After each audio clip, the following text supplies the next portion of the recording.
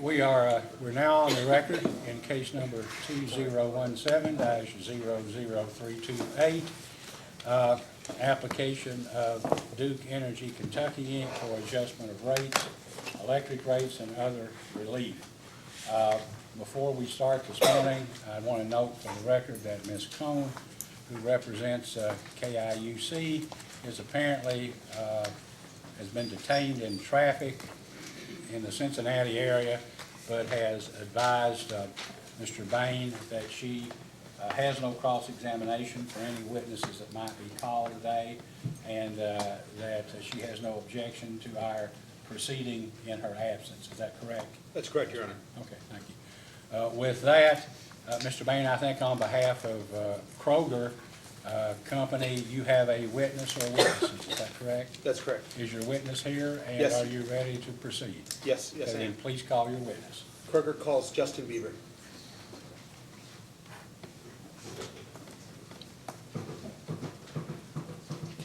Okay.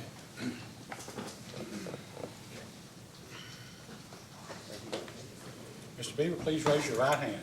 Do you solemnly swear or affirm under penalty of perjury that the testimony you're about to give will be the truth, the whole truth, and nothing but the truth? Yes. Please be seated. Mr. Bain, you may ask. Thank you, Your Honor. Good morning, Mr. Bieber. Good morning. Can you please state your name and business address for the record? Yes, my name is Justin Bieber, and my business address is 215 South State Street, Salt Lake City, Utah, 84111. Did you cause to be filed the direct testimony of Justin Bieber on behalf of the Kroger Company on December 29th, 2017? Yes. And do you have any corrections to that testimony? No. If I were to ask you the same questions today that appear in your testimony, would your answers be the same? Yes, they would. Kroger offers Justin Bieber. Mr. Sanford, Mr. DeCenzo, cross-examinations? Thank you, Mr. Chairman. Good morning, Mr. Bieber. Good morning. If I could ask you to please turn, do you have your testimony in front of you first? I do. Could you please turn to page 3 of your testimony? Okay. Now, on page 3, you state that the purpose of your testimony is to essentially address 3 areas of the company's application. And is it fair to characterize or summarize those 3 areas as the recent tax reform changes that impact the company's federal tax obligations and the revenue requirement, the revenue requirement allocation between rate schedules, and the company's distribution capital investment rider? Is that a fair summary? Yes, it is. And those are the only 3 areas that you're offering an opinion or recommendation, correct? Yes. Now, in preparing your testimony, did you review the company's application and testimony? Yes, I did. And have you reviewed the company's rebuttal testimony that was filed in mid-February? Yes, I have. Thank you. With regard to your tax reform recommendations, you are recommending that the company adjust its revenue requirement by approximately $10.6 million to reflect the reduction in the corporate tax rate. Is that correct? Yes, that's correct. And do you agree with me that the company has made this adjustment as part of its rebuttal testimony? Yes, in the company's rebuttals testimony, they have a similar recommendation. And the company's adjustment is approximately $10.6 million, Yes. right? Yes. And that's the same number that you had recommended in your testimony, correct? Yes, it's very close. Okay. And so would you agree with me then that the company has addressed your recommendation with respect to the lowering of the corporate tax rate? Yes. Thank you. You also recommended, with respect to the Tax Act changes, that the company prepare an excess ADIT amortization schedule where to demonstrate how the excess ADITs will be credited back to customers. And again, that's on page 3 of your testimony. Is that correct? Yes. And to clarify, you are not recommending any particular amortization period as part of your testimony in this case. That is correct. And again, do you agree with me that the company has filed such an amortization schedule as part of the rebuttal testimony for its witness, Ms. Felucci? The company has filed a recommendation for returning the excess aided. And did the company include a amortization recommendation?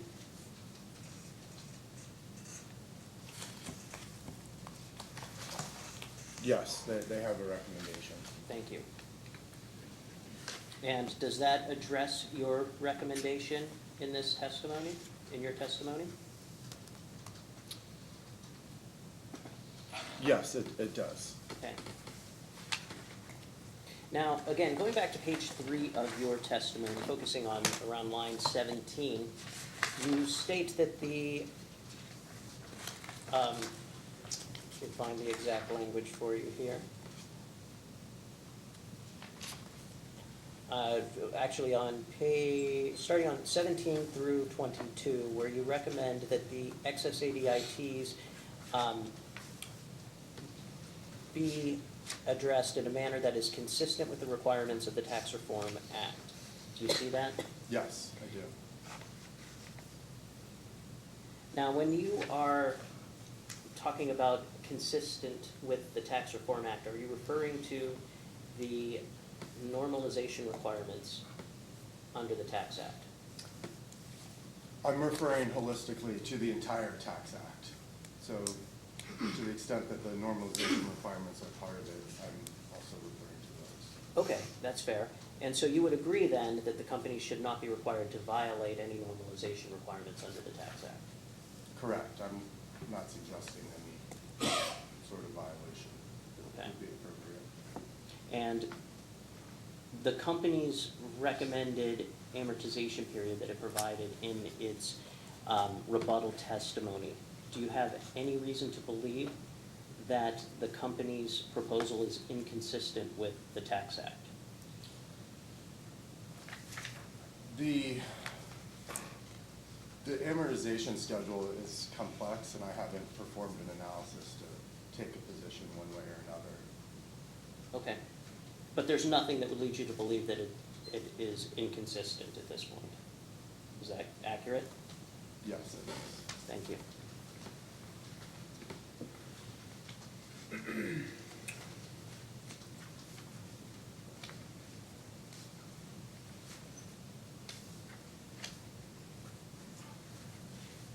Now, if we could go to page 4 of your testimony, please. Okay.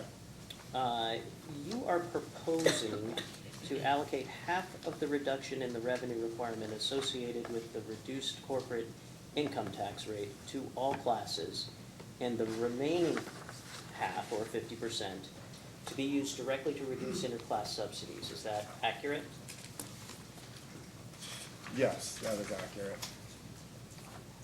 And as a result of your proposed allocation, residential customers then would receive less than half of the total benefit from the lowered tax rate. Isn't that accurate?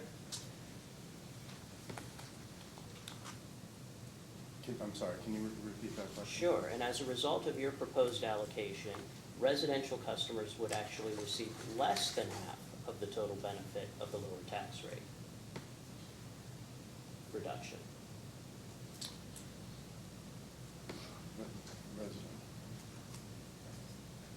Let me try it Yes, another way. yes, to the extent that the residential customers are less than half of the load and the cost to serve, they would So receive less than let's half try of it the this way. benefit. So let's deal with the first 50% of the change in the tax rate. That you are proposing that be allocated among all customer classes, right? Correct. And so, I'm sorry. I'm recommending that 50% of the reduction, of the benefit from the reduction in the corporate tax rate, but there are additional benefits from the Tax Reform Act. So it would actually be a little bit less than 50% of the benefits of the entire Tax Reform Act. that would go to residential customers.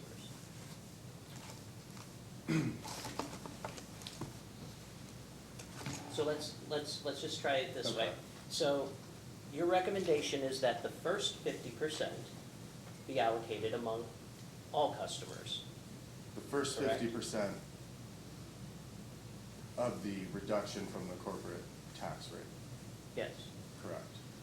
And so residential customers are some portion of that would get some portion of that first 50%, right? Right, And then the next 50%, you're proposing to only eliminate, to be used to eliminate interclass subsidies, correct? that is correct. And residential customers are the ones that are receiving those subsidies, correct? Correct. So the 50%, that second 50% would actually be flowing toward other customer classes that are subsidizing the residential customers, correct? Yes, that is correct. Thank you.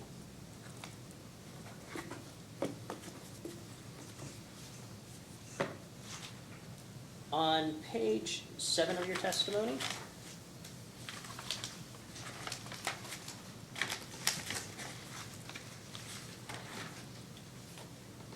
looking at, I guess beginning on line at the top there, you express a concern with Duke Energy Kentucky's use of a jurisdictional electric capitalization as the basis for computing its revenue requirement. Is that an accurate summarization of your testimony there? Yes, it is. And your reasoning is that the company's capitalization, as filed in this case, was greater than its rate base. Is that accurate? Yes, I have a concern with the company earning a return on a amount that is greater than the rate base that is used and useful to serving customers. And so is it fair to say that your position is that the company's overall revenue requirement should be reasonably close to the net value of the assets that are used and useful in providing electric service to customers? As I said in my testimony, I have concerns. I have not taken a position in this case about how close the rate base and capitalization should or shouldn't be. So would you have the same concern if the company's capitalization was actually lower than the value of the assets that are providing service?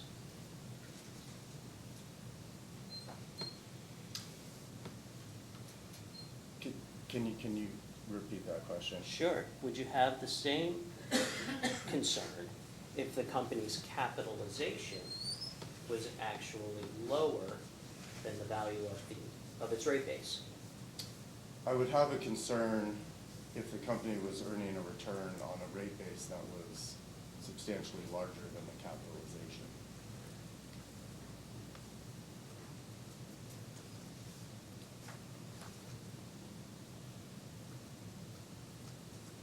So in your opinion, you would pick the lower of the two? I'm not taking a position in terms of what I would pick. I'm saying I have concerns when you are taking the higher of the two. You also recommend that the commission should reject the company's proposed rider DCI, is that correct? Yes, that is correct. Now, you are not offering any opinion as to whether or not the commission has the authority to approve the rider DCI, are you? No, I'm not offering a recommendation on that. And do you agree that the purpose of the company's rider DCI is to track costs for specific new and commission-approved initiatives that are designed to improve the safety, reliability, and integrity of the company's electric delivery system? I don't disagree with that. Now, you describe the rider DCI as single-issue rate making and reducing the company's incentive to manage its costs effectively. Is that accurate? Yes, it is. And you also go on to say that single-issue rate making is not sound regulatory practice absent a compelling public interest. Is that a fair statement? Yes, absent a compelling public interest. So, do you believe that improving safety, reliability, and integrity of the company's electric delivery system is in the public interest? I don't disagree that the safety and reliability is in the public interest. Do you think it's a compelling interest? Yes, I believe it's a compelling public interest. I also believe it's a fundamental responsibility for a utility. Now, through Rider DCI, the company is proposing annual adjustments that would be subject to commission review. Do you agree with that? I don't disagree with that statement. And let me pose a hypothetical for you. Let's assume that Rider DCI is approved, and let's assume that if the company were not managing its costs effectively and were incurring unreasonable costs, the commission would have the authority to disallow that recovery, wouldn't it? Yes. Do you have any reason to believe that the commission staff is not capable of reviewing the company's costs that would be incurred under Rider DCI for reasonableness? No, I believe the commission staff is very capable of that. And do you believe that the commission is capable of making a determination whether the company is managing its costs effectively? Yes, I believe the commission can make that decision. And so if the commission has the ability to disallow recovery of unreasonable costs, don't you think Duke Energy Kentucky would still be incentivized to manage its costs or else risk disallowance? I think that allowing the company to recover those costs through a rider removes an incentive to reduce the costs as much as possible. Because when you are recovering costs through base rates, any savings that you can achieve can offset your costs in other areas, and so that is an incentive that is removed when you are collecting your costs through a single issue tracking mechanism. But my question was, don't you think that if the commission has the authority to disallow unreasonable costs, that the company would have an incentive to try to manage its costs or risk a disallowance? I think that the company has an incentive to control its costs to ensure that they are not excessive and that they are prudent. Thank But you. I also think that it removes an incentive to lower the cost to the minimum amount possible. Now, in Rider DCI, the company is proposing in this case for a single program to be approved. Is that your understanding? Yes, that's my And that understanding. is the targeted underground program, correct? Yes, that's my understanding. And you're not offering an opinion on the targeted underground program itself, is that correct? That's correct.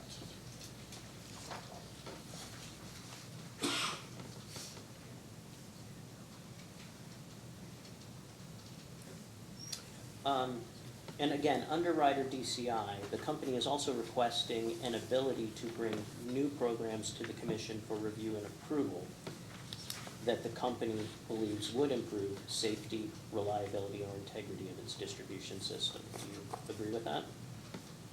Yes, that is my understanding. And do you also agree that the commission has the authority and ability to review those programs to determine whether they are in the public interest and would result in a reasonable rate?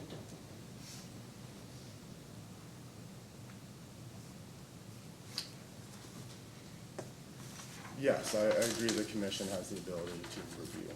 And would you also agree that if the commission finds that such a program is not in the public interest or does not result in a reasonable rate, that it could simply deny the company's application?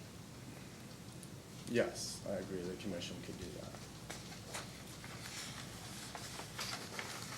No further questions? Mr. Chandler, questions? Thank you, Chairman. On page 4, you were just asked about, you take issue with the idea of single issue rate making. And I think the quote on line 13 is the requested rider amounts to single issue rate making. Is that correct? I'm sorry, you're asking about what I wrote on page 4 on line 13? Yeah, that, you did state that the requested rider amounts to single issue rate making.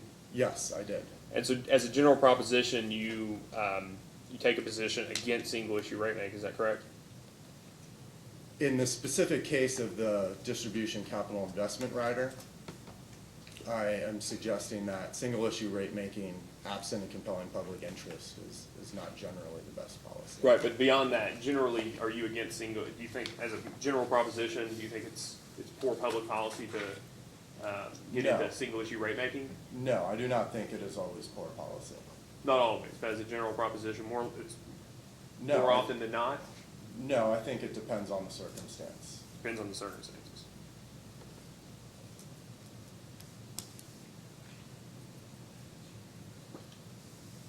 Is it your opinion that your proposal regarding the allocation of any savings from the change in the federal income tax rate is single issue rate making? No. What I am suggesting with respect to savings from the corporate tax rate is that it presents an opportunity to reduce subsidies. The company, in its application, has proposed to reduce the existing subsidies by 10%. What I am suggesting is that there are some savings available relative to the filed case, both from the reduction resulting from the reduced corporate tax rate, as well as other reductions, and that that can be used to further reduce the subsidies to a more. But they're not reasonable savings, are they? They're a lower expense, correct? In a forecasted test year, there is no savings, it's just income tax expense is lower, right? level. I'm sorry, can you? Well, you clarify said that the question? lower, that there was a savings from the lower income tax rate, but that's not actually a savings, right? I'm sorry, it's a reduction to the filed, to the It's- revenue requirement in the filed case. From the file case to begin with, but let's just take a snapshot of where the case is now. There is a lower expense in federal income tax over what it would have been maybe if you used a historical test year. But it's a forecasted test year, and the expense is just lower, right? So now there's a lower income tax expense. So how is that a savings? It's not a savings. It's not a savings, it's just a lower expense. Correct. And so, thank you. You were asked a second ago about rider DCI, and as it relates to safety and reliability. Have you seen any evidence in the record that Duke is unable to provide safe and reliable service without rider DCI?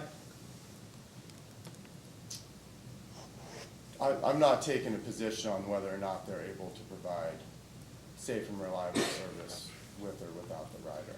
And I'm just asking if you had seen any evidence to that effect, that they're unable to do that without rider DCI.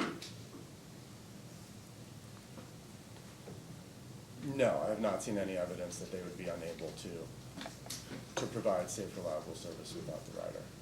That's all the questions I have, Chairman. Mr. Howard, questions? No, Mr. Chairman, thank you. Mr. Malone? Staff? No, sir. Commissioner Matthews? I have none.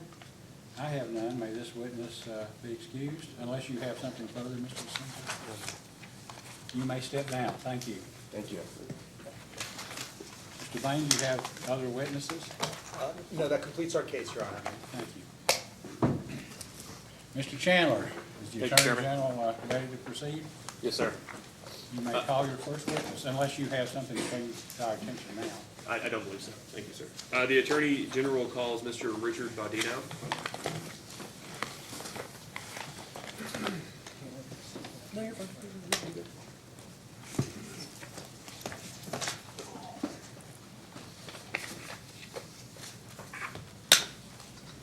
Mr. Bodino, please raise your right hand. Do you solemnly swear or affirm under penalty of perjury that the testimony you're about to give will be the truth, the whole truth, and nothing but the truth? Yes, I do. Please be seated. Mr. Chandler, you may answer. Before I start, may I approach? I believe I gave Mr. Bodino something, I think I need it back. Oh,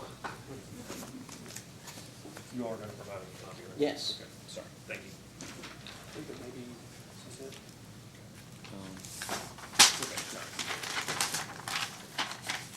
Okay, no. Mr. Bodino, can you state your name for the record, please?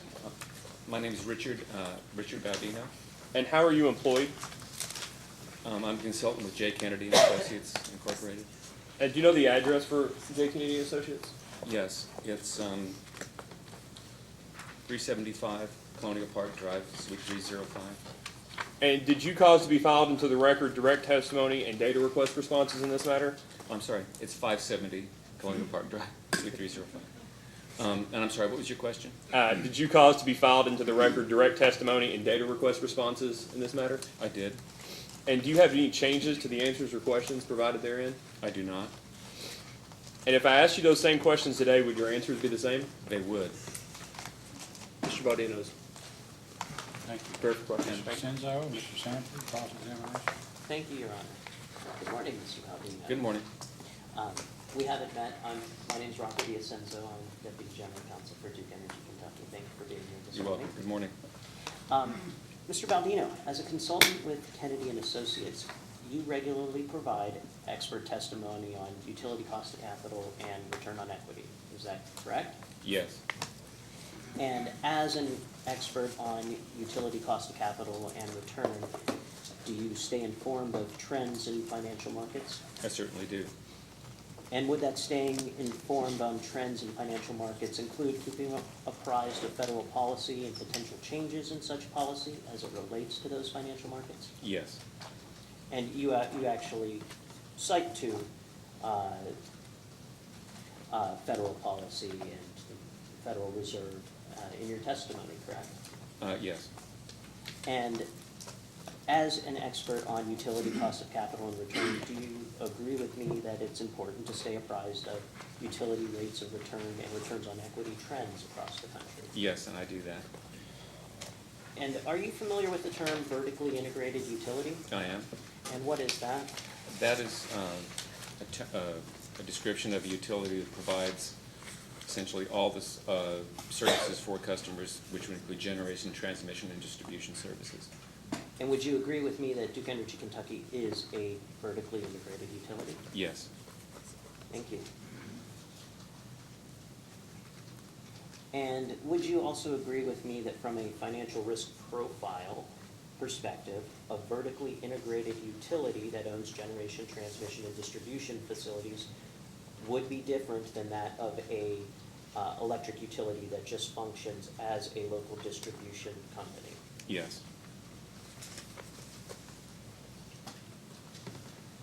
Now, going to your testimony, is it fair to summarize that the purpose of your testimony is threefold? To address the allowed return on equity for the regulated electric operations of Duke Energy Kentucky, to respond to the recommendations of Duke Energy Kentucky's witness, Dr. Moran, and then to discuss the company's proposal for a distribution reliability and integrity investment program, rather DCI. yes, And those are the only three issues that you are offering any opinion in your testimony, correct? that's right. Thank you. And so just to clarify, you're not offering an opinion with respect to any other aspect of the company's application? I am not. Now, going specifically to your recommendation, you are recommending that the commission adopt an 8.80% return on equity for Duke Energy Kentucky. Is that accurate? That is right. And that recommendation is based upon your DCF analysis that uses a proxy group of 19 companies and dividend and earnings forecasts, among other things, from Value Line, Yahoo Finance, and Zacks. Yes, Is that correct? Now, if I could point you specifically to page 3 of your testimony. Do you have your testimony in front of you? I do. Sir? Thank you. all right, I have that. Thank you. And on, beginning on line 19, you described that today's financial environment of low interest rates has been deliberately and methodically supported by the Federal Reserve policy actions since 2009. My question is, do you believe that the Federal Reserve policy is to continue to deliberately keep interest rates low? I think that the Federal Reserve is coming out of the policy of very low interest rates and is gradually ramping up its short-term interest rate, the federal funds rate. However, my understanding of Fed policy is they still expect interest rates to be relatively historically low for some period of time as they ramp up, slowly ramp up the federal funds rate. And so you would agree that the Federal Reserve did vote to raise interest rates as recently as December of 2017? Well, that's right. I have that in my testimony. And are you aware whether the Federal Reserve has indicated a likelihood that it will continue to raise interest rates? I think there's a likelihood. Chairman Powell, new chairman of the Federal Reserve, has indicated they expect to raise rates probably several times this year. Do you know how many times they have indicated? The statement, I believe, expects about 4 times. Subject to check, I would say that. Thank you. That doesn't mean that absolutely will happen, but it's what they're foreseeing right now. And so when are you aware that Chairman Powell has recently testified before the U.S. House Committee on Financial Services? Yes. And are you aware of his testimony there? I am generally aware of it, And yes. is that where you are referring to the indication that they will raise interest rates 3 or 4 times this year? Yes, and I'm generally aware in the financial press that statements quoted to that effect. So you agree with me then that financial forecasts are also predicting, based upon those statements, that interest rates will raise in 2018 3 or 4 times? Well, I'm not sure about the financial forecasts. I mean, generally, the financial forecasts that I addressed in my testimony that Dr. Morin cited were, before those statements obviously were made. But I think generally it's expected interest rates will increase. Nobody knows by how much. This is when I'm speaking about interest rates, I'm speaking about long-term interest rates. But also there's a possibility that the short-term interest rates will increase as well, according to Fed statements. So I think the forecasts are for generally an increase in interest rates. Thank you. In your role with Kennedy and Associates, do you regularly review orders from state utility regulatory commissions? I review them from time to time when it's necessary. Would that include orders from the Kentucky Public Service Commission? Yes. And in the last year or so, I guess it's almost 2 years now, you've participated in at least 3 electric utility rate cases before this commission. Is that correct? I'll accept that subject to check. I know of 2, and it probably has been 3. So, let's just walk through them. So there was the application in case number 2017-000321 for Kentucky Power. Right. And then there was the case number 2016-00370, the application for Kentucky Utilities. Yes. And then there was its affiliate or companion, 2016-00371 for Louisville Gas and Electric. That's right. And in each of those cases, you provided testimony on the recommended return on equity, correct? Yes. Do you recall your recommendation in the Kentucky Power case? Well, I actually have that testimony here. It was one of the documents I should have handed to Mr. To my attorney. I do have it here. And this for Kentucky Power? Yes. Your Honor, may I approach? Yes, you may. So actually, you know what? The Kentucky Power case was actually, I believe, well, your testimony was not. So let me get that.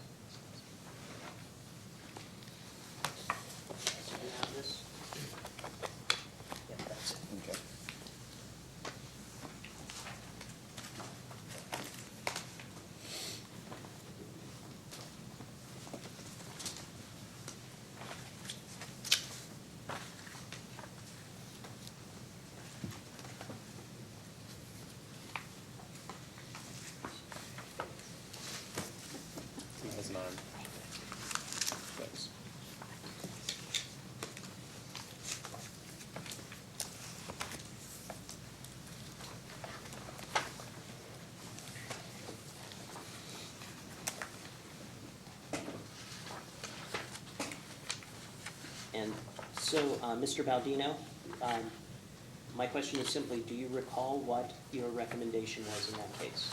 Yes, it's 8.85% ROE. Thank you. Now, do you also recall what your recommendation was in the LG&E and KU cases? I can look that up. You have that in front of you? I do. Your Honor, may I approach? Yes, you may.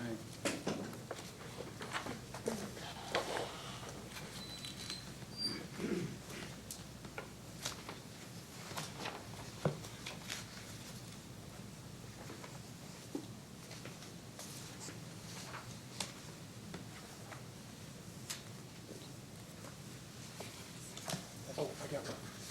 Oh, yeah, thank you.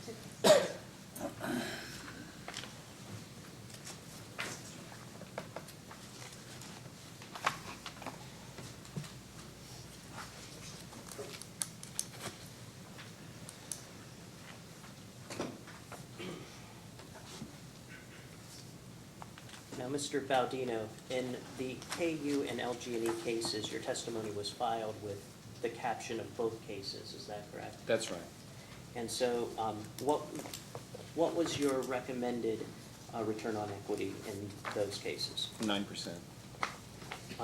Do you recall, sir, whether the commission adopted your recommendation in any of those cases? Well, both of those cases were either settled or subject to a challenge settlement. And I believe the commission adopted 9.7 in Kentucky Power, which was, again, a negotiated number between the parties.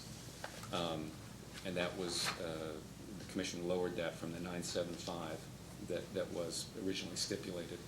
And let's see. I do have a copy of the commission order in the LG&E case, and I can review that if you'd like to see what the commission ordered. in You that don't case. recall offhand? I believe it was 9.7, but I'd like to say that subject to checking it since I've got the order right here. Okay. Your Honor, may I approach? Yes, you may.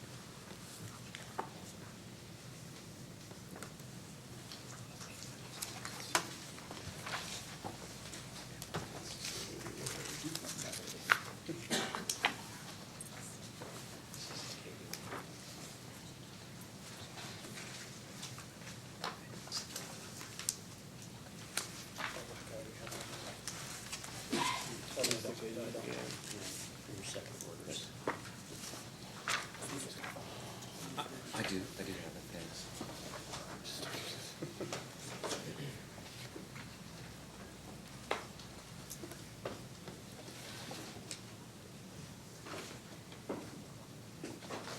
Okay. Now, Mr. Baldino, we just handed out both, the order for both the KU commission order and the LG&E order. Do you know what ROE the commission approved in both of those cases? Yes, it was 9.7% that was lowered from 9.75. Thank you. Now, in both of those cases, would you agree that the commission found it informative what the average ROE for utilities across the country would be? Yes. And do you know whether the commission, in its order, cited to that ROE? Are you talking about the LG&E order or both the LG&E KU and the Kentucky Power order? Well, let's look at each one individually. Would you please take a look at the Kentucky Power order? All right. Actually, we may not have that. The Kentucky Power case, Your Honor, has been previously submitted as AG Exhibit 2.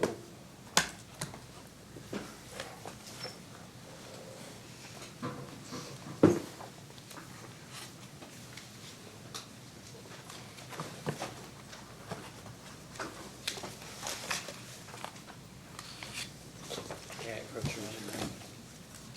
Thank you. Would you please turn to, I believe it starts on page 29, carrying on to page 30.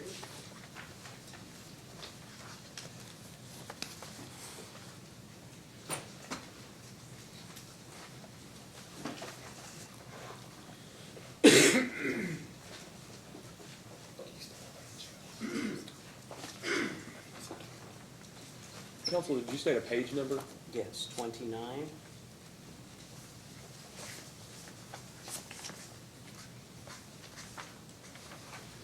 Do you have it, sir? I do. And the commission did cite to the SNL data showing that,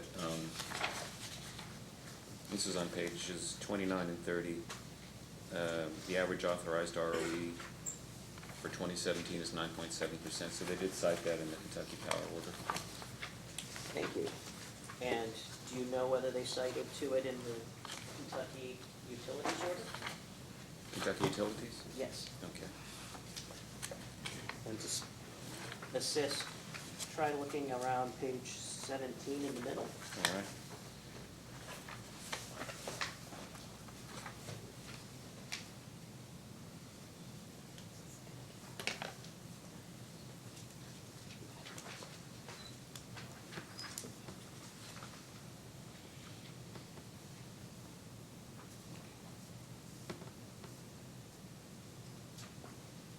Yes, they did cite to it in Kentucky Utilities.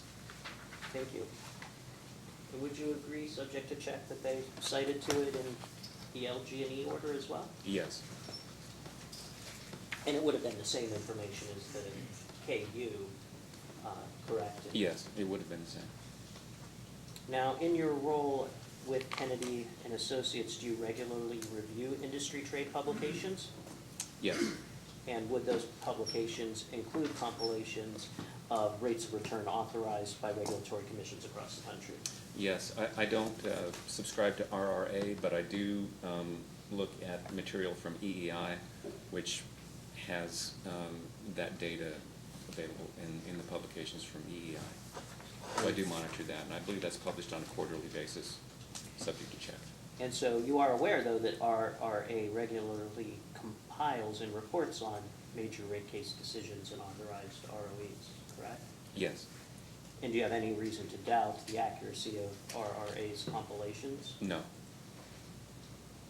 Do you know what RRA has reported as the average ROE for vertically integrated utilities for 2017?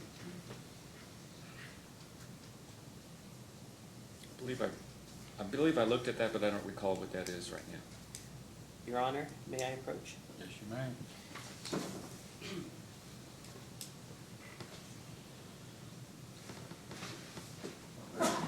Your Honor, I have here a copy of RRA's regulatory focus major rate case decisions for summarizing 2017. This document is considered to be confidential and subject to copyright protections.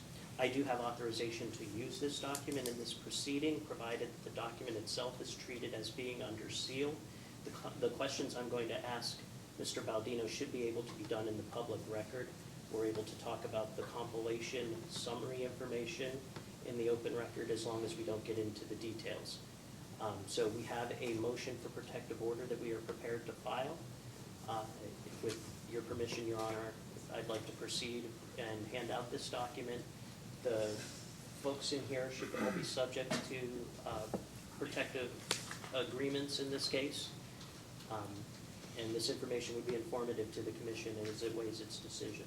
We just need to make sure in case our ladies may not come today, but members of the public, if we get into confidential material, you need to let us know. Now, you're going to file your motion for confidentiality sometime today. Yes, Your Honor. I will take it now as if you're basically orally asking for confidentiality, and you'll follow up with your motion, but you may proceed. Go ahead. Thank you. Is there any objection from any of the parties? We have no objection. Assume not.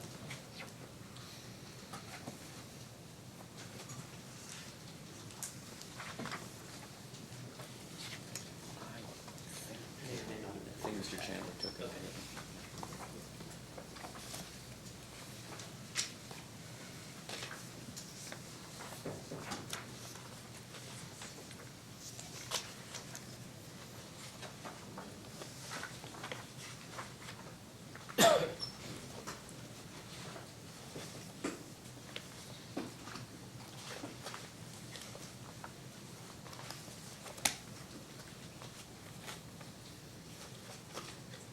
I'll give you a moment to review that, Mr. Baldino. All right.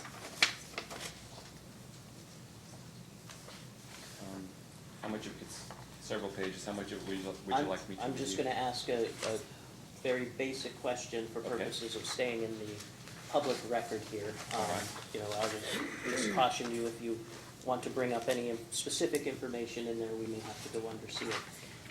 But my general question for you, if I could just refer you to the first page in the middle, would you agree with me that according to the RRA publication, that the average ROE authorized for vertically integrated electric utilities in 2017 was 9.8%? Yes, And again, you have no reason to doubt the accuracy of RRA's compilation, correct? no.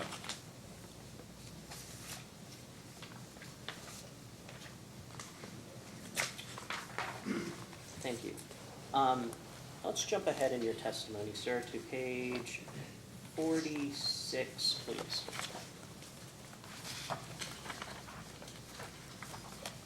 All right, I have that.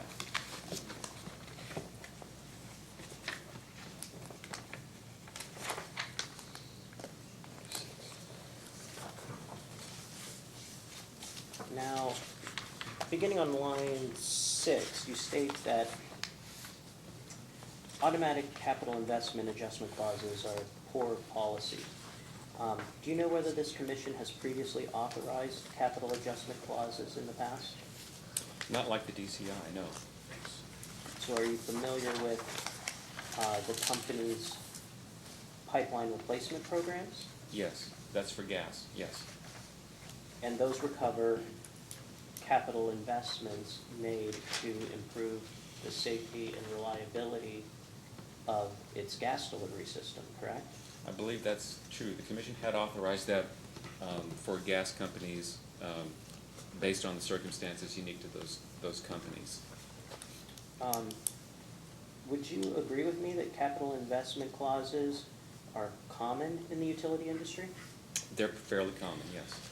I don't agree with a lot of them, I don't, but nevertheless, they are commonly used.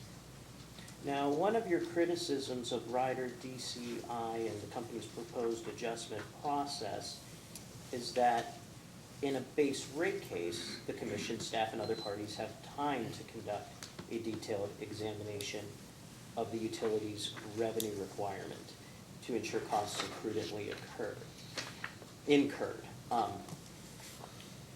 Can you point to me where in the company's application or testimony that we are somehow prohibiting the commission staff or other parties from intervening and examining the Rider DCI?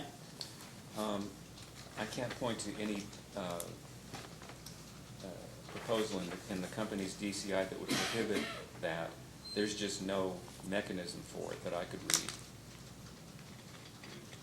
I'm sorry, could you say that last Yeah, time? there's just no mechanism for intervention, for discovery, and for hearings before the commission, the way the company's currently proposed its DCI.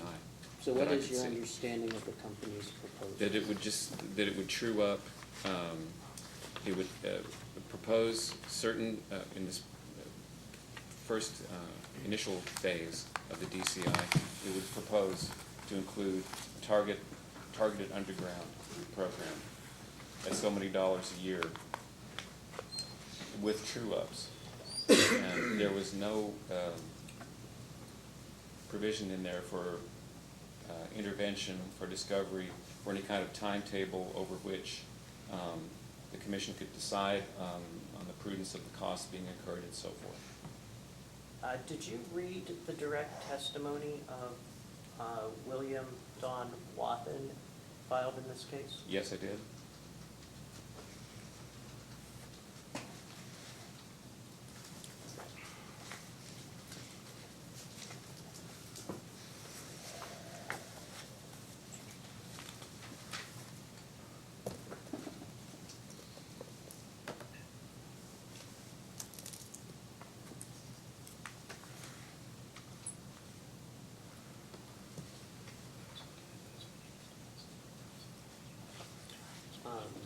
Your Honor, may I approach the witness? Yes, you may.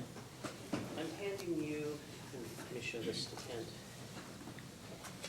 Kent, this is Don Wathen's direct testimony, page 27.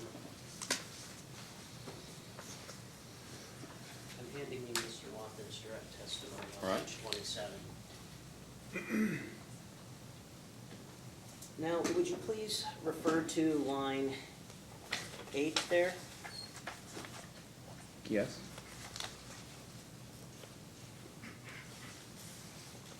Would you just read the first full sentence beginning in line 8, please?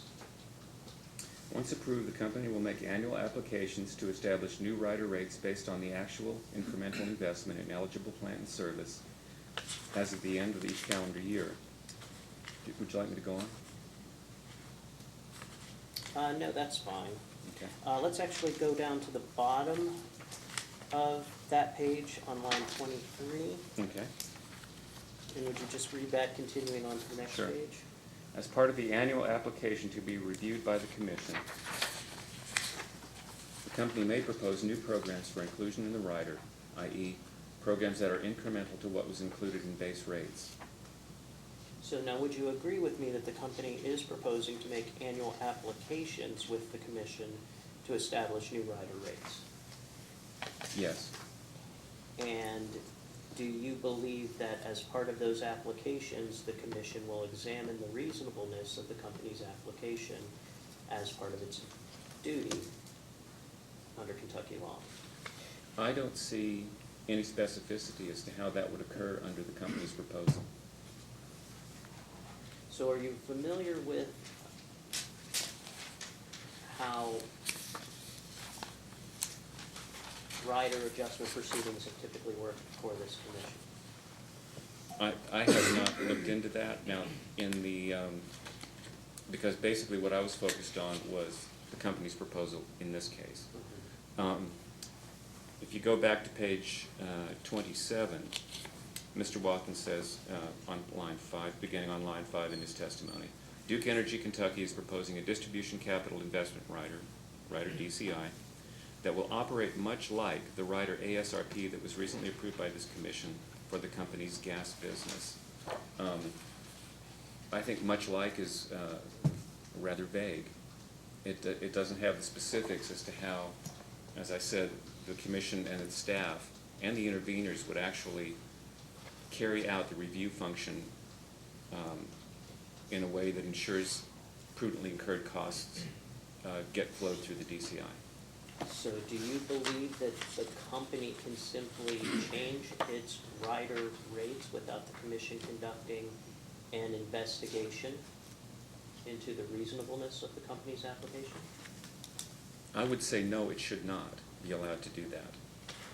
And for any kind of capital investment rider that the company proposes, and especially for the DCI, it should be very clearly spelled out how those rates get approved by the commission, and what the review process is, and what the intervention process is, and how parties can file testimony, and the commission can issue an order based on a full record. And you would agree with me that the commission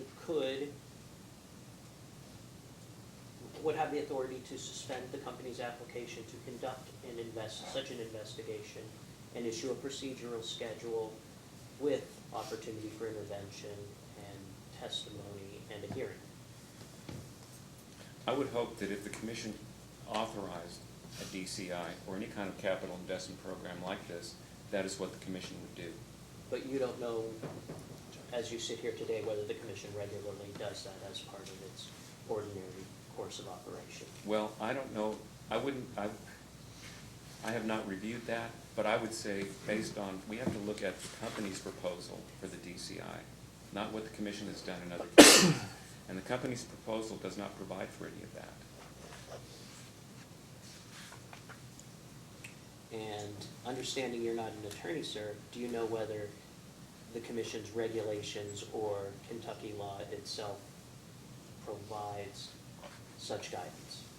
I can't answer that Fair enough. fully. I cannot answer that. I stand by what I said before. Fair enough. So if the commission's order in this case, let me ask this, if the commission's order in this case, assuming it would approve rider DCI, expressly stated that any rider DCI adjustments would be subject to commission review and an opportunity for parties to intervene and file testimony or comments or whatever, would that alleviate your concern? It would partially, but not fully, because it depends on really what the review process is, what the process for testimony is, and so forth. It's all sort of subject to speculation, and your hypothetical is still a little bit on the vague side, in my view.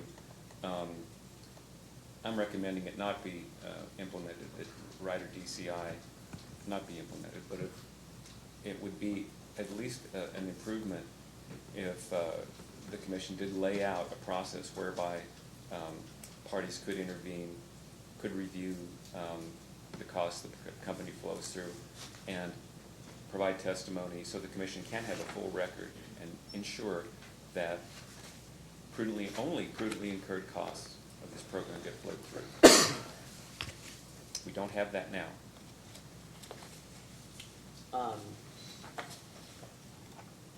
Now, on page 47 of your testimony, you make the point that Duke Kentucky did not quantify any customer benefits from the proposed DCI or targeted underground in its testimony. Now, Mr. Baldino, would you agree with me that the company did provide quantifications in response to data requests? Yes. Thank you. Now let's go to page 52 of your testimony, please. I have that. Now, on page 52, you make 5 recommendations if this commission decides to approve the company's rider DCI.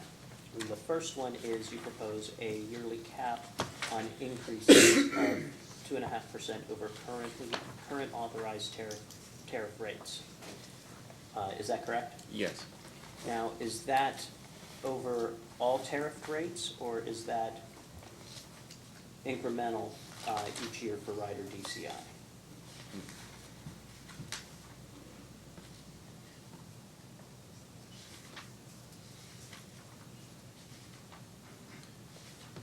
The way I look at that would be incremental. So you have, it would work like this. 2.5% yearly increase over current authorized tariff rates. So that would be each year you could look, it would be capped at 2.5% with a cumulative cap of 5%, which I described in the second paragraph. And that's based upon the rider DCI being, and this is one of your other recommendations, being a 3-year pilot, correct? Yes. How did you come up with a cumulative cap of 5%? It was consistent with a case that I had made that same recommendation in West Virginia regarding gas pipeline replacement costs, similar. So it was based on my judgment. But you did, so you've done no analysis of what that would be and what that impact to rates would be? I haven't done that analysis. I think what we've got from the company's proposed DCI is basically an open-ended series of increases for sort of an indeterminate period of time. And I think if the commission wants to limit the effect of something new like this, to see how it works, then at least have a yearly cap, some kind of a yearly cap, which I proposed is 2.5%, as well as a cumulative cap saying no more than this gets flowed through totally. And then at the end of 3 years, we'll take a look at this and see how it's been working for ratepayers. So at the end of your 3-year period, how would the rider DCI on your proposal, what would happen? Are you suggesting that the company be required to come in for a rate case to terminate the rider and zero out any dollars that are yet to be recovered? Yes, I think that'd be a reasonable approach to doing that. So you would then be directing, you would have the commission direct the company to come in for a rate case in 3 years? Yes.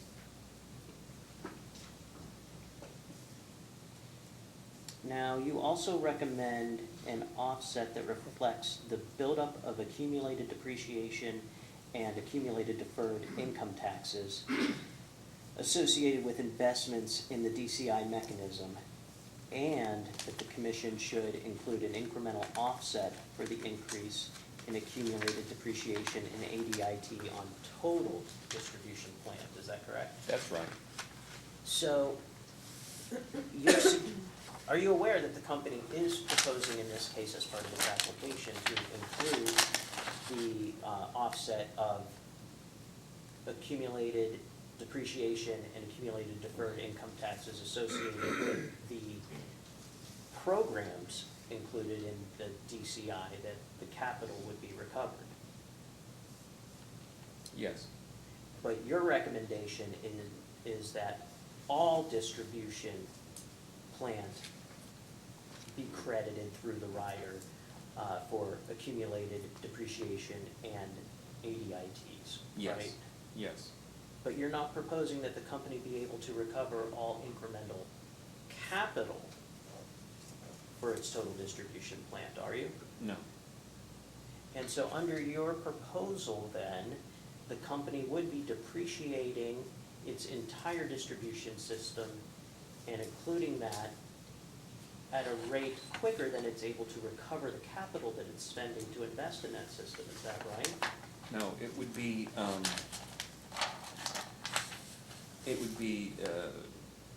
the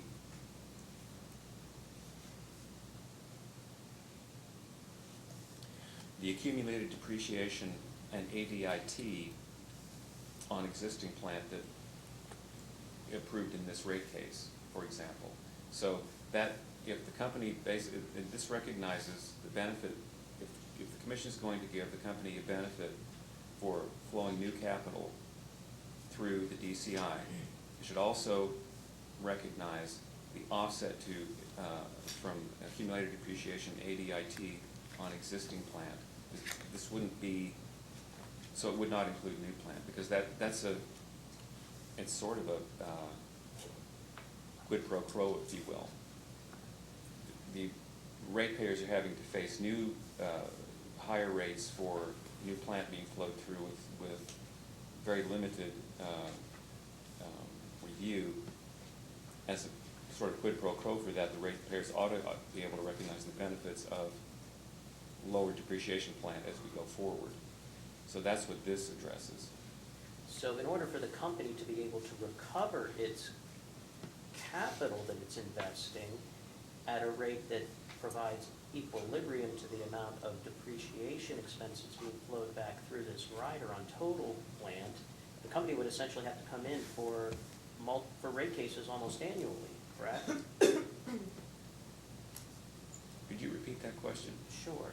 So in order for the company to recover its capital that it's investing in its distribution system, in order to provide equilibrium for the amount of depreciation in ADITs that it's flowing through this rider DCI on total distribution plant, the company would have to come in for an annual rate case as part of its rider DCI adjustment, wouldn't it? It would not work that way. What you're talking about is incremental offset to accumulated and depreciation ADIT each year on existing plant. So that's just existing plant. It's not, we're not talking about new plant here, other than the cost of the investment that would be flowed to the DCI.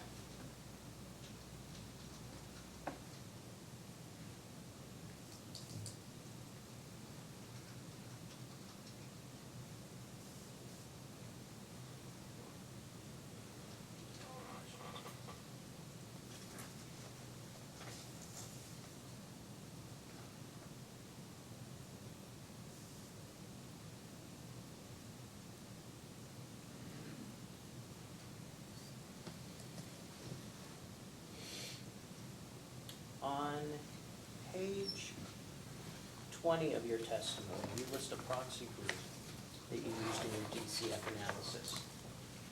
Have you compared those utilities to determine if any of those companies or their subsidiaries have capital investment tracking mechanisms? I have not compared yet. Again, did you read the direct testimony of Mr. Wathen filed in this proceeding? I did. And are you aware that Mr. Wathen included a compilation of adjustment clauses by state as part of his confidential attachment WDW2? I believe that's correct, yes. And do you know whether that compilation included a description of what those adjustment clauses include? It's been a while since I have reviewed that, and I just don't recall. No further questions? Yeah. Your Honor, if I could mark exhibits, if that's okay?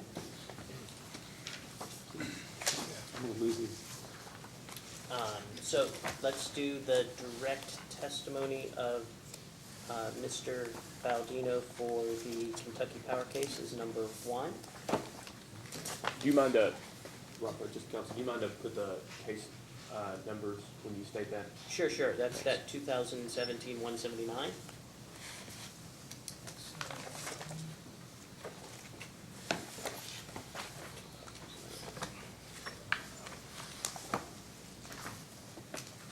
And let's do his direct testimony for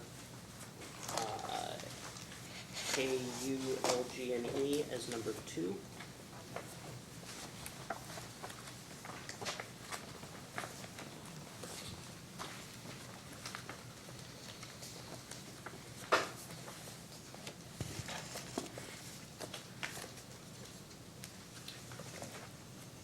And then the commission's order for LG&E KU, or let's do LG&E because they were separate, I believe, as number 3. And for KU as number 4. And the confidential RRA article as number 5. I think that's all.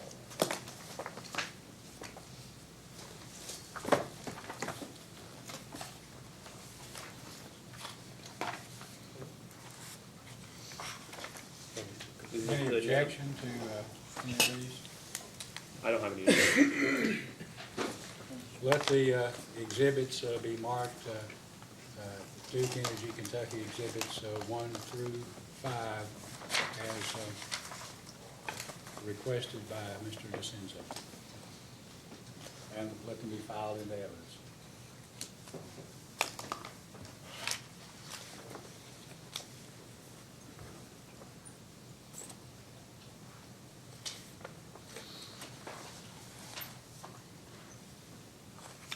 Anything else? Do you have any other cross? And Mr. Howard Cross? Not at this time, Mr. Chairman, thank you. Mr. Malone?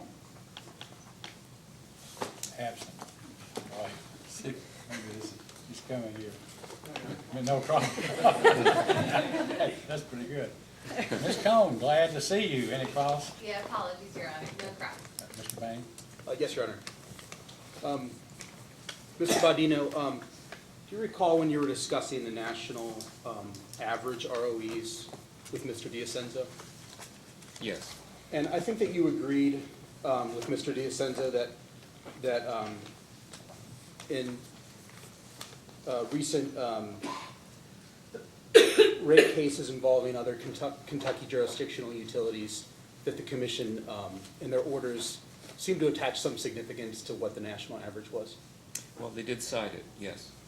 Can you please refer to the DEK Exhibit Number 5, the RRA, regulatory focus?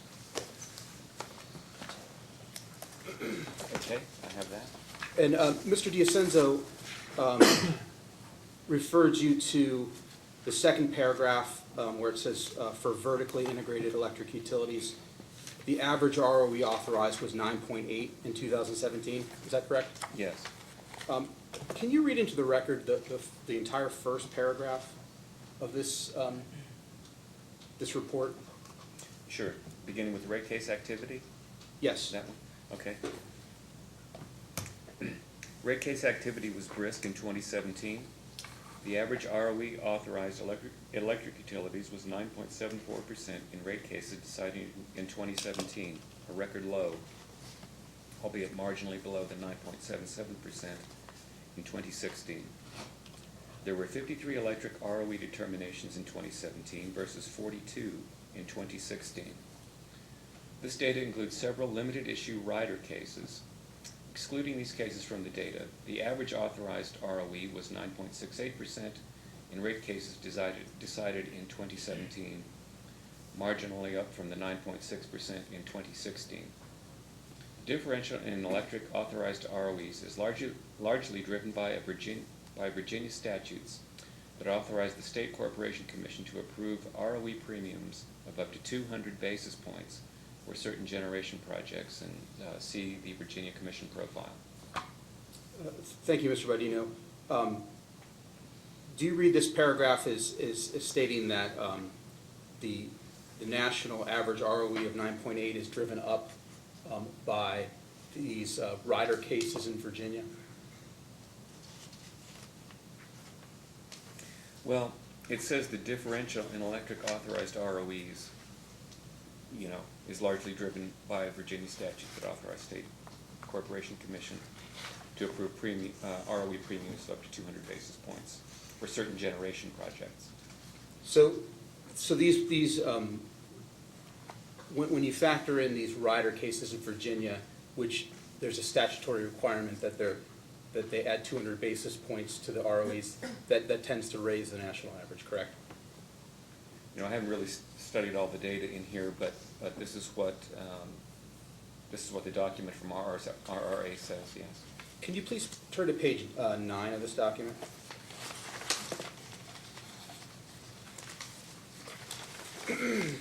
Okay, I have that. Now, on this page and the following page, we see lists of electric utility decisions with their ROEs, the authorized ROEs listed.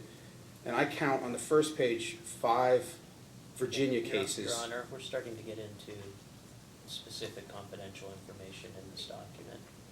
Then you may cross, but anybody have any objection to going into the confidential session at this point to continue the cross-examination? If not, we can do that and save any objection. I'll just say, on redirect, I was going to ask to go into confidential because I was scared I would say something wrong. So we have no objection, Okay. as long as Mr. Bain doesn't. Is that okay with you, Mr. Baines? Yeah, I wasn't aware that we left the confidential session, so yeah, I would have no objection to that. Okay, thank you. We'll now go into confidential session. I'll let the record reflect we're now back into open session and have adjourned the confidential session. Thank Counsel, you. you may ask. Thank you, Your Honor. Good morning, Mr. Baldino. Good morning. I just have a couple of questions for you. In Dr. Morin's rebuttal testimony, which I think you should have up there, he stated that your procedures and methodologies generally met with his approval and were sound. and in keeping with the practices of financial professionals. However, he disagreed with several of your data inputs, and he stated that he believes you underestimated the ROE. On page 5 specifically of his rebuttal testimony, and you can just tell me when you're there. Couple of these. Let me see if I can get to my copy of that.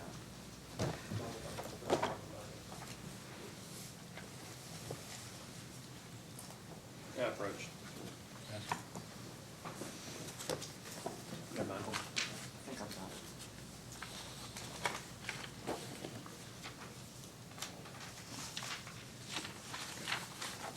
You do have it? I do have it. Okay. Thank you. Yeah, thank you. Page 5? Yes, sir. Okay, I have that. Towards the middle of the page, he lists 7 areas where he disagrees with you. And specifically, item 7, he states that you did not account for Duke Kentucky's high relative risks. So my question is, can you provide reasons why Duke is less risky than other utilities, for instance, Kentucky Power, who was just recently awarded an ROE of 9.7%? Well,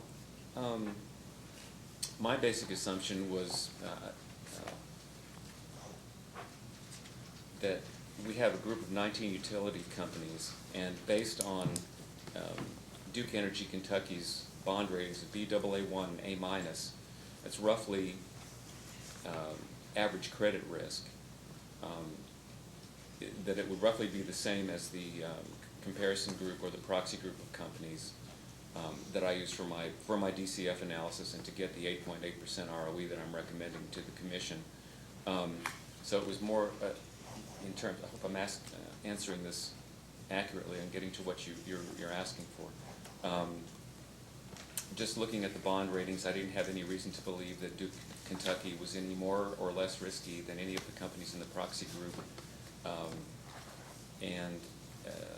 I would need to go back and look at my testimony for Kentucky Power. I need to see what the bond ratings were for Kentucky Power to make that comparison, if that's what you're asking. Would you like me to do that? Would, Okay. do you have that information there? Yes.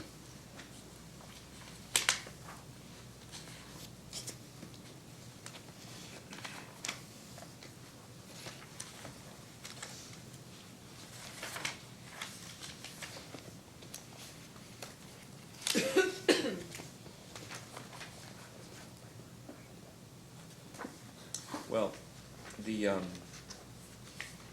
bond ratings, at least at the time I did the Kentucky Power testimony, for Kentucky Power are A- from S&P,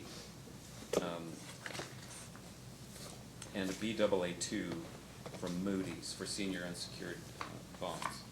And so they're really pretty close. It's the same, really the same bond rating from Standard & Poor, a slightly lower bond rating for Kentucky Power vis-a-vis Duke Kentucky.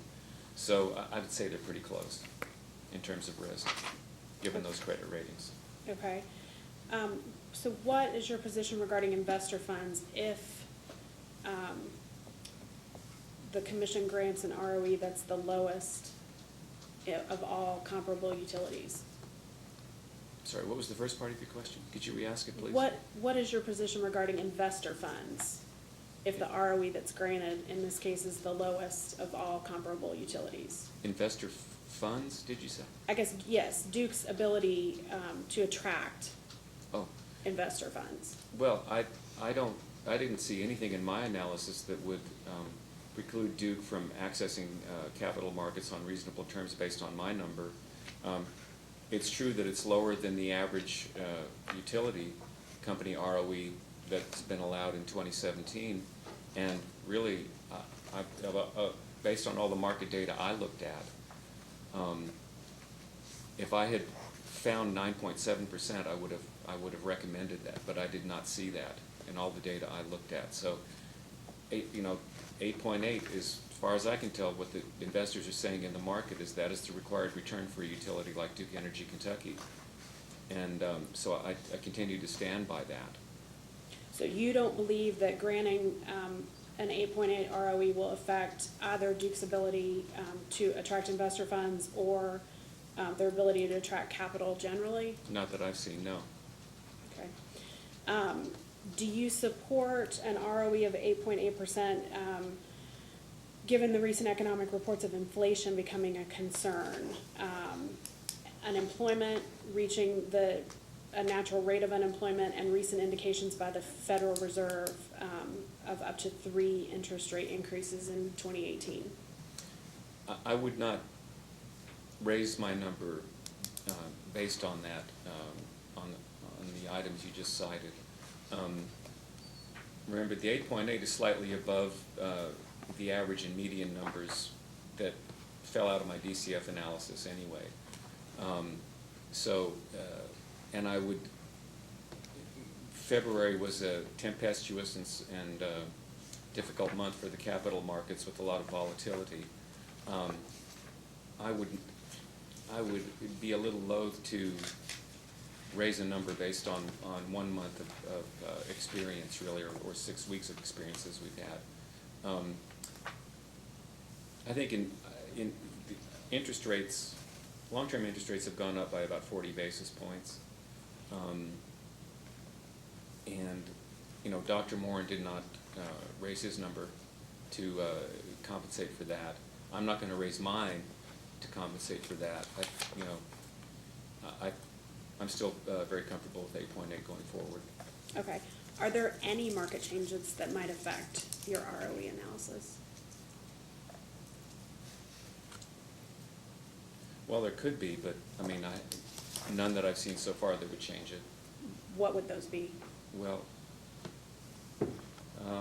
I suppose some market break or market shock that would indicate there's been a discounting, for example, of utility share prices significant enough to warrant, and that we expected that going forward as a permanent change. Enough to, and so something like that, and this is hypothetical, we're speaking generally now, that might cause me to rethink my number and possibly raise it. But on 1 month or 6 weeks worth of data, no. Okay. When I was looking at your testimony, it looks like it was executed on or about December 28th, 2017. Does that sound right? Or I think it was 29th. December 29th. Okay, the 29th. The Tax Cut and Jobs Act was signed into law on the 22nd, December 22nd of 2017. Were you able to take that into account in your analysis? I did not. Okay.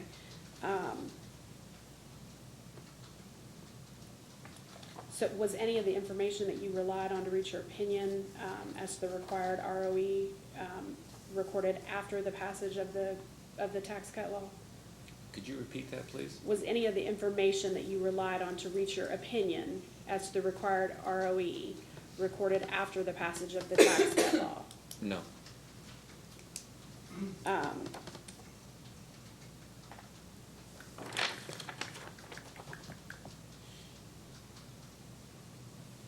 And would you agree your approach relies a great deal on the performance of utility stock to arrive at a reasonable rate of return? Yes. Okay. And would you agree that investor expectations as to interest rates affect the price of stocks, whether those expectations are wrong or right? I guess that they can sort of become a self-fulfilling prophecy if people believe a certain thing. I'm not quite sure how to answer your question. Could you ask it again? And Yeah. I'll try to Do understand. you agree that whether they're right or wrong, investor expectations as to interest rates can affect the price of stocks? Of utility stocks, yes, because utility stocks are still interest rate sensitive. Okay. I don't have any other questions, Your Honor. Commissioner Matthews, questions? I have none. Would you have redirect? I have some redirect. How long do you think it would be? I'm sure when you do, Mr. DeCenzo will have some other questions on costs. Let's take a break until That'll be fine. 11:45, and then we'll come back and you may.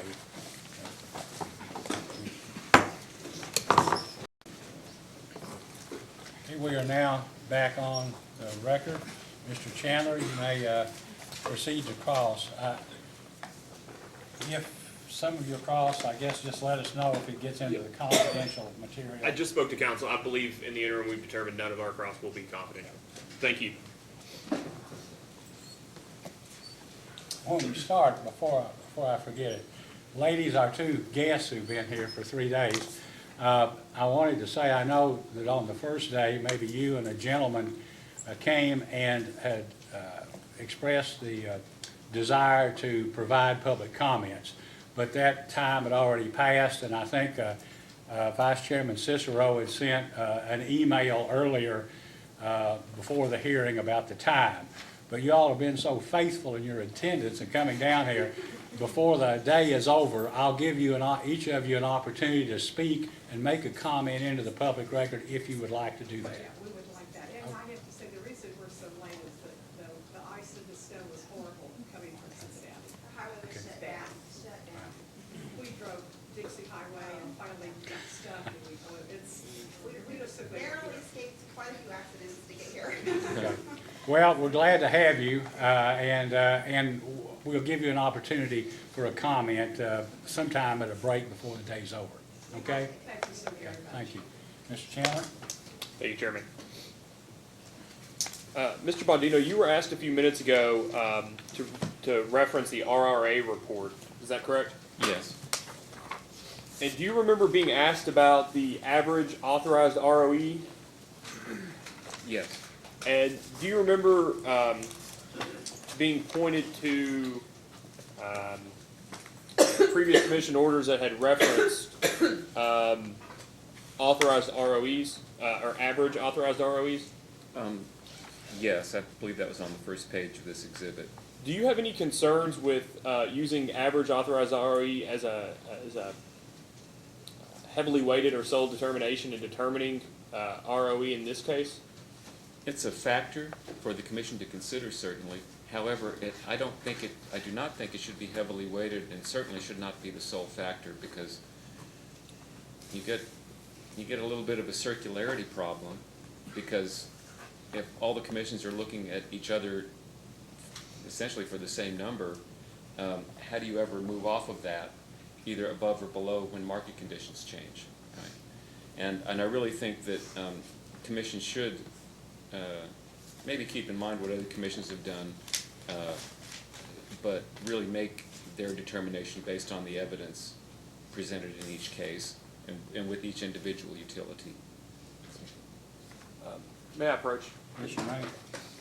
This is a document that was previously provided in the record as Attorney General's number 4, and it's a portion from, and the main exhibit's a portion of a Dominion Energy 10K that Dr. Morin read a portion of into the record.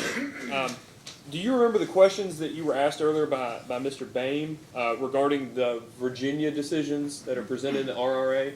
Yes. And do you know if any of those included decisions regarding Virginia Electric and Power Company? Yes. And is your understanding that they're a operating company or a subsidiary of Dominion Energy? Yes. And is it your understanding that, as mentioned earlier, that they have multiple ROEs for different generators and also different ROEs for riders? Yes.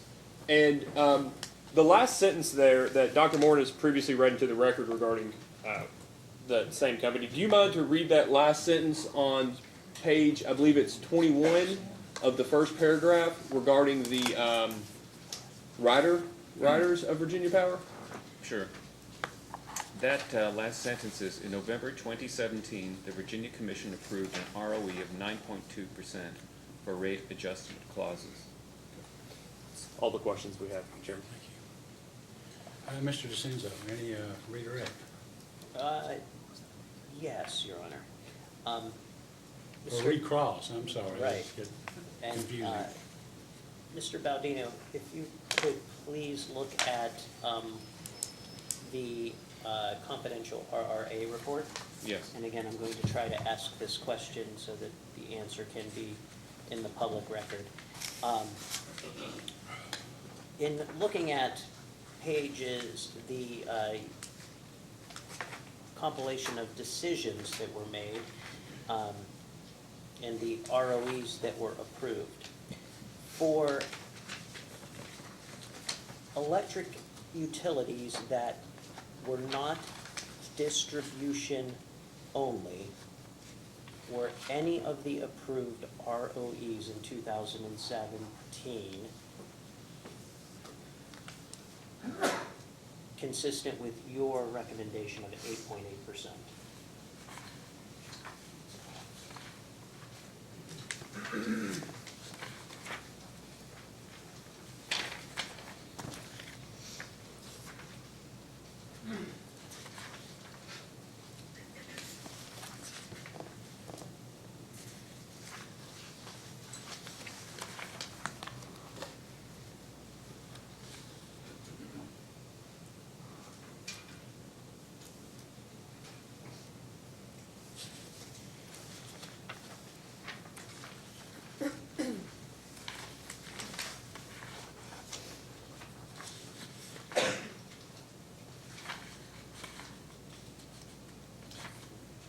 If I could just ask you, are you referring to the individual returns that begin on page 9, or maybe we could have maybe you could tell me what number you're referring to there? So on beginning, the chart on page, beginning on page 9, No, on 9, okay. were any of the excluding distribution only ROEs, would you agree with me that every decision reported here was higher than your recommendation of 8.8?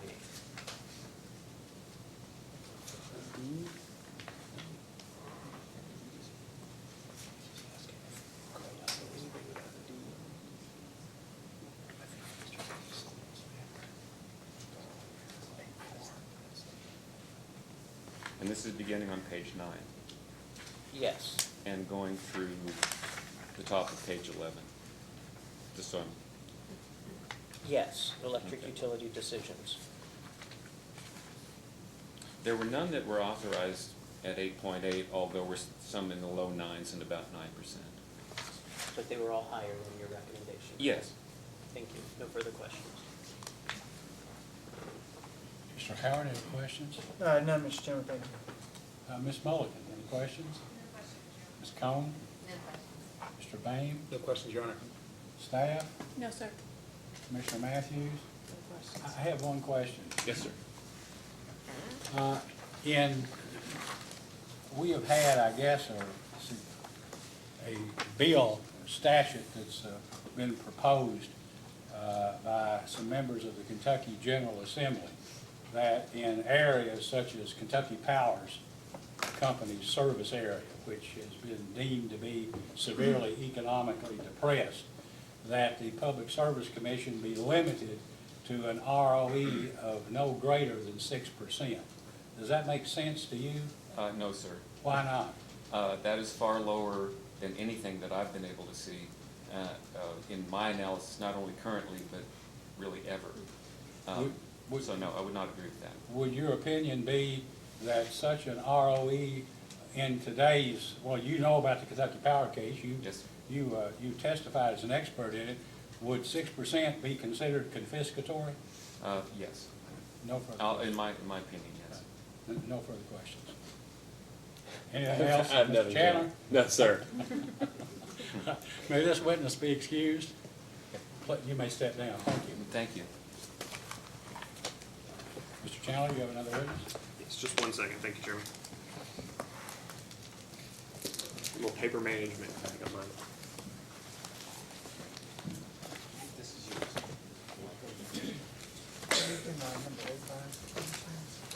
Number 4, number 8. There was a one-page document. Yeah. Number 8.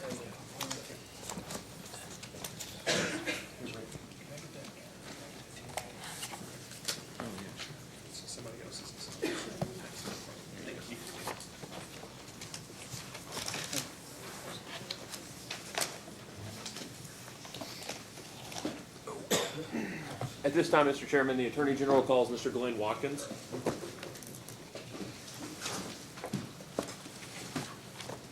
Mr. Watkins, please raise your right hand. Do you solemnly swear or affirm under penalty of perjury that the testimony you're about to give will be the truth, the whole truth, and nothing but the truth? I do. Thank you. Please be seated.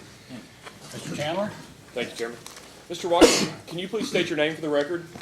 Yes, my name is Glenn A. Watkins, and that's Glenn with two N's. And Mr. Watkins, how are you employed? I am president and senior economist of Technical Associates Incorporated, And what is your business address? 1503 Santa Rosa Road, Suite 130, Richmond, Virginia. And did you cause to be filed in the record direct testimony and data request responses in this matter? Yes, sir, I did. And do you have any changes to the answers to questions presented therein? No, If I asked you those same questions today, would your answers be the same? they would. Mr. Watkins is available. Okay. Mr. Sanford? Thank you, Your Honor. Mr. Watkins, you're offering an expert opinion today on the company's cost of service study, correct? Yes, You're also offering an expert opinion on the company's customer charge increase, correct? that is correct. You're also offering an expert opinion on the company's proposed fixed bill proposal, correct? Yes, sir. You're not offering an opinion on any other subjects, am I right? Not that I'm aware of. In preparing your testimony, did you review any specific orders of the Kentucky Public Service Commission? Yes, I did. The one decision that was referenced by company witness Zawalski, I hope I pronounced that right, it was case number 91-370. I did review that because he referred to it in his testimony. And that had to do with the company's cost of service study, correct? Yes, sir. In preparing your testimony, did you review any specific documents from the record of other cases that have been decided by the Kentucky Public Service Commission? Not that I recall, no. In preparing your testimony, did you look at any specific tariffs that are currently in effect after having been approved by the Kentucky Public Service Commission, I looked at Duke's. but no others? Not that I recall. I don't believe I did. Okay, in preparing your testimony, did you review the annual reports filed by electric utilities regulated by the Kentucky Public Service Commission? I'm sorry? Did you review any annual reports filed by electric utilities that are regulated by the Kentucky Public Service Commission? No, sir. Have you offered testimony before this commission prior to this case? Yes, sir, as indicated in my direct testimony. Have any of those cases involved Duke Energy Kentucky? I don't believe so. I think I did a Duke gas case, but not an electric case. Are you familiar with the position that the Attorney General has taken in other rate cases before this commission? Some, the Attorney General's been a longstanding client of mine for years. I participated in several cases on behalf of the Attorney General, so particularly with respect to cost allocation rate design issues, generally yes. Okay. I'm not in every case, but right many. Let's talk first about the cost of service study that was presented in this case. Would you agree that the 12 CP method used in this case was a reasonable basis for evaluating class profitability? That's what my testimony says, yes, sir. And you would also agree then that the cost of service study does a reasonable job of assigning the incremental revenue requirement to the residential class under rate RS, correct? Could you repeat the question? Sure. Would you also agree that the cost of service study that was presented by the company does a reasonable job of assigning the incremental revenue requirement to the residential class under rate RS? I'm not disagreeing with you, but I'm not agreeing with you. You're confusing cost allocations with rate design. You use cost of service, cost allocations as one of the many tools in evaluating what class revenue responsibilities should be. It is not the sole tool that you should use, and as the U.S. Supreme Court has decided that it is not an exact science. But again, it is a very valuable tool, but it's not the sole criteria that is used by experts, nor should it be the sole tool used by experts in evaluating class responsibility. With that being said, Counselor, I did find that the company's proposed increase with respect to the residential class is reasonable and what is supported by his cost of service study.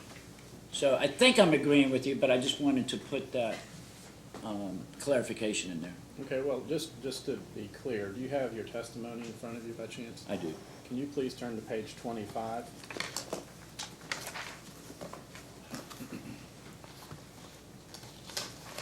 I'm there, sir. And then there's a question appearing on line 15. If I read this correctly, it says, is the company's proposed class revenue distribution reasonable? And then your answer is on line 17 for the residential class, yes. That is exactly what I said. Okay. In fact, isn't it true that the main issue you have with the cost of service study is some anomalous results, as you term them, having to do with the proof of revenues analysis, to the degree that they're assigning incremental rate increases to rates GSFL, rate EH, rate DT, and the lighting rate, correct? You're misunderstanding what's going on. The cost of service study has nothing to do with the revenue distribution. Like I said earlier, the cost of service study is used as one of the many tools that Mr. Zawalski, myself, and Mr. Bieber, all of us used in coming up with our recommended class revenue distributions. With that being said, I was engaged by the Attorney General to focus on the residential class to determine whether that increase was reasonable. As indicated in my testimony, I found that it was. As part of my investigation, I did observe what appears to be anomalous results for some of the other classes. However, I don't have an opinion on that. I just wanted to point those out to the commission, that some of the classes did seem a little anomalous, if you will. Okay, and so you don't have an opinion as to the significance of what you call those anomalous results? No, sir. I just wanted to point those out for the record. Okay, thank you for that clarification. Let's talk about the customer charge, if we may. Certainly. With respect to the proposed customer charge, you would agree with me that this is a rate design issue and not a revenue requirement issue, correct? Absolutely. And so you're not taking issue with the customer charge that's proposed to be imposed on any other class other than rate RS, correct?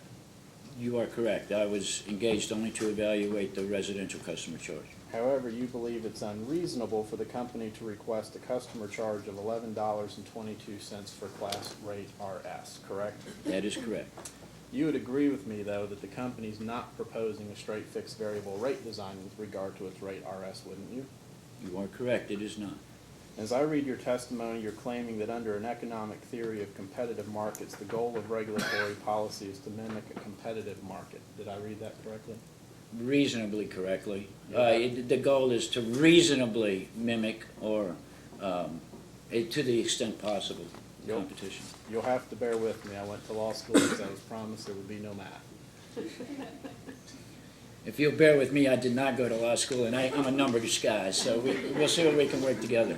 Rocco here can translate between us if you need. When you're looking at a competitive pricing, or when you're looking at competitive pricing, do you look at it from the standpoint of a single component or a multi-component pricing structure? Or do you look at it from the standpoint of the total cost to a customer? You lost me, sir. So when you're In what context? When you're looking at the total price to a consumer, do you look at it from pricing each individual aspect of their bill? Or do you look at it from the total amount that's presented to them? I see. That depends on the context and what we're referring to. For example, let's look at propane, for example. I live in a rural area and I have propane. I pay a commodity charge for my propane, and then I pay a delivery charge to have that propane delivered. I look at both. I don't look at the bottom line. Some consumers may just look at the bottom line, but so it depends on the context and the particular product or service that you're looking at. Okay, well, let's not talk about propane, since that's not regulated. Let's talk about electricity. From the electricity standpoint, do customers tend to look at it as the bottom line number, or do they look at it as the individual components of the bill in your experience? That depends on the amount of consumption. For a very large volume customer, like a large heating customer, a large home, more often than not, they would be more interested in the total price, because their total cost is more dictated by the volumetric charge. Whereas a very small volume customer, like a small apartment dwelling person, they would be more concerned with the customer charge, because that is going to be the bulk of their total charges. So it would, again, depend on the customer, and in my experience, depend on the level of usage for the various customers. Is it fair to compare the rates of the company to the rates of another utility when determining whether or not the company's rates are competitive in the market? For a regulated utility? Yes, sir. Not for a regulated utility. We set rates based on like each utility's cost of providing service, not on a market price. Are you aware of whether regulated utilities rates are ever compared to other utilities' regulated rates in certain contexts? You'd have to give me more information than that. I can't answer that. Your Honor, may I approach and hand Yes, you the may. witness a document?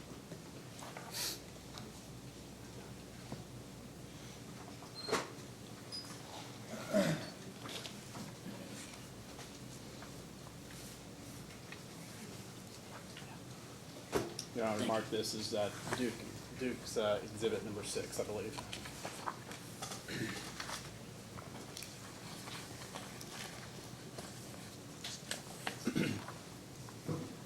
Council should already. I think I gave Mr. Watkins that.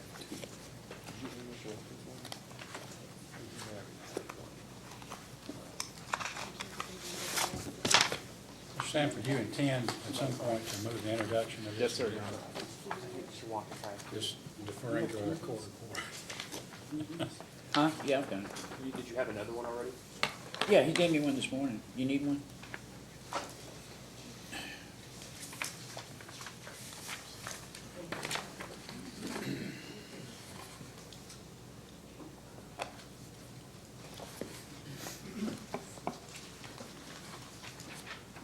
Mr. Watkins, are you aware of any types of customers who may look at comparisons of utility rates to determine where they would want to locate a new business perhaps? Industrial customers, certainly. And if you were a professional who was moving into a new city, but there were several different utilities that were in that tri-state area or in contiguous areas, would residential rates perhaps be a consideration that you would take into account in making your decision where to locate? Maybe, maybe not. I You'd mean, also- like if I were a law firm or a high-paying firm, like a physician, probably not. There's probably more important things to consider than electricity rates. Certainly schools, you'd want to be. Pardon me? You'd want to be in a good school district. Yeah, I mean, there's all kinds of things. I mean, But it's gonna vary. But would you agree that electric rates may be a consideration? It may or may not be. You'd have to, I mean, there's millions of companies in this country, and I'm sure they evaluate different things differently as they look at prospective places to relocate. But even for individual consumers, you're not saying that that would never be a consideration that a consumer would take into account? No, I didn't mean to imply that. Okay, I didn't think you did, but I wanted to clarify. So this first page here of Exhibit 6 is. And I'm sorry, page- Mr. Sanford, Yeah. I don't Can I- have anything with. Can I ask what this document is? Yeah, we'll get there. I don't have anything marked as, I don't have anything with number 6 on it. Be patient, boys. We'll get there. No, you have to I don't know mark what it yourself. document It isn't you're pre-marked. It isn't pre-marked. Yeah, Okay, that's my point, though. I don't know what document I'm supposed to be reviewing. we marked, we Okay. passed it out and said it would be marked as Exhibit 6. I was handed out, Mr. Sanford, a series of documents this morning. And now, all I'm asking, Ms. Honaker has clarified the document to which you're referring. All right, Thank you. ready? Yes. Okay. Would you please look at the first page of this, the bottom it says page 33. And you're referring to the document that says Edison Electric Institute at the top left? That was my next question. Up in the upper left-hand corner, it said Edison Electric Institute, correct? That's what it says, yes. Okay, and then below that, it says average rates in cents per kilowatt hour. That's what it says, yes. And then below that, it says a ranking of total retail average rates for the 12 months ending June 30th, 2017. That's what it says, yes. Okay, do you see where Duke Energy Kentucky falls in that ranking? Yeah, I don't know whose this is. It says it's from EEI. I'm familiar with EEI, but I don't know if this is authentic or not, but nonetheless, I do see where this is marked. Okay, and so where does Duke Energy Kentucky fall on that ranking? Well, on this table, it says 151. Is that what you're looking for? Sure. Now, in this case, if you were Mid-American Energy and you were number 169, would you agree with me that that means that you have a retail average rate of 5.8 cents per kilowatt hour? I don't know. This is your exhibit, not mine. Okay, well, do you agree that that's what the chart purports to say? It appears to be. Okay, and then if you were to come over all the way, a couple pages over to page 35, if you were number 1 on that ranking, it would be Maui Electric Company in Lanai in Hawaii. Looks that way, yes. And so that's a price of 34.82 cents per kilowatt hour. I presume that this is what this is supposed to be showing. I don't know for sure, but that's my guess. Okay, fair enough. So Duke Energy Kentucky has, his ranking's 151 with a average retail rate of 7.71 cents per kilowatt hour. Is that the lowest of the industrial-owned or investor-owned utilities in Kentucky? I have no idea. Okay, I have well, no idea. I don't find this document to be very reliable, quite honestly. For example, I see a lot of utilities in here that are just distribution-only companies, Pennsylvania utilities. I'm intimately familiar with Virginia Power. I can tell you right now the number they have for Virginia Power is wrong, so I frankly don't consider this document to be reliable, so I can't give you an opinion on any of these numbers. would you agree with me that Kentucky Utilities Company is ranked at 131st? On this document it is. Louisville Gas and Electric Company is ranked 116th. On this document, yes. And AEP's Kentucky Power Rate Area is ranked number 94. Yes, on this document. We can go through this exercise for each of the others, but I noticed on page 37 that the ranking of the residential average rates, Duke Energy Kentucky is ranked 166th. You see that? I'm sorry, on page 37 you said? Yes, sir. Kentucky Power, on this document, it's number 83 at an average rate of 12.26. No, I'm sorry if I said Kentucky Power. I meant to refer to Duke Energy Kentucky. My bad. I'm sorry, can you show me where that is, sir? On page 37, Oh, my bad, I'm on 38. Yes, 166 at 869. okay? And then if you come over to the ranking of commercial average rates on page 41, On page 41? yes, sir.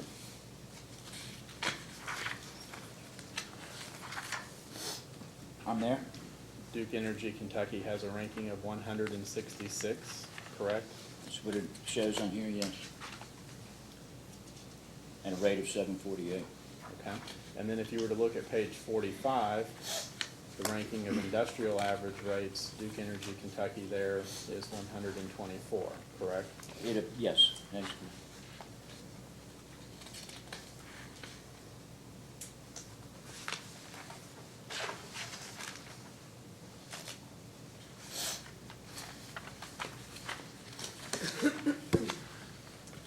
So if you were to learn that the company's existing rates were among the lowest in the country among investor-owned utility rates, would you say that they're competitive? That's your testimony, not mine. I can authenticate this document. I've already looked at it just glancing, and I see a lot of inaccuracies, so I cannot rely on this document. Okay, fair enough. Are you familiar with the positions the Attorney General's taken on customer charges and other rate cases? In several of them, yes, sir, because I was the witness for the AG. After you filed your testimony in this proceeding, did you review the rebuttal testimony of company witness Bruce Sailors? Yes, sir, I did.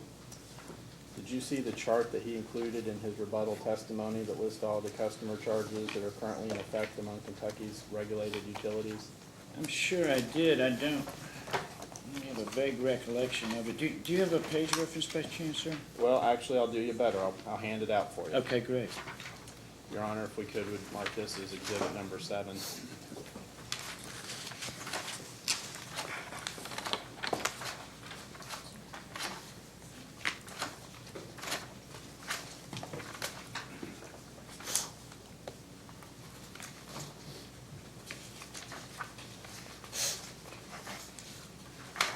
Thank you, ma'am.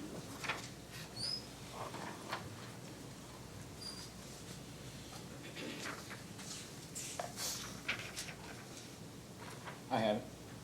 Do you have any reason to doubt the accuracy of the customer charges set forth in this chart? I do not. After reviewing this charge, is it still your opinion that the company's proposed customer charge is unreasonably high? Absolutely, as explained fully in my direct testimony. And so, then do you believe that each of the other customer charges are also unreasonably high? I don't know, I'm here to talk about your case, not the other ones today. Well, you're here to have an opinion on customer charges. I'm here to have an opinion on your client's customer charges, not these others. Have you opined on any of these customer charges in other proceedings? I have. What have you testified as to those customer charges? I did participate in the Owen Electric case, and I participated in numerous LG&E KU cases, which have all been settled, by the way. Trying to see if there's any others that I participated. Most of these are co-ops. That's the only ones that I recall participating in, Counselor. So the Kentucky, you said Kentucky Utilities was one of those cases, did I hear that correct? Yes, sir. So Kentucky Utilities currently has a customer charge of $12.25 for its residential class, is that correct? It does. And you believe that that was an unreasonable amount? I'd have to go back and see. My recollection is based on the cost, the customer cost, that is the cost of maintaining, connecting and maintaining a residential customer's account. If memory serves, it was somewhere in the $10 range, and this amount was reached as a matter of settlement, give and take on all aspects of the rate case. So, no, I don't think it's unreasonable. Okay, and then the Owen Electric Cooperative, I think, was the other one that you mentioned? Yes, sir. Is that correct? It actually has, it looks like, the highest customer charge in the state at $20. It does. We litigated that case.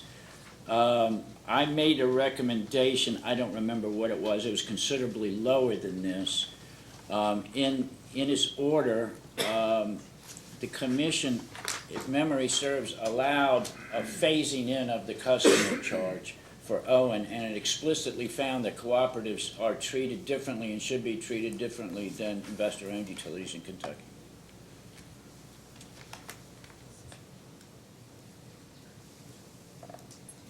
By the way, the $20 is higher than what my recommendation was and considerably lower than what the company requested. Is it your belief that the commission has the capability to make its own judgments as to whether a proposed customer charge is reasonable or not? I firmly believe they do, and from past experience, yes, sir. Is it your experience that the Attorney General would agree to a stipulation or settlement in a rate case with the utility if they believed that a customer charge was unreasonable? You'd have to ask my client that question. I'm just asking based No, on your I experience. don't speak, I'm simply an expert for him. The decisions are ultimately made by my client. So the answer is you don't know. That's exactly right.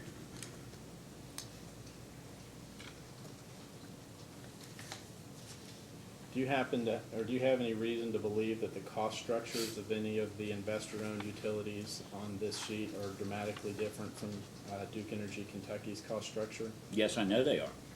Explain that, please. And in this case, I evaluated the cost structure specific to Duke Energy and concluded that the appropriate direct customer cost for residential customers for Duke is very low. It's $3 or so. It's just the way the cost structure is. For other utilities, they're higher, and it's expected that they're higher for rural utilities typically than for more urban. And then, as indicated also, you see that the cooperatives tend to have higher customer charges and customer costs than more urban or densely populated utilities. But the point being, having participated in the LG&E and KU cases for I don't know, the last 5 cases, I believe, maybe 4, the cost structure is significantly different between Duke and KU and LG&E with respect to distribution customer costs. So did I hear you say that the customer or the cost structure is typically higher for a more rural utility? Not always, but they tend to be. Okay, so how rural is Louisville Gas and Electric Service Territory? Excuse me? How rural is Louisville Gas and Electric Service Territory? Not very, not very. What about for Kentucky Utilities? Much more rural than LG&E.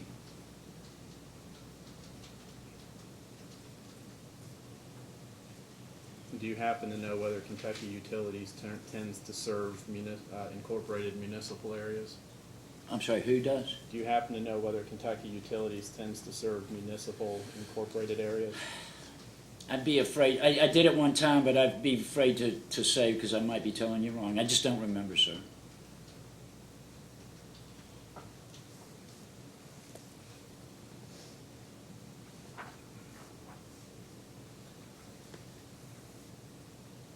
Do you happen to know whether short-run costs are included in each of these utilities' customer charges?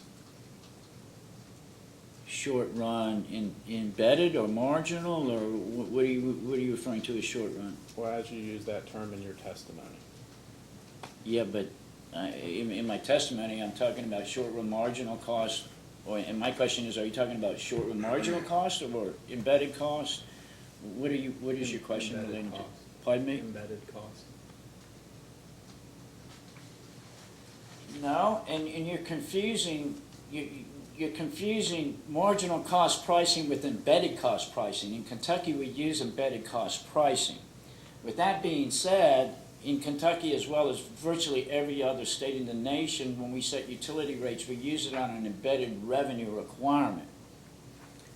With that being said, in conducting my customer cost analysis, I have included both the, if you will, the short-run operating expenses that they tend to be variable associated with maintaining the customer's account, as well as what utilities will often call fixed costs or the long-run costs associated with the meter and service. So I provide for the depreciation and the return on and return of services and meters. So in that regard, from an embedded cost revenue requirement purposes, it includes both the fixed costs associated with it, which can be considered, if you will, long-run costs, as well as the short-run operating costs. Do you happen to know where Owen Electric Cooperative Service Territory is located in the Commonwealth of Kentucky? At one time I did, but I think it's in the central part, but it's been several years since we did Owen case. Would you be surprised if I told you that it was right next door and in many cases interweaved with the Duke Energy Service Territory? I'll accept your Your Honor, I'd assertion. like to mark this as Exhibit 8, if we may have approached and hand it to the witness.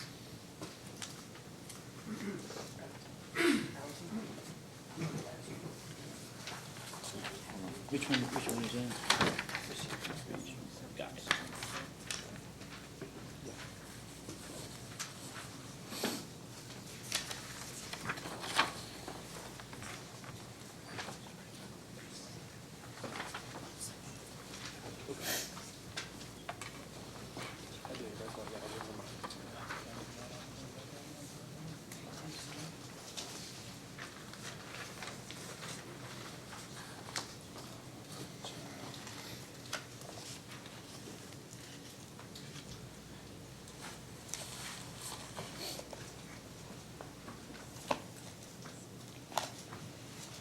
You had a chance to look at this document? Yes, sir, I have, thank you. Do you happen to know, well, let me ask, were you involved in Kentucky Power Company's last rate case? No, sir. Okay. So subject to check, would you agree with me that case number 2017-00179 was actually the Kentucky Power rate case? Sure. Okay. Do you happen to know who witness Dismukes was appearing on behalf of? No, but I do know Dr. Dismukes and think very highly of him. Okay. Would you be surprised if I told you that I believe he appeared on behalf of the Attorney General in that case? I wouldn't be surprised at much of anything you had to say, sir. I've made an impression, Your Honor. This is an east is east, west is west, and never the twain shall meet. You know? Apparently so. This, Mr. Watkins, really going forward, when questions are asked, it'd be appreciated if you'd answer the question without editorial comment. As to Absolutely. Mr. Watkins, that chart that I've handed you has a list of residential customer charges on a dollar per month basis. Do you see that column? Yes, sir, I do.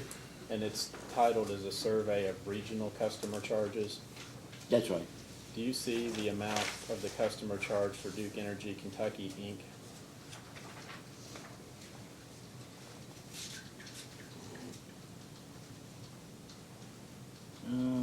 No, I don't. Unless I'm missing it. Oh, yes, I do. I'm sorry. How much is that amount? $450. Do you see any other utilities that are listed on that page that have a lower amount? No, it is definitely the lowest. And so I've handed you two exhibits now, one showing all of the customer charges that exist currently in the Commonwealth of Kentucky, and another that was an exhibit prepared in the Kentucky Power case by the Attorney General's office, listing customer charges throughout the entire southeastern United States, or a good portion thereof. Wouldn't you agree with me that Duke Energy Kentucky has the lowest customer charge for its residential class on both of these charts? On both of these charges, and there's no denying that Duke Energy's current customer charge of $450 is low by industry standards. There's no doubt about that. When you talk about gradualism, are you saying that the commission should make sure that there are gradual changes in each specific component of a utility rate class's rates? Or are you saying that the commission should assure that the sum of changes in a given rate class's rates is gradual?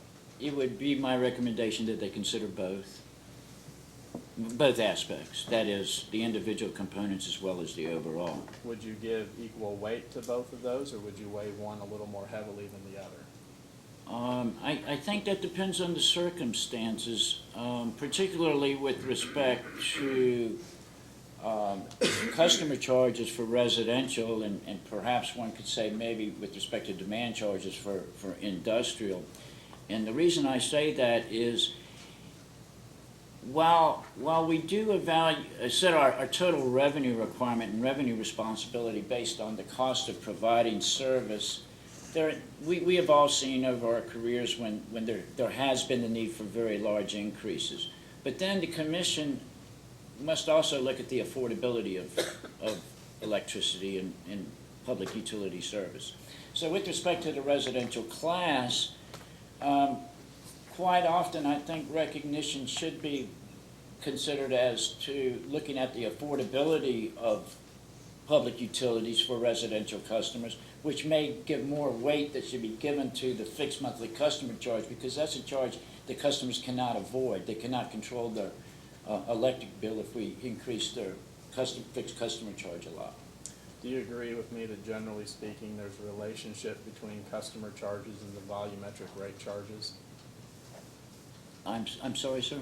Do you agree with me that generally speaking, there's a relationship between customer charges and volumetric rate charges? Not at all.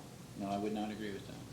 So you would not agree then that once we have a revenue requirement for a given rate class, the sum of the customer charge revenue and the sum of the volumetric energy charges should equal 100% of the established revenue requirement?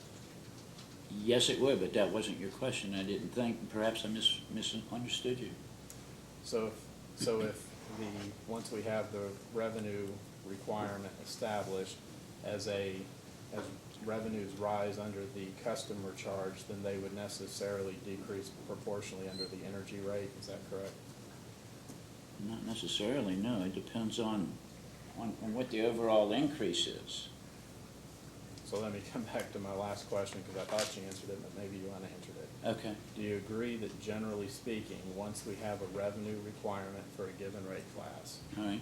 the sum of the customer charge revenues and the sum of the volumetric energy rate charges should equal 100% of the established revenue requirement? Yes. Okay.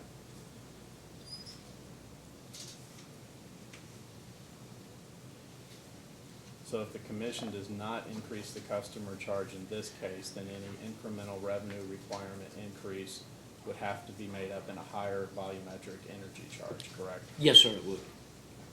Let's talk about the fixed bill proposal. Okay.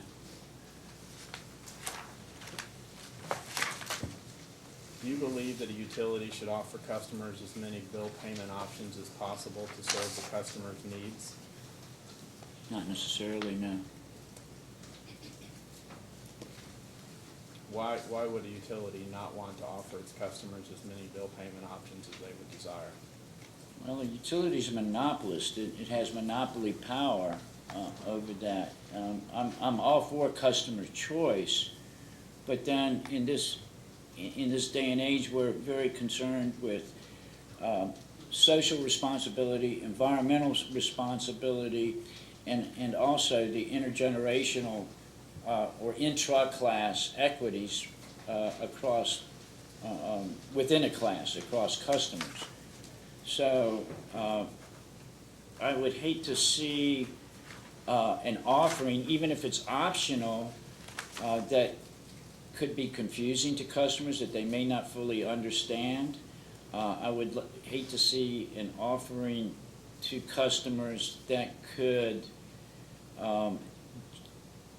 create intra-subsidies among other classes other customers, within a class down the road.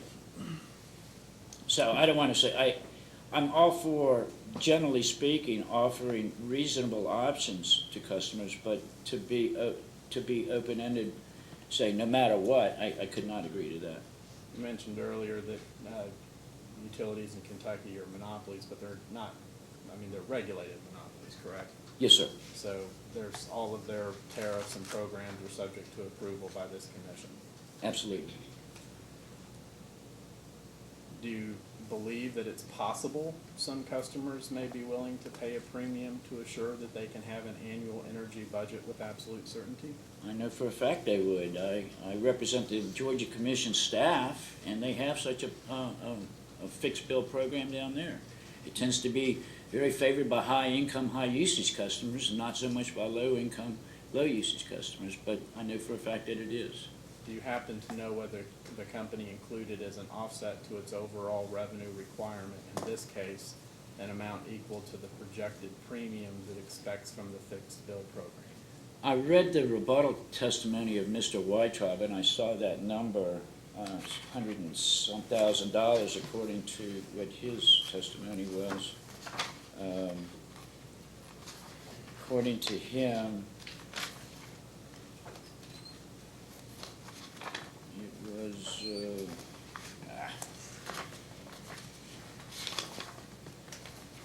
$122,230. Okay, so if the commission were to accept your recommendation and not allow the company to implement the fixed bill program, would you agree that the amount of revenue the company should recover in base rates would need to increase by an amount corresponding to that fixed bill program's premium? No.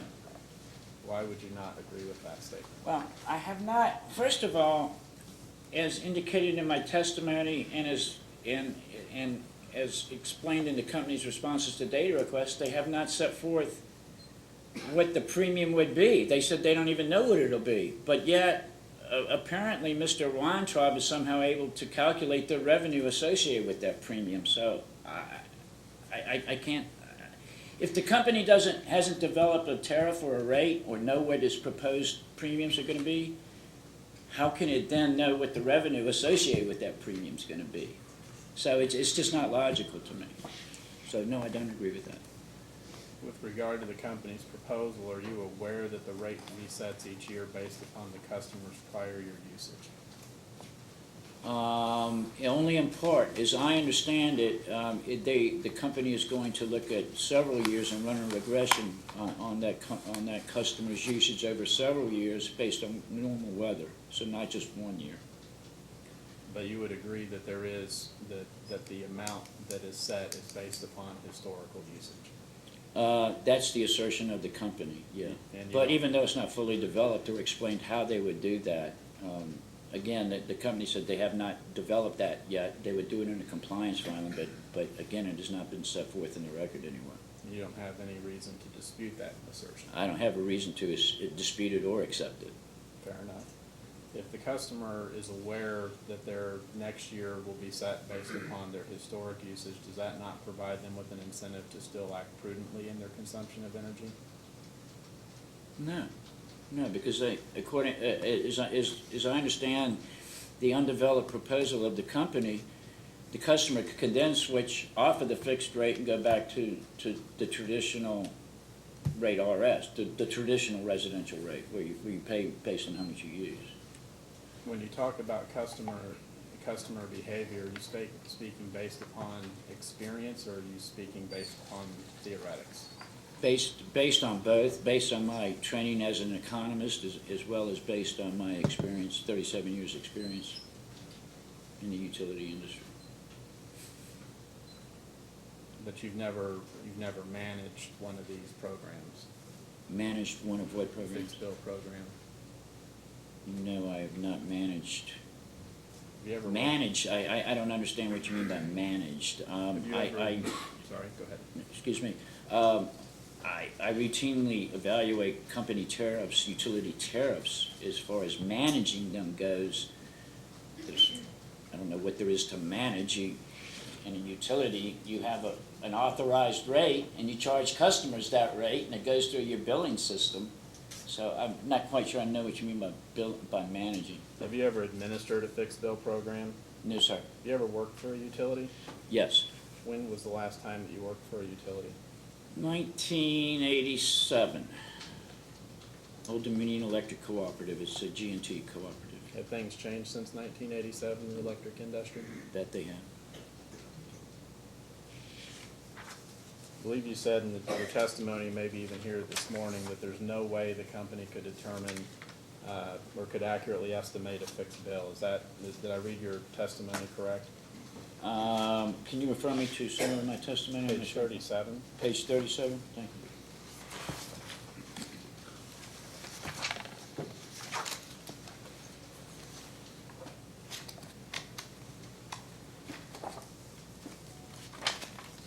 Line,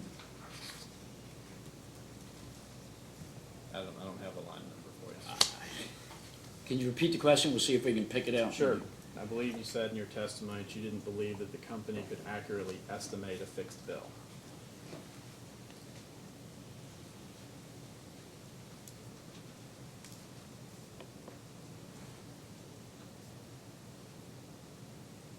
Perhaps I'm missing it, but I don't see that, sir.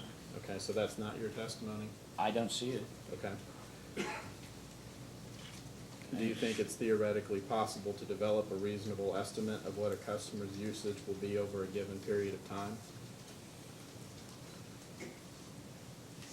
With certain constraints, yes, and those constraints being a knowledge of what the price is that they're gonna pay per unit. Okay, well, that's my next But question. if you're not charged on a per unit basis, that is, you can use as much electricity as you want, I don't think it's possible. You think it's impossible? I guess you can put it that way, yeah. There's no set of data that would allow you to make such an estimate? Well, of course you're you're not gonna be very close. I mean, a customer's not gonna go from using 200 kWh a month to 2 million, but you're not gonna have any degree of certainty because there's no price signal for that customer to use less electricity. They're gonna, just think of the typical household. If you pay the same amount on an electric bill, regardless of how much energy you use, your kids are gonna leave the lights on, your wife's gonna leave the TV on, you're gonna crank the you have no incentive to use less electricity. You pay a flat rate. So just consumer behavior is, you have no incentive to consume and you're gonna to conserve, and you're just gonna use more electricity than you would with a reasonably priced or reasonably priced rate that is based on volumetric use. I understand that's your point, and you keep making it, but that wasn't the question that I asked. My question the question was what data would be necessary to develop an estimate of what energy a customer will consume? I'll stand by my answer, sir. Okay, do utilities regularly employ people whose job it is to forecast how much energy their consumers will use? Yes, in fact, that's what I did when I was in the utility industry. I was a forecasting economist. So estimates as to usage can be done? Yes, but not with a fixed bill program. When forecasters forecast energy usage, they know what the price is, and the prices are volumetrically based. Now, again, when I was going back to my previous answer, a residential customer is not gonna go from using 200 kWh a month to 2 million. Is it going to be, could they go to 300? Possibly. So can you get within some range? Of course you can't, forecasters can. It's not gonna go off the chart, but you're not gonna have as much credibility in your forecast if there's no price signal. That's an accepted economic fact. In practice, quite often, not quite often, almost always in forecasts for electricity and energy, we use a price variable, usually the real price of electricity in forecasting is a variable in forecasting energy usage. Have you ever worked as a customer service representative for a utility? Work for or with? Worked as? No. Have you ever served as an account manager for a utility? No, sir. Have you ever supervised the customer service department for a utility? No, sir. You spent 6 months out of your 37-year career actually employed by a utility, correct? That is correct. Do you have a degree in psychology? No. Have you ever personally conducted any customer surveys of the company's customers? Yes, I have. Of Duke Energy Kentucky's customers? No, not Duke's. That was my question. I'm sorry. So what actual professional experience do you have to speak on behalf of Duke Energy Kentucky's utility customers?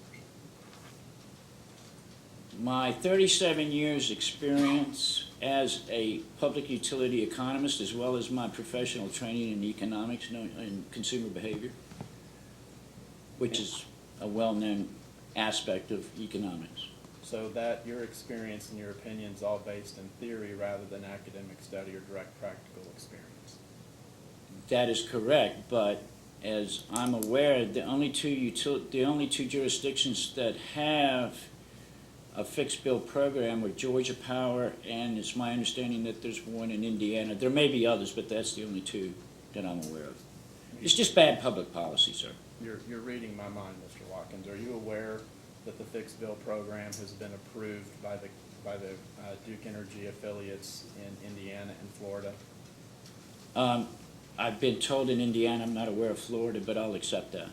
So, subject to check, would you agree with me that both the Indiana Regulatory Commission and the Florida Public Service Commission have approved this program before? I would assume so, yes. Do you think that those regulatory agencies acted unreasonably when they authorized the fixed bill program in those jurisdictions? I respectfully disagree with them, sir. Has there been widespread chaos in the electric markets in Indiana following the approval of the fixed bill I program? have no idea, sir. Do you think that there's been chaos? I don't know.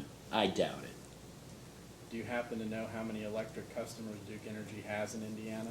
No, I don't. Would it, subject to check, be approximately 800,000? I have no idea.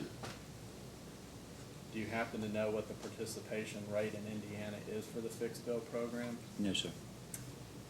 You were not here on day one of the hearing on Tuesday, correct? Correct. If I told you that Mr. Sasha Weintraub offered testimony that approximately 10% of Duke's eligible Indiana customers were participating in the fixed bill program, would that surprise you? No. While the eligible customers is a slightly smaller subset, would you be surprised to learn that there are 58,000 customers participating in the fixed bill program in Indiana currently? I'll accept that. I have no reason to question it. Do you think 58,000 customers are acting totally irrationally in deciding they would like a fixed bill for their... Oh, no, I think it's a very rational decision for a customer to use as much electricity as a fixed rate, particularly if you're a very large residential usage customer. You can use that much more.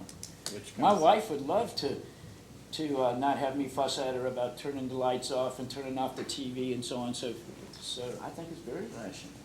Which comes back to my earlier question, you're not aware of any challenges to the program in Indiana, correct? No. Thank you, Your Honor. No further questions. Mr. Howard, any questions? No questions, Mr. Chairman. Ms. Mulligan? Ms. Cohen? No questions. Mr. Bain? No questions, Your Honor. Staff? No questions. Commissioner Matthews? I was going to ask, do husbands also leave on the TV?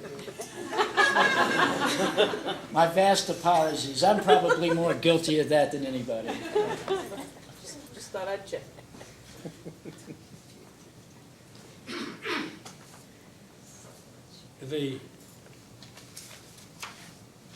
I know you're not, you expressed some skepticism about the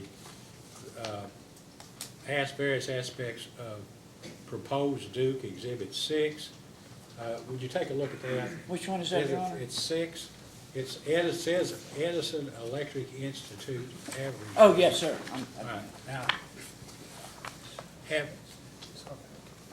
are you familiar with apparently, as offered, these appear to be pages from a larger document. What I'd like to know from you is, are you familiar with any document produced by Edison Electric Institute which apparently purports to set out or demonstrate or show what the utility rates are of various electric utilities throughout the United States? I haven't seen this in a while, but I do recall seeing it in years past, and as noted, I think there's a lot of mistakes in it. I don't think it's totally worthless, don't get me wrong. I didn't mean to imply that, but I don't think you can rely on this in and of itself. In the past, I recall seeing mistakes. I can look at it right now and I can see errors. So I would use it at best as a guide, Your Honor.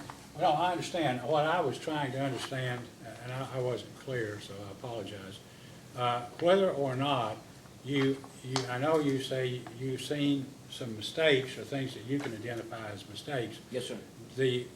If this in fact is part of a document published by Edison Electric Institute, do you accept it as authentic? In other words, does this appear to you to be a part of a larger document published by the Edison Electric Institute? I believe so, yeah. I can't say with certainty, but it appears to be.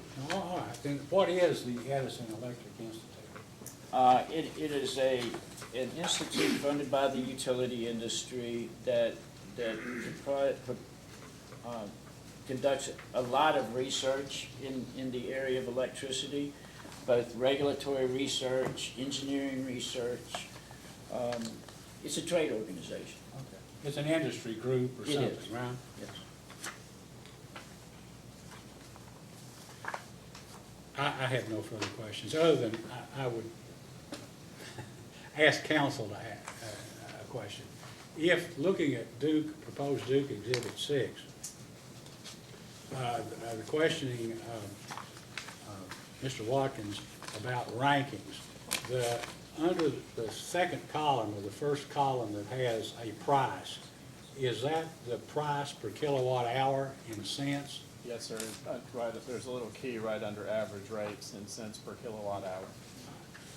And is the purpose of the exhibit to demonstrate that, at least according to the material in proposed Duke Exhibit 6, that Duke Energy Kentucky's electric rates combined and across all classes is lower than any other investor-owned utility in Kentucky? Not just in Kentucky, but most of the nation, Your Honor. I'm just trying to understand the purpose of the question. All right, is there any redirect? Just very few. Thank you, Chairman. Mr. Watkins, is it your opinion that rates should be cost-based? Yes, utility rates. So there's always going to be a high-cost producer and a low-cost producer, assuming that those costs are incurred prudently, which in our regulatory environment, that's part of what we do to ensure that costs are incurred prudently. And even portions of that cost, such as the customer charge, should be cost-based? Yes. Do you know if in Kentucky electric utilities have statutorily defined boundaries? I believe they do, Service but I'm boundaries? not 100% sure. And I just want to clarify that you were asked questions earlier about being able to reasonably calculate what somebody will use, what amount of electricity somebody will use. is it your testimony, is it your belief that the distinction maybe between the questions you were asked and your position is it's not necessarily difficult to anticipate what someone will use the next year given the same exact price signals? Your contention is it's impossible or it's hard or very difficult to anticipate what someone will use, what amount of electricity someone will use the next year given different price signals, correct? That's right. And Within reasonable parameters. Within reasonable parameters, thank you. And just quickly, there was the chart in Mr. Saylor's testimony that went from, we'll just say, Owen Electric at the top to Duke at the bottom. Yes, sir. And you mentioned that you were generally aware and had been in cases with Duke, LG&E, and Owen before. Are there anything unique with the cost structures of those three particular utilities that may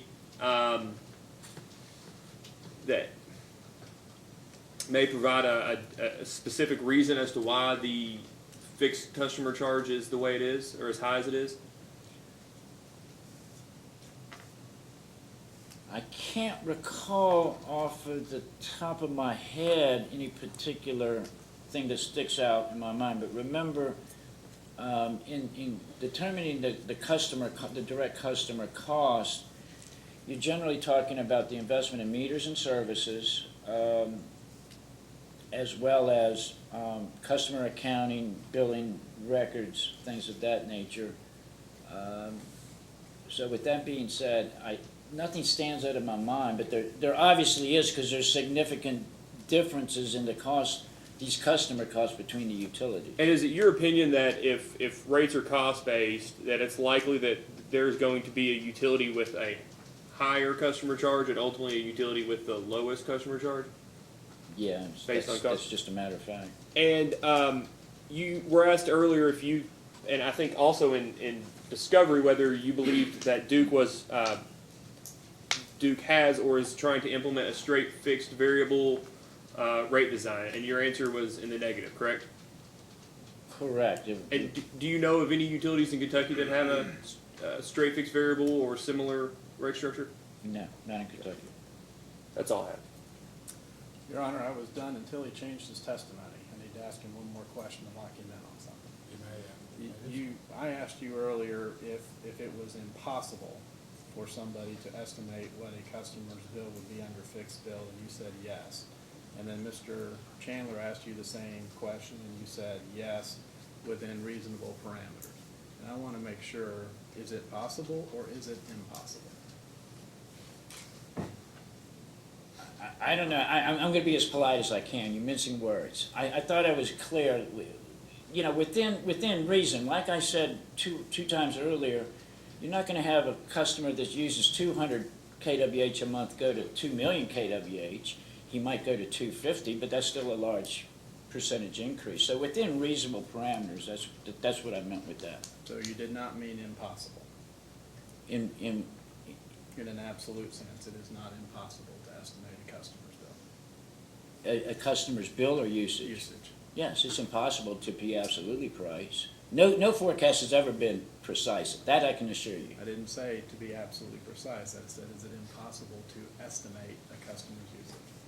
You can estimate anything, but the question becomes is how good is your estimate? You can estimate anything.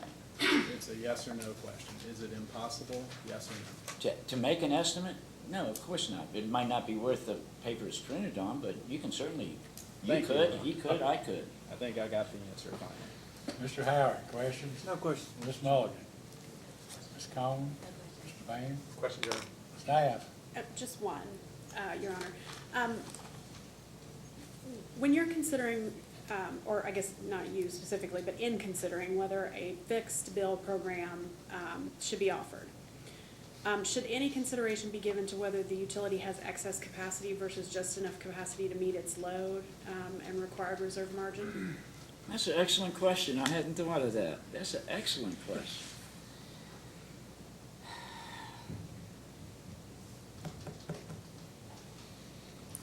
Many utilities have excess capacity, and that's no fault of the utility. And I don't mean it that there should be.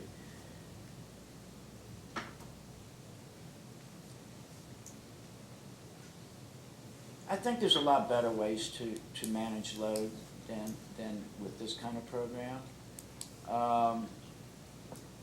Remember, however, that for electric utility, the majority of their costs are quote-unquote fixed. The biggest variable cost that we have for electric utility, a vertically integrated utility, is fuel cost.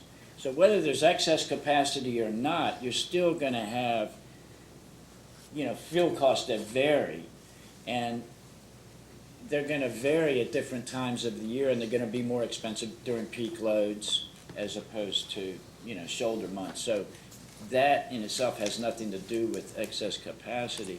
So while it could be used as a tool, I think there's much better alternatives out there. Thank you. No more questions. Mr. Matthews? Your Honor, I just moved to admit my exhibits 6, 7, and 8. Well, the Attorney General will object to exhibit number 6. It's not provided in its entirety, and there may have been other portions of this document that we would have used on redirect. But obviously it starts on page 33, so we're unable to do so. Well, I don't know, I have a solution. To your earlier point, if the purpose of the document is to show that Duke Energy Kentucky's retail rates and overall rates, average rates, industrial and commercial rates are lower than the other 3 Kentucky utilities, I have no problem with offering, or if the company wants to, asking for administrative notice of that per the commission's filed tariffs. But if the purpose is to compare it to everything else in the document, then we would object to it, given it's not here in its entirety. what is the purpose of the exhibit? It's just to show indicatively where the company's rates compare nationally. We'll let Duke's offered exhibits 6, 7, and 8 be accepted into evidence. Thank you, Your Honor. Is there anything further from this witness? No, sir. They may be finally excused. Yes, sir. You may stand down. Thank you very much, Mr. Watt. Thank you, Your Honor. Now, we're at a good place. I guess you have one more witness left. We have one more witness, and I'm going to assume that his cross-examination will take more than 30 minutes. So. I would expect so. Here's where we are. This is a good time, I guess, to take a lunch break, but I have a telephone conference on another commission matter at 1:15. What I'd like to do, if we could at least take the next 15 minutes and allow our 2 ladies who've been here to make their public comment. And if counsel and their clients and witnesses would like to stay and hear it, that'd be fine. And if not, you're free to leave. But we need to come back about 1:25 so I can take the 1:15 call. Okay, thank you. Ladies, would you like to make a comment? If so, one at a time, you can come up to the microphone. We'll give the other people here a chance to leave if they would like to.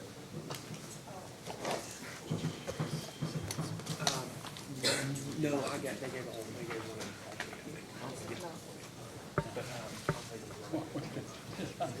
Trying to run through it. If you could, we normally try to limit them to 5 minutes or so, but I want to give you an opportunity to say what you like. Okay, I'll try to be brief. Will this be on the public? You're being broadcast live over the internet. Oh, okay. And recorded Okay. for posterity. Okay, is there any objection to my beginning with prayer?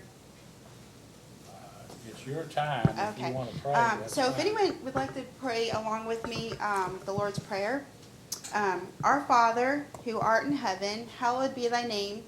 Thy kingdom come, thy will be done, on earth as it is in heaven. Give us this day our daily bread. Forgive us our trespasses, as we forgive those who trespass against us. I forgot the rest. I'll stop there. Deliver us from the evil one. That's the end. Okay, that's all I got. Okay, I try to go to church on Sundays, guys. I'm sorry. Okay. Enough with the babbling.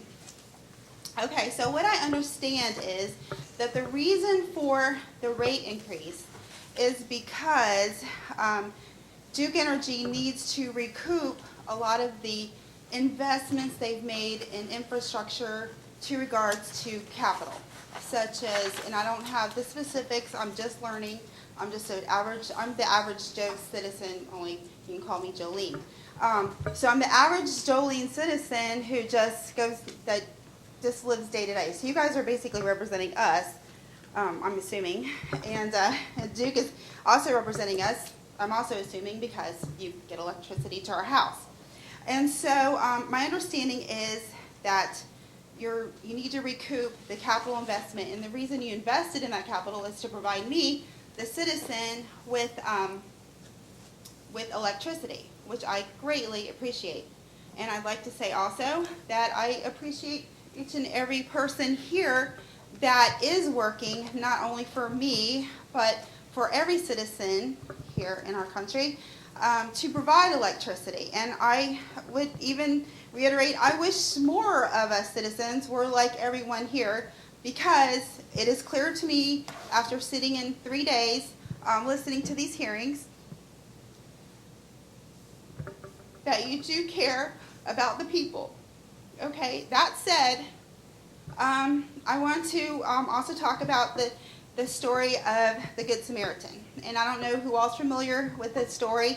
I'll try to be brief, and I'm not going to be exact, as I just failed in the Lord's Prayer, so don't expect much out of this one. But my understanding of the Good Samaritan is a man was knocked over, practically dying, robbed, but the Pharisees, who were the ones who were meant to represent the people of Israel, turned a blind eye to the man. Why? Well, they had other things to attend to. I understand that. But there was something that Jesus called in his parable of the Good Samaritan, was a man who it wasn't his job to take care of the people. But he saw the man. Instead of crossing to the other side, he looked. He turned around and looked. Okay? Now, don't ask me why the Pharisees chose not to look. Maybe they didn't want to see. Okay? And so I don't want to come across as questioning anyone's integrity, but I do want to challenge you to look at what's happening to the people that you are, in your hearts, I believe, wanting to represent. And I do deeply appreciate this.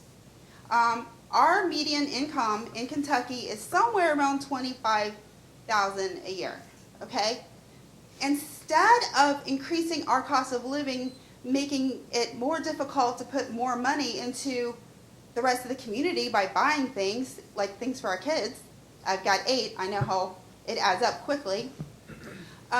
Instead of increasing the rates that way, how about we, Duke Energy, along with the state of Kentucky, try to lure more industry here, so more people would want to come and live here. And will that increase Duke Energy's rates? Well, will it increase the bottom line? I think so, while you can still reduce the individual rates.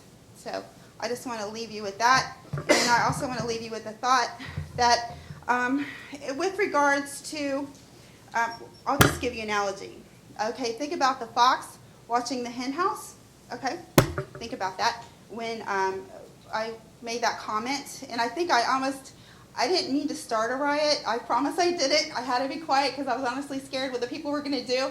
But the people are mad. I mean, if you can't explain it to a 3rd grader, people are going to question. And if you try to explain, while, and I don't have the specifics, I'm just a normal person, but if you try to explain to the normal person like me, who's actually paying all of our salaries, not mine, I don't get paid, my husband works, and he, But anyway, so if they can't understand it, it's gonna smell fishy. And so when I said, when the Public Service Commission, Andrew Malkovich, okay, when he had said to an angry bill payer, that just to call Duke Energy, and I just couldn't contain myself, and I said, why are you asking the Fox, Duke Energy, to watch the hen house, the people, because obviously, you're trying to get more money in. So I didn't mean to come across that way. It just struck me, and I apologize. But in the same way, when you go to, this industry and try to say, are these rates comparable? Well, I'm talking about the Edison Electric. Well, if they're paid for by the utility company, naturally, it might have, they might be like the Pharisee, not wanting to pay attention to something obvious, whereas the average citizen is paying attention to the obvious, okay? So we don't want them mad. Let's make them happy and provide more jobs opportunity. So there's more citizens, there's more free trade, and there's more growth. And therefore, we're not going deeper into a hole of owing money, but instead we're building, we're all being productive, we're a productive state. And that will naturally give us an increase, a natural profit that we can still invest to build up even more infrastructure. And I'll end with, there's an old Saturday Night Live clip where a guy wrote a book called, I don't remember the name of the book, but it's called, If You Don't Have It, Don't Spend It. Well, what if I really want it? Well, if you don't have it, don't spend it. But what if it's something that I'll use later? Well, if you don't have it, don't spend it. If you don't have the money for it, don't spend it. And so it's just knowledge that is so simple that we sometimes overlook it, and I would just like that everyone takes that into consideration. And thank you very much for your time. Would you, I don't think you identified yourself by name. And Okay, address. and my name is Elisa Dara McDowell. I'm running for Covington Commissioner. I'm a resident for 25 years. But I'm basically speaking as a citizen. And as far as running for office, I just think that more average people should run for office, and that's why I am. Okay, thank So, you. Thank you. Ma'am, would you care to make a comment? I never agree. Thank you for the opportunity to address this great committee. This is my first time. I'm a neophyte in doing this, but I have learned a lot. I'm an educator of 30 years. My name is Janine Bell Smith. I live at 850 Riverwatch Drive in Crescent Springs, Kentucky, and I am a Duke Energy ratepayer. And when I noticed about in January of 2017, there was this little small tiny piece of the paper, Duke Energy raising rates. So I got out my record, looked at it, read it, okay. Then by, if I can use this, then by August of 2017, we morphed into this. It's 15 pages. So being the research nerd that I am, I sat down and I went over. As you can see, it's been used. And I thought, I'm alarmed at this. Then I went on further I've learned a lot just sitting here by all these experts. I am not an expert, but I am a teacher of many years, and I taught children to read, write, and spell, and to obey the laws. And as I sat through these meetings, I found something out that was very concerning to me, and I was very concerned about this DCI rider, which is your proposed underground transmission cost distribution to all the ratepayers. And I've talked with Charles about it, Chuck Sessions. When I built my home, that underground cost for that transmission wires, that was billed to me. And so when I went to this meeting for the public, for the elected officials back at I think it was Enron or Envision in Erlanger, there was a few mayors there. I was there with Tyson Hermes and his city administrator. And I learned a lot there. But I also found out that Park Hills was pulled to the side, got a special sweetheart deal, if that's the truth. It's my understanding of this, and I could be wrong. You're going to do like 36,000 miles of redistribution of these underground wiring, and the people, the ratepayers, are going to pay for it, because there are certain areas which need to have their power restored, power outages. And I guess Park Hills is one of these small sections. I live in Crescent Springs, and I paid for my underlying wire, and my power went out 5 times last year. And so I'm thinking this is unfair, and this new proposal cannot be put on our bills.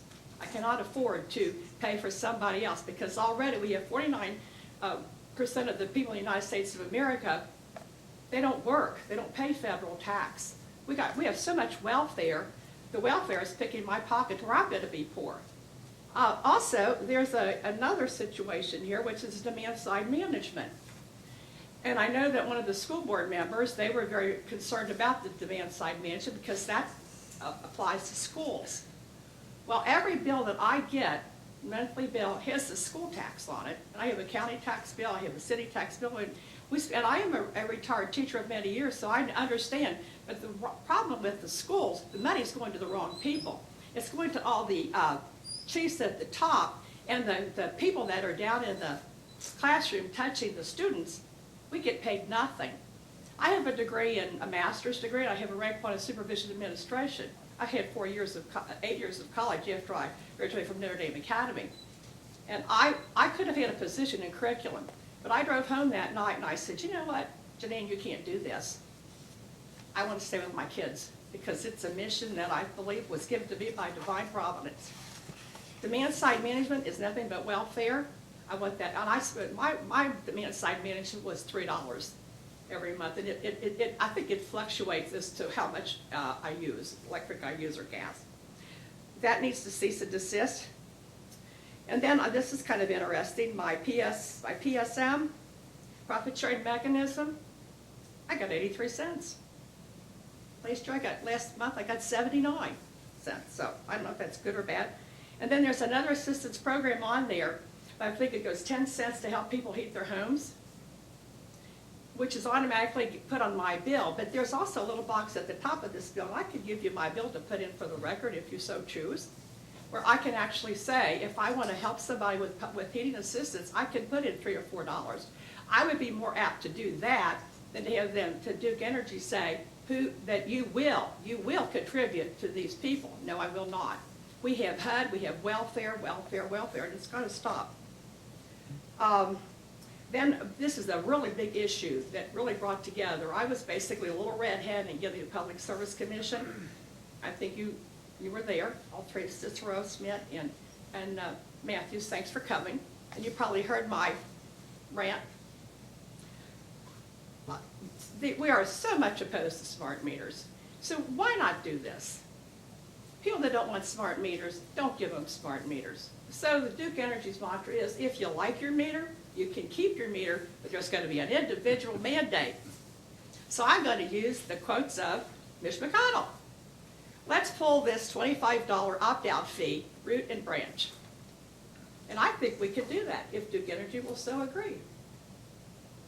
Duke Energy, do you have any comments about that? You're silenced. They can't comment. I know that. I'm just posing that as a question that can never be answered. People are really upset about the $25 opt-out fee. And I came home Tuesday, and I'm not sure yet, but I believe I just got my smart meter. Nobody told me about it. Nobody asked me about it. We had a friend, I believe he spoke to the commission. He's working at home in July 2017. I guess he was on the pilot program there. All of a sudden, his whole house went dark. Some construction, which these are good people, they're doing their job, they pulled the plug on him. When I got home Tuesday, my television was all whacked out. I don't know if that's Duke Energy's problem or not, but it sure was mine. And I will find out that later. The service replacement rider, okay, mine was 78 cents, and my replacement was $1.80. And then I'm going to have to bring up the facts. And my mantra is silence is compliance, and I will not be silenced. You can like what I say, or you can disagree with it. That's fine with me. I really don't mind. But some of the research I found to this. Lynn J. Good. She is the CEO of Duke Energy. She made $13.5 million last year. Now, this is total compensation. You probably know what that is. So I am a capitalist. My husband was a capitalist. My father was a capitalist. A pharmacy. We had our own pharmacy. So I'm going to pose this question. When does capitalism cross the line to greed? I think it's been crossed here. How many boats? How many cars? And it's like I've got a very expensive car dealership right down the road from me. I went down there and I'm looking at it and say, well, I really like that car. It's a Mercedes. Well, this is the one I really like. And they said, well, Mrs. Smith, that's $200,000. Went home and looked at my budget. Well, I might like it, but I sure cannot afford it. Some people might need a Ford. Some people might need a Mercedes. That's okay. So what I'm saying to Duke Energy is, when does it stop? I also am a stockholder. I bought it at an IPO of $15 an IPO. I wish I would have taken my $50,000 in savings and put it towards $15 IPO. I'd have been sitting much better financially.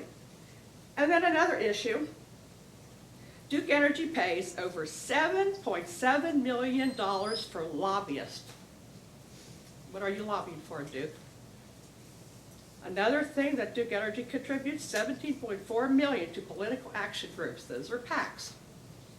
We need to probably try Right. to wind it. I will say this, I'll stop. and I won't, of course, can't comment back, but, Okay. but we were in Florence, and you Yes. spoke then as well as the other, Yes. and a lot of people did, and they've supplied written comments. Okay. We have read every one of those. Thank you, So we sir. know what your Thank point you. is. Okay, thank you. Yeah, and I was very surprised because Applebee's alive and well.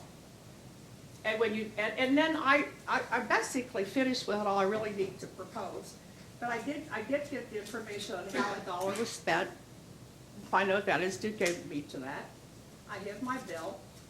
And then I have a poem, I'm not gonna read the poem for you, but could I just give it to one of the commissioners that you might want to, one of my favorite poems, I'm not gonna read You it. could file it into the Okay, record can we if do you that? like, Let's do in the that. public, And sure. it's called The Unknown Citizen, and I will not read it. But the very bottom line of this poem, I don't know, it really wells up for me, and anybody that has any emotional care for human beings will understand this. It's about the unknown citizen, and I feel like I'm representing the unknown citizen this time. And this says, was he happy, was he free? Why, the question is absurd. Had anyone known, we certainly would have, we should certainly have heard. No one speaks for the unknown citizen, the unknown ratepayer, the unknown man. They're too silent. They're too busy being the worker bees, supplying all the money to make the nation run. And with that, I rest my case. Thank you. Thank you. If you'd like to file that, if you Yes, give I it do. to our Thank you, reporter sir. here, he'll see that it's filed right. Thank you you very for, much. letting We us will now do be that. in recess until you. 1:30. Okay, we are now back on the record. And I think Mr. Chandler, the Attorney General's office, has one more witness, is that correct? That's right, Chairman, and I just would like to ask, I guess, the commission's opinion on a subject. I'm gonna call Mr. Collin in a second, but Mr. Collins' testimony obviously was filed in late December, and he addressed the Tax Cuts and Jobs Act that was passed in December 22nd. Now, I think it's pretty clear from the record that Duke was unable to incorporate what the Tax Cuts and Jobs Act did, given that their application was filed much earlier. And they did obviously discuss it in their rebuttal testimony, but that would have been the first time. So I think the Attorney General would like to be able to ask Mr. Collin his opinion on the proposals by Duke Energy Kentucky, since they have the burden for their income tax expense and other items. But I wanted to ask what the commission thought was the best way to go about that, or if there were any opinions on that issue. I don't know, what's your position? Your Honor, I can assure you it's gonna come up. I mean, I think, well, I'm gonna give him fairly softball questions on that, and then if they're not softball enough where he can explain his position, then I'm sure Mr. Chandler could follow up. I just want to make sure that we have the opportunity either on direct or redirect to, Well, wouldn't it be easier if you just did it on direct? That'd be fine. And that would give you the opportunity, and if we have, whatever, we'll work it out. But usually you can go ahead on direct and ask him whatever questions you want. I'll do my best, thank you. And Duke can cross, and if we have some other issue, we'll solve it during the course of it. Thank you, Chairman. The Attorney General will now call Mr. Lane Collin. Mr. Collins, do you solemnly swear or affirm under penalty of perjury that the testimony you're about to give will be the truth, the whole truth, and nothing but the truth? I do. Thank you. Please be seated. Mr. Chandler, you may ask. Thank you, Chairman. Can you please state your name for the record, Mr. Collin? My name is Lane Collin. And how are you employed? I'm a vice president and principal with the firm of J. Kennedy and Associates Incorporated, And what is the business address for J. Kennedy and Associates? 570 Colonial Park Drive, Suite 575, Roswell, Georgia 30075. Thank you. It must be a very tough address. It's twice Well, that. there's lots of threes and a lot of fives in there. Did you cause to be filed into the record direct testimony, data request responses, and testimony errata into this case? Yes. And do you have any changes to the answers or questions at this time? Not after the errata with respect to the testimony, but I do have one change to a response to a data request. And that is question number 26 from Duke Energy. And there's a reference to a case number in that response, 2003-00152. That should be 252. And is it your understanding that, given the documents that Duke Council provided us today, that the company is a, I'll withdraw that, thank you.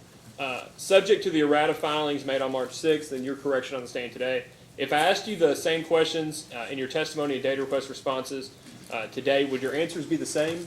Yes, they would, with the proviso that I made certain corrections to the summary table, or the table in the summary section of my testimony, but either through direct examination or cross-examination, I'll make it clear what the Attorney General and what my position is on the amortization of the excess ADIT. I think that's an area in dispute between the AG and the company. And if I may, Chairman, may I proceed? Thank you. So as to the excess ADIT, do you have a particular proposal as to the amortization of unprotected and protected ADITs? Yes, I do. The protected excess ADIT are subject to the provisions of the Internal Revenue Code and the regulations and the requirements set forth in the Tax Cuts and Jobs Act. And those excess ADITs, the protected ones, must be amortized according to a prescribed methodology called average rate assumption methodology. The company has correctly calculated what that amortization is with respect to the protected excess ADIT. So we have no disagreement with the company on that issue. But then with respect to the unprotected excess ADIT, the Tax Cuts and Jobs Act does not have any requirement on that as to the appropriate amortization period, nor does the Internal Revenue Code and nor do the Treasury regulations specify how those excess ADITs are to be amortized. The company assumed that they would be amortized over 20 years. I would recommend a 5-year amortization period. So if you would look at page 5 of my testimony, where I have a table summarizing all of my recommendations, you'll see that under the operating income issues, I have a $6.05 million amount in there for the amortization of the excess ADIT. That would go up to about $10.5 million if you went with a 5-year amortization period. The company has about $2.2 million for the revenue equivalent effect of amortizing the unprotected excess ADIT over 20 years. If you went to 10 years, it would be $4.4 million. If you go to 5 years, it would be $8.8 million, or roughly $4.4 million more than what I show on my table. And can you describe your understanding of what protected excess ADITs are under the Tax Cuts and Jobs Act? Yes, the protected excess ADIT are the depreciation-related excess ADIT. This is where the utilities were allowed to use bonus depreciation or other forms of accelerated tax depreciation. And the Internal Revenue Code and the Treasury regulations specify how those ADIT amounts are to be recorded and how they are to be amortized. And the Tax Cuts and Jobs Act then addressed that for the excess ADIT. The excess ADIT is the ADIT that no longer will ever be paid to the federal government. It's amounts that have been collected from customers at a 35% tax rate for future payment to the federal government. And those, the portion above 21% now will never be paid to the federal government. And so the issue is, what do you do with that, the excess? And the tax code, the regulations, and the Tax Cuts and Jobs Act allow those dollars to be returned to customers, but they prescribe the ADIT related to the depreciation. There's no prescription with respect to the other, what they call unprotected excess ADIT. So we have no disagreement with the company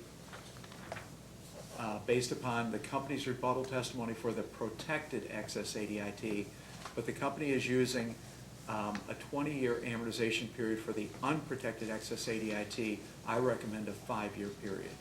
And do you believe that the level, do you have any reason to believe that the level of income tax expense that the company calculated in its rebuttal testimony is incorrect?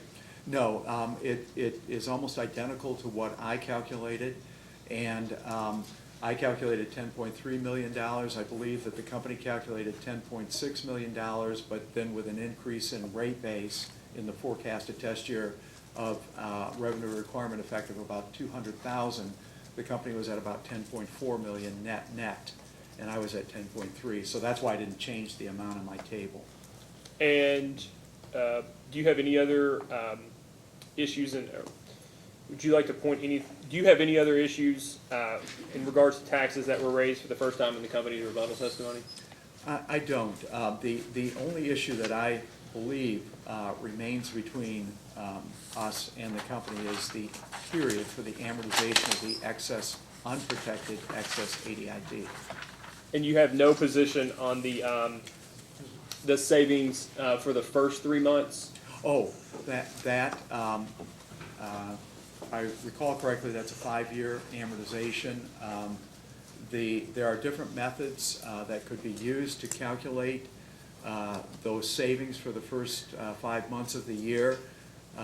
Duke has used what they refer to as the KULG&E methodology, but there are other methodologies, one of which this commission has already adopted, and that would be the Kentucky Power methodology, just calculating in conjunction with the rate case what the reduction in income tax expense would be.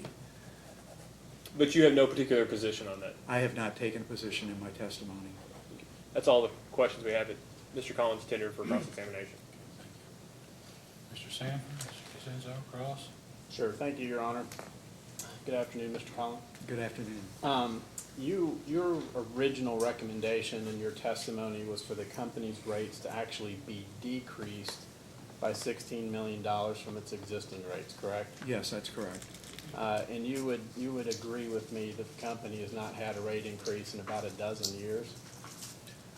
I would agree with you, with respect to a base rate increase, that's right. Okay. And that in itself is a bit of an anomaly. Most of the other utilities, or at least investor-owned utilities in Kentucky, have had rate cases more frequently, correct? Well, that's true, but the company at the same time, in lieu of rate increases, has had a series of deferrals. For example, the East Bend O&M deferral and the East Bend depreciation deferral. When the company acquired the remaining 31% in the East Bend 2 generating unit, it started incurring operation and maintenance expenses and depreciation. The commission allowed the company to defer those in lieu of rate increases. So those are the functional equivalent of rate increases. But as far as cash rate increases, I would agree with you. But, I mean, I think you just said, you answered my next question at the end there, a deferral isn't actually a recovery of the expense until it's amortized, correct? Right, it's a deferral in lieu of a rate increase at the time, and then it's recovered in the future in the form of a rate increase. Okay. You are not proposing any adjustments to the company's rate base, correct? No, because historically the commission has used capitalization as the basis for the return on investment in lieu of rate base. You are proposing several adjustments, however, to the company's capitalization, correct? Yes, that's correct, because the capitalization includes all of the company's investments, and certain of them, of the company's investments, should not earn a rate of return. Would you agree with me that in the company's original filing, the rate base and capitalization are very close with less than a 1% difference? They were very close. That's correct. Subject to check within the 1% difference? I don't know if it was within 1% or not, but my starting point was not to work from the rate base, but to work from capitalization. I made no attempt to make similar adjustments to the rate base, but many of those adjustments that I proposed for capitalization may have been applicable to rate base as well. A lot of the adjustments that you've made to operating income issues involve averaging various data sets. What is your, what's the purpose of averaging data? Well, the purpose of averaging data in the form of operating expenses is to obtain a normalized level of expense. So, for example, if you have $2 million of expense in one year, $4 million the next year, and $3 million the next year, if you were to use any one of those years as the test year to set the revenue requirement, you'd have either $2 million in the revenue requirement, $4 million, or $3 million. But if you assume that there's some variability in the operating expenses over the historic period, and will continue to be some variability in those operating expenses in the future, then it's appropriate to normalize those expenses. If it's, in this case, the 3-year average would be $3 million. As an expert in this field, what's your methodology for choosing what data you're going to include when you're coming up with an average? Yeah, it largely depends on the data that you have available to you. For example, on the replacement power costs, I did not use anything before 2015. And there were several reasons for that. I used 2015, 16, and 17, a 3-year average for the replacement power cost issue. And that's because in 2015, the company had full ownership of the East Bend 2 generating unit, whereas it did not in the years prior to that. 2014, even though there were very high replacement power costs, that was largely due to the polar vortex in January and February of 2014. So that data you really cannot use. It's not something that would be repeated in the near future. A 100-year weather event would not be repeated in the near future. So the data for normalization that was available that best fit the concept of trying to estimate what the company's future replacement power costs would be in the forecast test year were the last 3 years of actual data. That's why I use that. So I'm using that more as an example of what I look at when I attempt to normalize expenses. There's no fast and hard rule. Do you always use 5 years? Do you always use 3 years? Do you always use 7 years? You use the data that you have that makes sense to use. So I don't want to put words in your mouth, but what I hear you saying is it's kind of a subjective nature. You have to exercise judgment when choosing which data to use. You do, and the company has exercised judgment on a number of its normalization adjustments, and I have a different judgment on some of them. And so that's really more where this is an art than a science in some respects? Well, I think you could bring to bear some science to the analysis. It's not just throw darts at the wall and see where they hit. For example, it was obvious that 2014 on the replacement power cost was an anomaly. And then you ask yourself, well, why is that? And when were the anomalous data points? And they obviously were in January and February of 2014, and obviously that was during the polar vortex. So you bring science to it just like you would normally throw out in a statistical analysis outliers, because you don't want undue bias in a normalization type of statistical analysis. It's interesting you keep defending that particular average since I've not even asked you about it. I'm just trying to understand really averaging data at a more holistic level. Let's start by talking about the PJM make-whole payments. You look at page 6 through 8 of your testimony. Do you have that in front of you?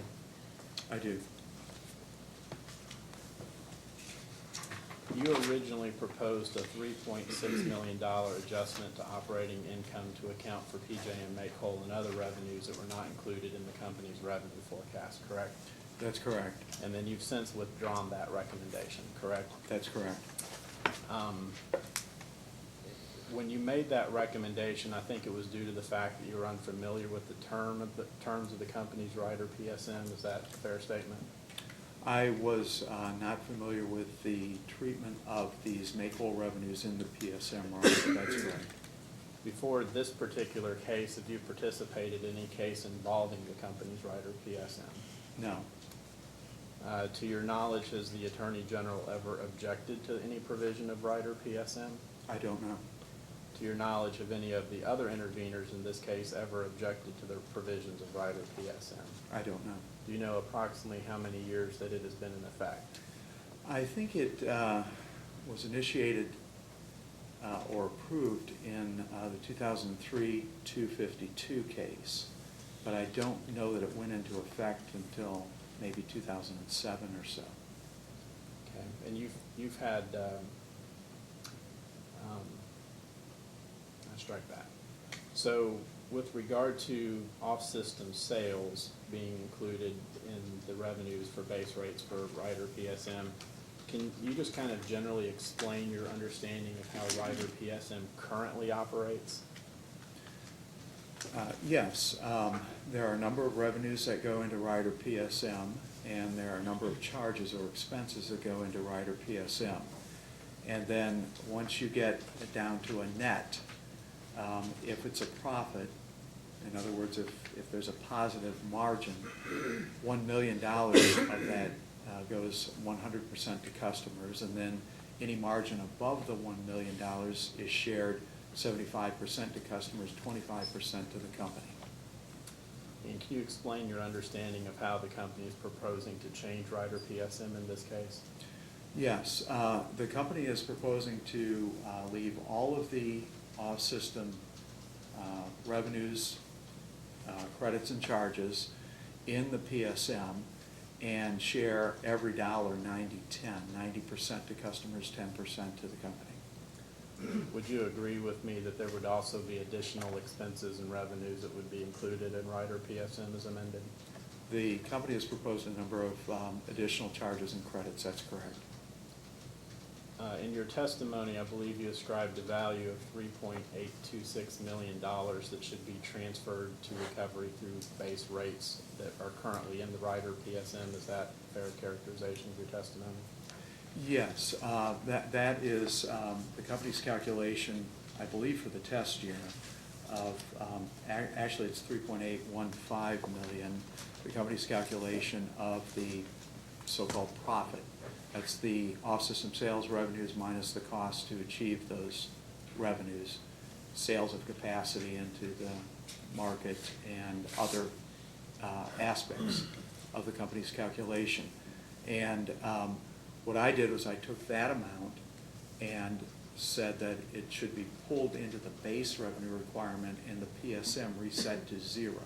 To your knowledge, does that figure include just margins on off-system sales, or does it include the other components that would be included in rider PSM? I believe it includes other components. I don't recall right now where I took it from, but it is referenced in my testimony. Okay. Are you making a recommendation as to how the other credits, such as proceeds from renewable energy certificates, should be accounted for? I did not address that issue. And it's your recommendation that if the company's off-system sales margins are included in its base revenue requirement, then the rider PSM should be reset at 0 going forward? Well, reset initially at 0, and then would be used to recover or return to customers any additional profits from off-system sales or profit-sharing margins, or any losses for that matter. Okay. Do you have your testimony in front of you by chance? I do. Could you please look at page 9 of your testimony?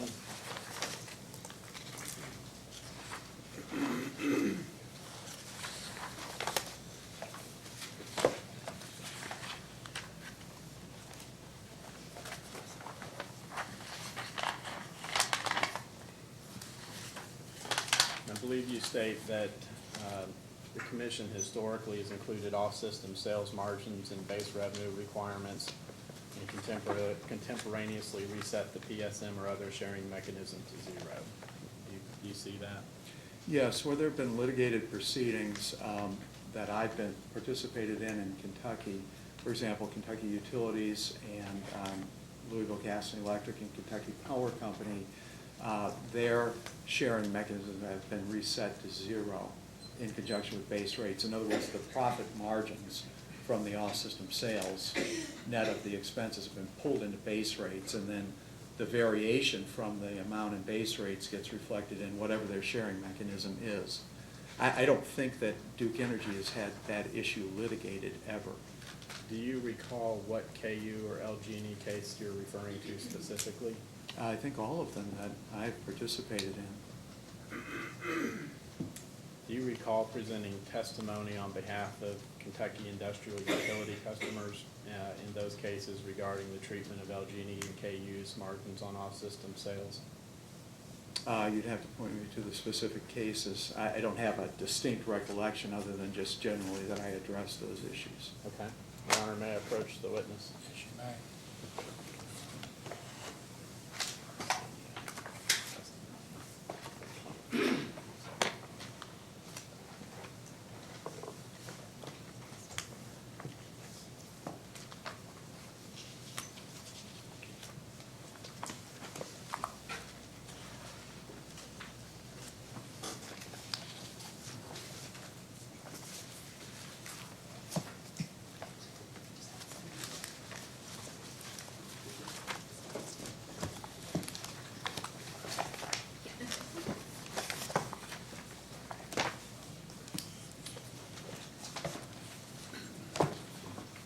Mr. Sanford, do you intend to introduce this at some point? Yes, sir, Your Honor. I think we're up to maybe what, company exhibit number 9.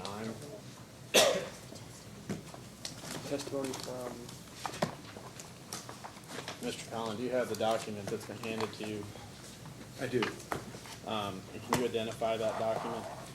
Is my direct testimony in two cases, one involving KU and the other one LG&E, the 2014 371 and 2014 372 cases.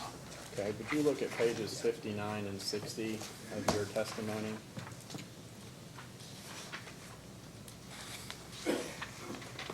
Okay.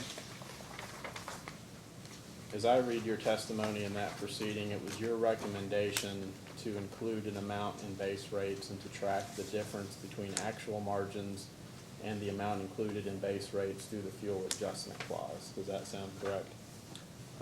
Yes, but using what I referred to in that particular testimony as an OSS tracker.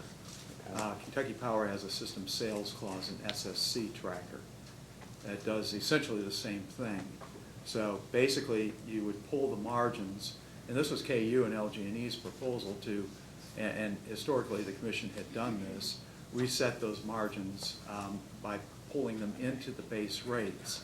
And then to the extent that there is a tracker or it's reflected at all in the fuel adjustment clause, whatever form that takes, then it's the variation over and above what is in base rates. Now, for example, KU and LG&E also have fuel costs in their base rates, so that the fuel adjustment clause would get reset to 0. And then any variation in the fuel cost would be picked up through the fuel adjustment clause. And that's essentially what I'm proposing here for the profit sharing margin value for Duke Energy. Take the margins for the test year, put them into base rates, and any variation gets picked up through the PSM rider.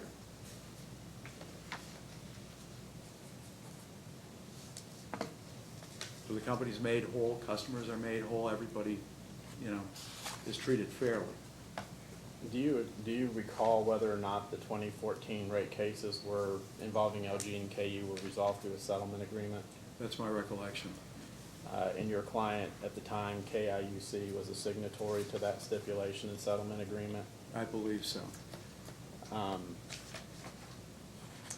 Do you recall whether any base or whether any off-system sales were included in the base rates of KU and LG&E in that case?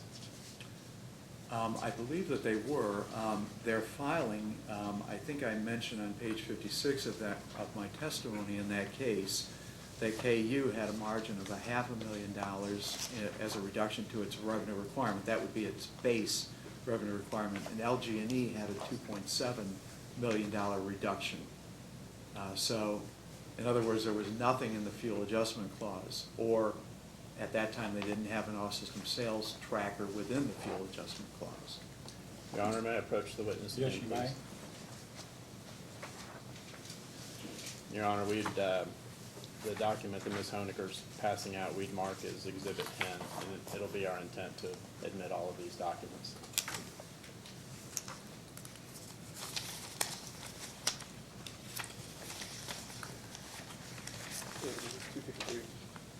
That's 2014-271. Sorry.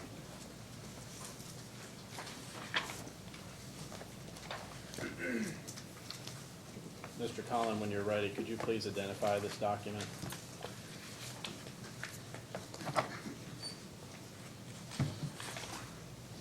This is a commission order in the KU case, 2014-371.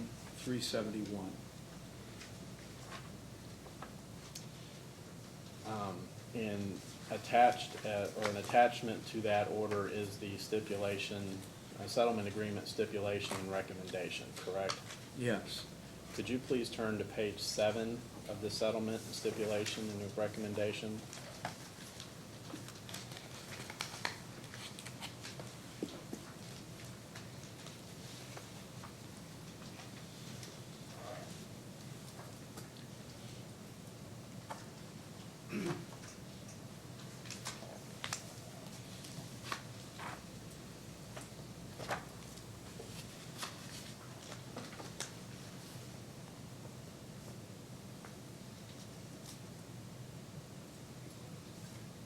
Okay.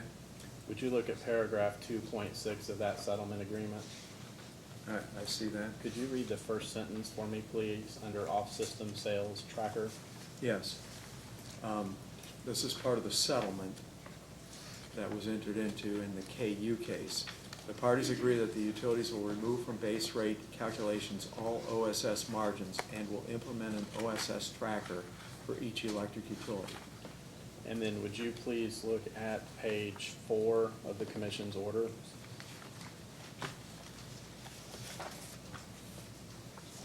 Okay. There's a bullet point there that says off-system sales and off-system sales tracker. Could you read that bullet point for me, please? An off-system sales tracker should be implemented under which electric OSS margins will be shared on a 75%, 25% basis through customers in KU. Okay, and then would you also look at page 11 of that order under the heading of ordering paragraphs? Okay. Ordering paragraph number 2, would you mind to read that, please?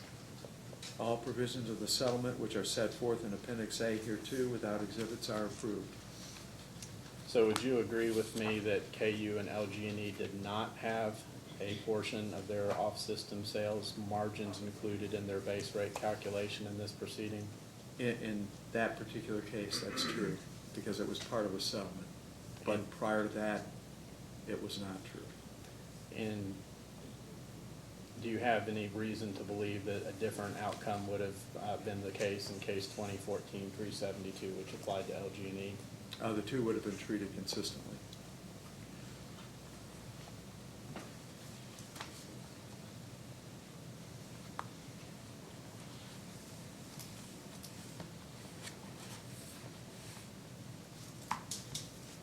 To your knowledge, did the commission modify either LG&E or KU's off-system sales tracker in their most recent rate cases, which were case number 2016-370 and 2016-371? I don't think so, because I don't think anybody addressed the issue. So as we sit here today, it's your understanding that there are no current off-system sales calculations in the base rates of either KU or LG&E? That's my recollection. And again, just perpetuation of the settlement agreement. So when you say in your testimony that in this case that the commission historically has included off-system sales margins in the base revenue requirement and contemporaneously reset the PSM or other sharing mechanisms to zero, you're not referring to any Duke Energy Kentucky order, are you? You did ask me that previously, and the answer to that is no, because the PSM was adopted initially as part of a settlement in the Duke Energy case, and it was continued as part of a settlement or modified as a series of settlements. So as I mentioned earlier, I don't believe this issue has ever been litigated before the commission. And you're not referring to any Kentucky Utilities Company case currently, are you? No, your last question was Duke Energy. Yes, and I'm asking the same question with regard to Kentucky Utilities Company. Could you repeat the question just to make sure I have it clearly? Sure. What I'm asking is, and I may have asked this earlier, but there's currently there's no off-system sales revenue that's calculated in Kentucky Utilities Company's base rate. That's correct. And the same thing is true of LG&E. They're treated the same. So of the investor-owned utilities, at least 3 of them do not have any off-system sales currently in their base rates. That's true, but keep in mind that all 3 of those are the result of settlements or nobody litigating the issue. And now I have raised the issue in this case and am asking the commission to move those off-system sales margins into the base revenue requirement. Well, you also raised the issue in the KU and LG&E case, and it was not ultimately part of the settlement agreement, correct? No, you raised it. You asked me to look at my testimony in the 2014 case, and in my testimony in the 2014 case, there was an amount in KU's base revenue requirement and LG&E's base revenue requirement, a reduction to those revenue requirements for the off-system sales margins. And then I proposed an off-system sales tracker for the variation, but in the settlement, the entirety of the profit margins was put into that tracker. Subject to check, would you agree with me that the rider PSM was approved by this commission in case number 2003-252? It was part of the package that Duke Energy brought to the commission to acquire capacity. Do you know whether that case was litigated? And that commission essentially approved a settlement of that case. You say essentially approved. Was there an actual settlement, or was it litigated? There was a settlement. Okay. But there were, I believe, some modifications, slight modifications or whatever to this settlement, so that's why I said essentially. Okay. I don't think this commission historically has been in the business of just looking at a settlement and saying we approve the settlement. They evaluate each one of the terms in the settlement. And sometimes they modify those terms.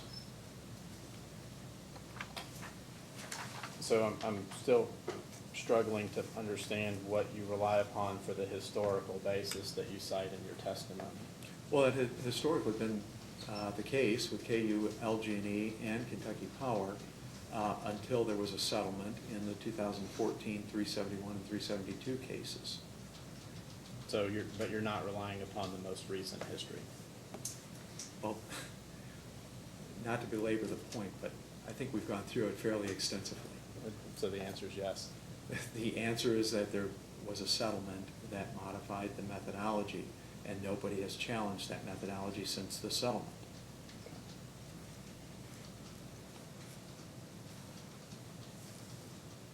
Are you aware of any legal requirement or public policy or commission order that would require the commission to put a portion of off-system sales revenues in base rates?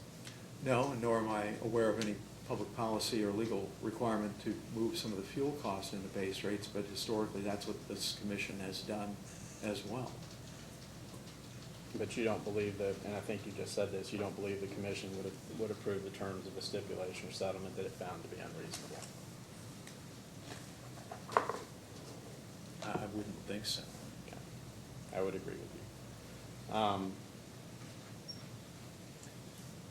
Have you made a recommendation into this case as to what the appropriate allocation of the cost and benefits realized under rider PSM as between customers and shareholders should be in this proceeding? I have not. Do you agree that the company's proposed 90-10 split of the rider is reasonable? I do not. I neither agree nor disagree. I have not offered an opinion. Have you offered an opinion on that subject in prior cases? I have not testified in a base revenue requirement case involving Duke Energy here in Kentucky previously. Have you offered it in any other context here in Kentucky? Well, I proposed a 75-25% allocation in the KU and LG&E cases that we just went through about 10 minutes ago. Are you certain about that? I think that was on page 57, was it not? Let me ask you to look at page 60 of your testimony.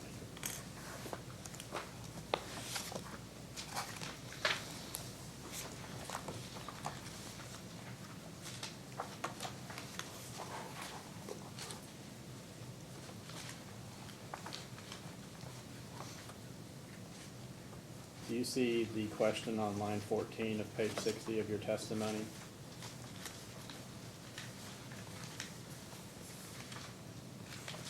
I do.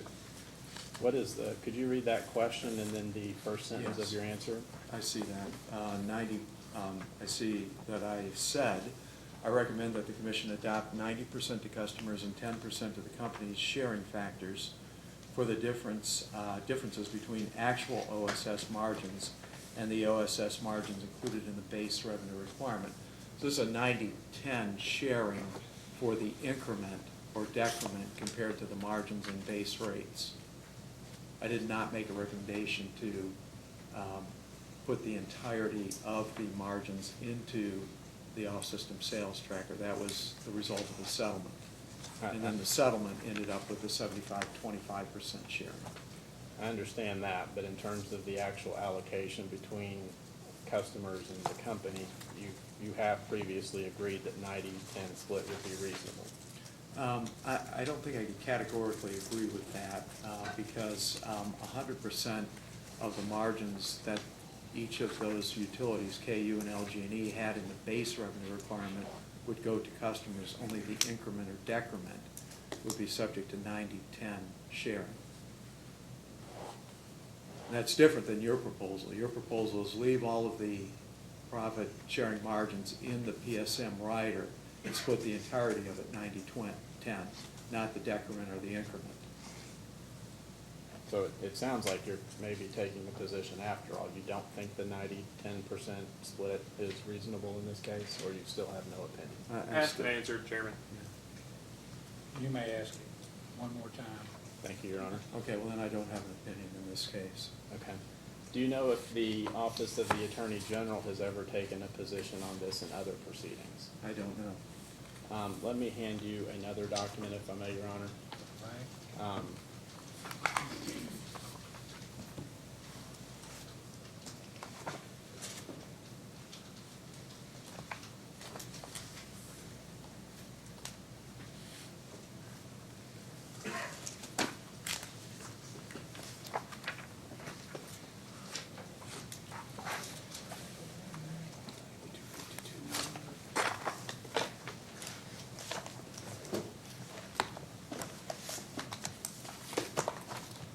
Your Honor, if I could have marked this as Exhibit 11.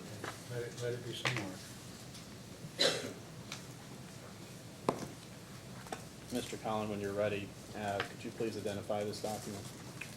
It is an order of this commission in case number 2003-252. And we alluded to this case earlier, but this is the order where the off-system sales rider was established, correct? It was a PSM rider. Okay, so, yes, thank you. On the first page there, there's a reference on the index to profits from off-system sales on page 18. Would you turn to that page, please?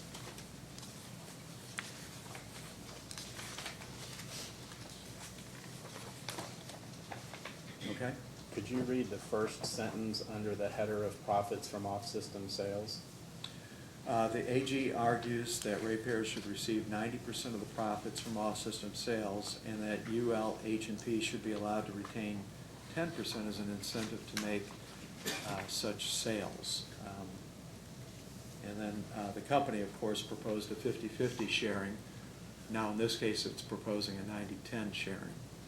So if we want to talk about, you know, different positions at different times, I think all of the parties have had different positions at different times. So is it your opinion that Attorney General, I think it would have been Ben Chandler, was unreasonable in his request for a 90-10 split then? I don't know the basis for that recommendation to the commission. Okay. Let's move on to talk about replacement power.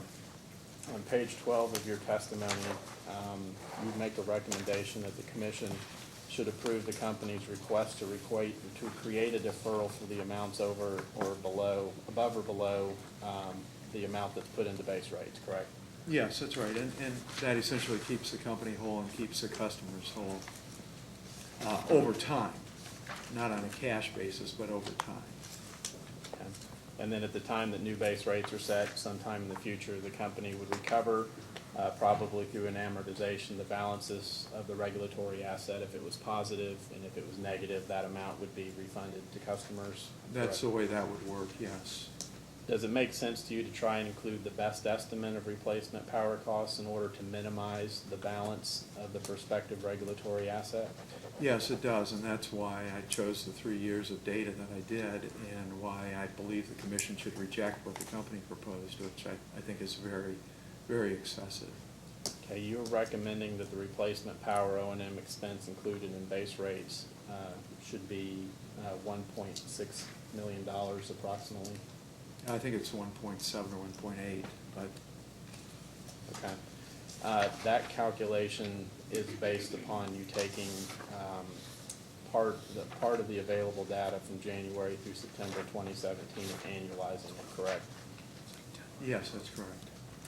Um, And the 2 prior years, 2016 and 2017. Okay. And you did not use any of the replacement power costs for Miami Fort 6 during that period of time, correct? That's true, because by starting in January of 2015 and going through the end of 2017, I had 3 years of data solely for East Bend at a 100% ownership level. And I excluded then the outlier from, data outliers from 2014, which Mr. Wathen thinks the commission should adopt. But if you do that, then you pick up the effects of the polar vortex, and I don't think that that's really indicative of anything and shouldn't be included in this normalization calculation. I think you said earlier when you were defending this at the very beginning of the testimony that you believe that the polar vortex was an outlier. It is, yes. Have we not had cold days since then? Yes, but nothing of that magnitude. That was a unique event. I think those who remember it would agree with that assessment.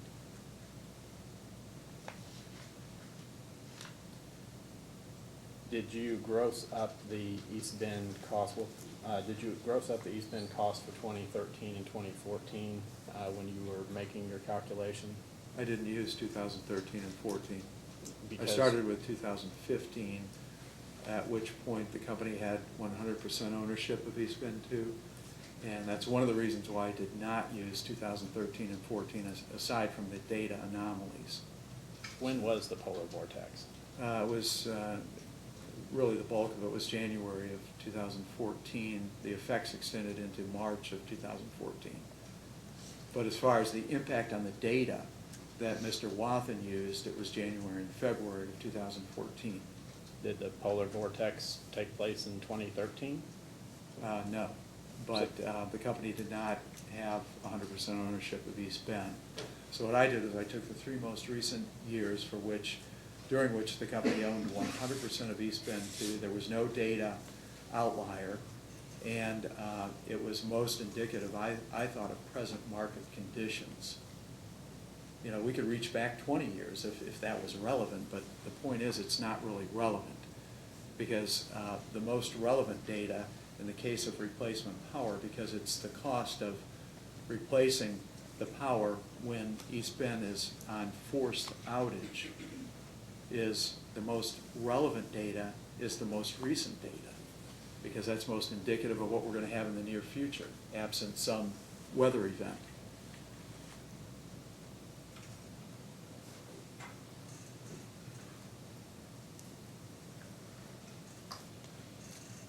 Would you agree with me that if you had included 2013 and 2014 data, that your answer would have been substantially different in making your recommendation? Sure, but it's just it would be an absurd normalization to include a once-in-a-100-year weather event the effects of that, and to include 2013 data that was basically 5 years prior to the test year in this case, where market conditions were different. The company didn't own 100% of East Bend too. So really the best data to do a normalization, the most indicative of what we can expect in the forecast test year is the most recent data. And that's what I did. Do you And that's have a why I de- did not accept Do you have a Mr. degree in Wathen's analysis. Do you have a degree in meteorology? I do not. So how? I don't believe Mr. Wathen does either, for that matter. How can you be so confident that we'll never have a cold snap like the polar vortex again? How can you be so confident that there will be another one, that it should be reflected? I mean, I hate to answer a question with a question, but I think it's more of a rhetorical question, if I'm not mistaken. You know, basically, Mr. Wathen's analysis assumes, by including the outlier data, that it will be repeated systematically every 5 to 7 years. I heard the polar vortex event referred to as a once-in-a-lifetime event, once-in-a-100-year event, once-in-a-500-year event. Those were not my descriptions. Those were public descriptions by meteorologists. But would you not agree that the more data that is included, it tends to smooth out the peaks and troughs of the data? Well, you have to have as a starting point reasonable data. If you've got outliers in the data, they need to come out. But aside from that, by taking a longer period of time, you do tend to smooth data. But you almost always statistically, and I have quite a bit of educational background in statistical analyses and experience in statistical analyses, you almost always take out the outliers.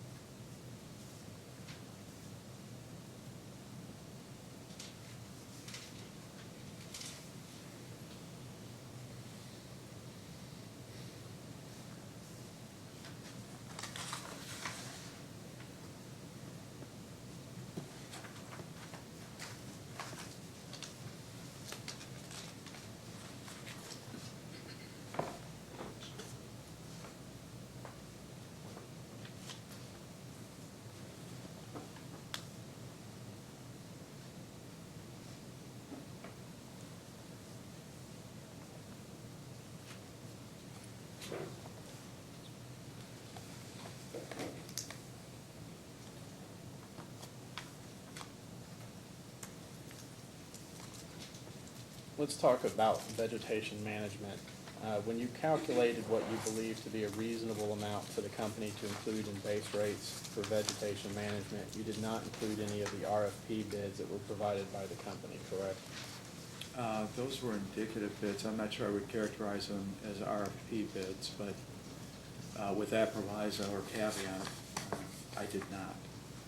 So when you made your adjustment for vegetation management, you used all 5 years of the historical data that was available to you, correct?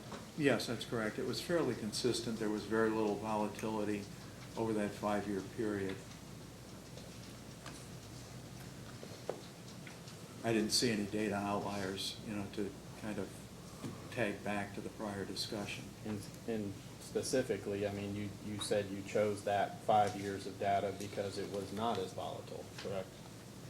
And it was the most recent data too, yes.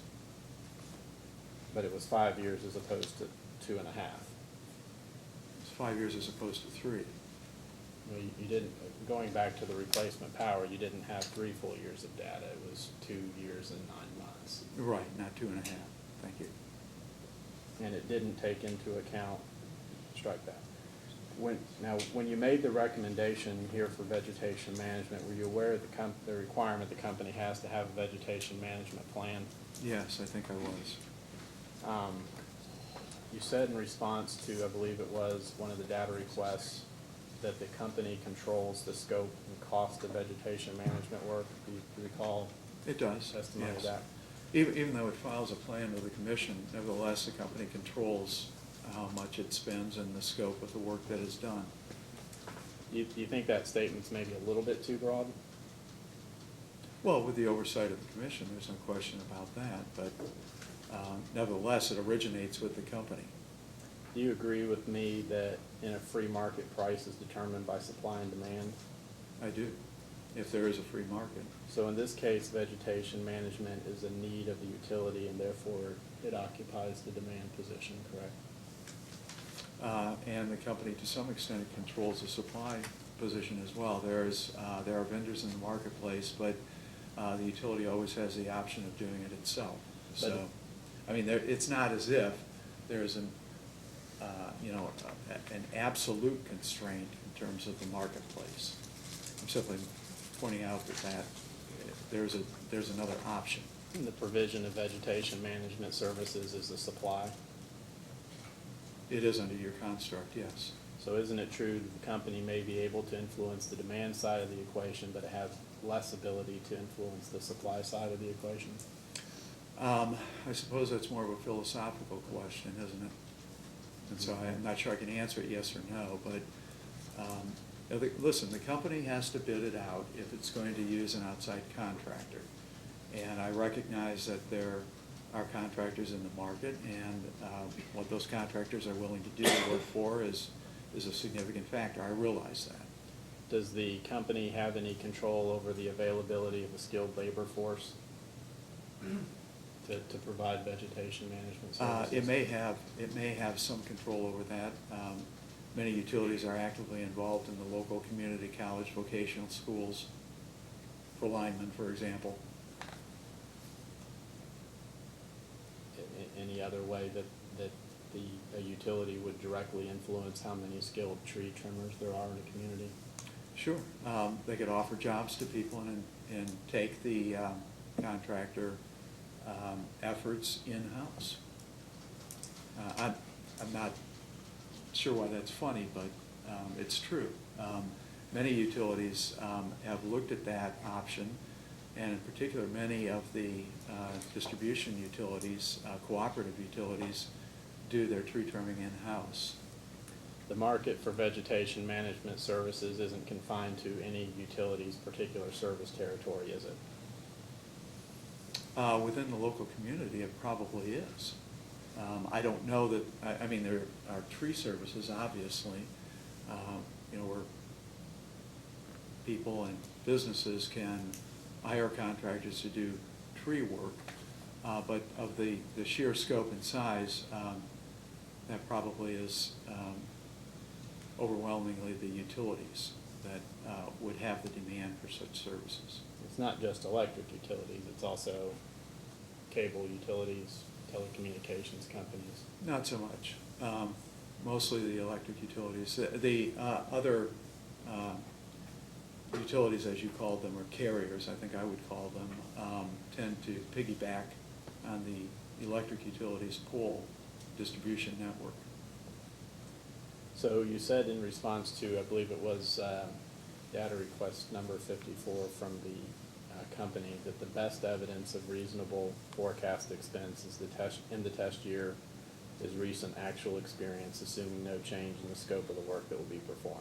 Does that sound generally accurate? Yeah, that's right. At the time that I put in my testimony, the company did not have new contracts for 2018, was still in the process of identifying vendors and negotiating contracts. And so in the absence of actual contracts and in the absence of knowing what the scope would be of the work pursuant to those contracts, then the best evidence is the recent historic experience. Because the company continued to undertake the vegetation management through the end of last year.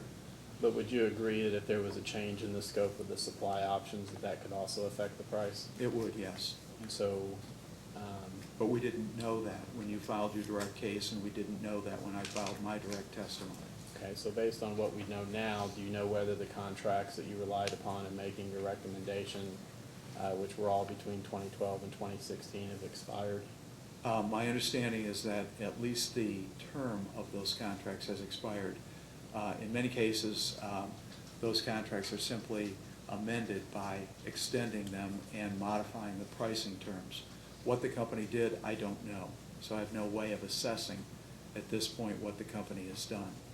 We're past the discovery point, we're past the analytical point.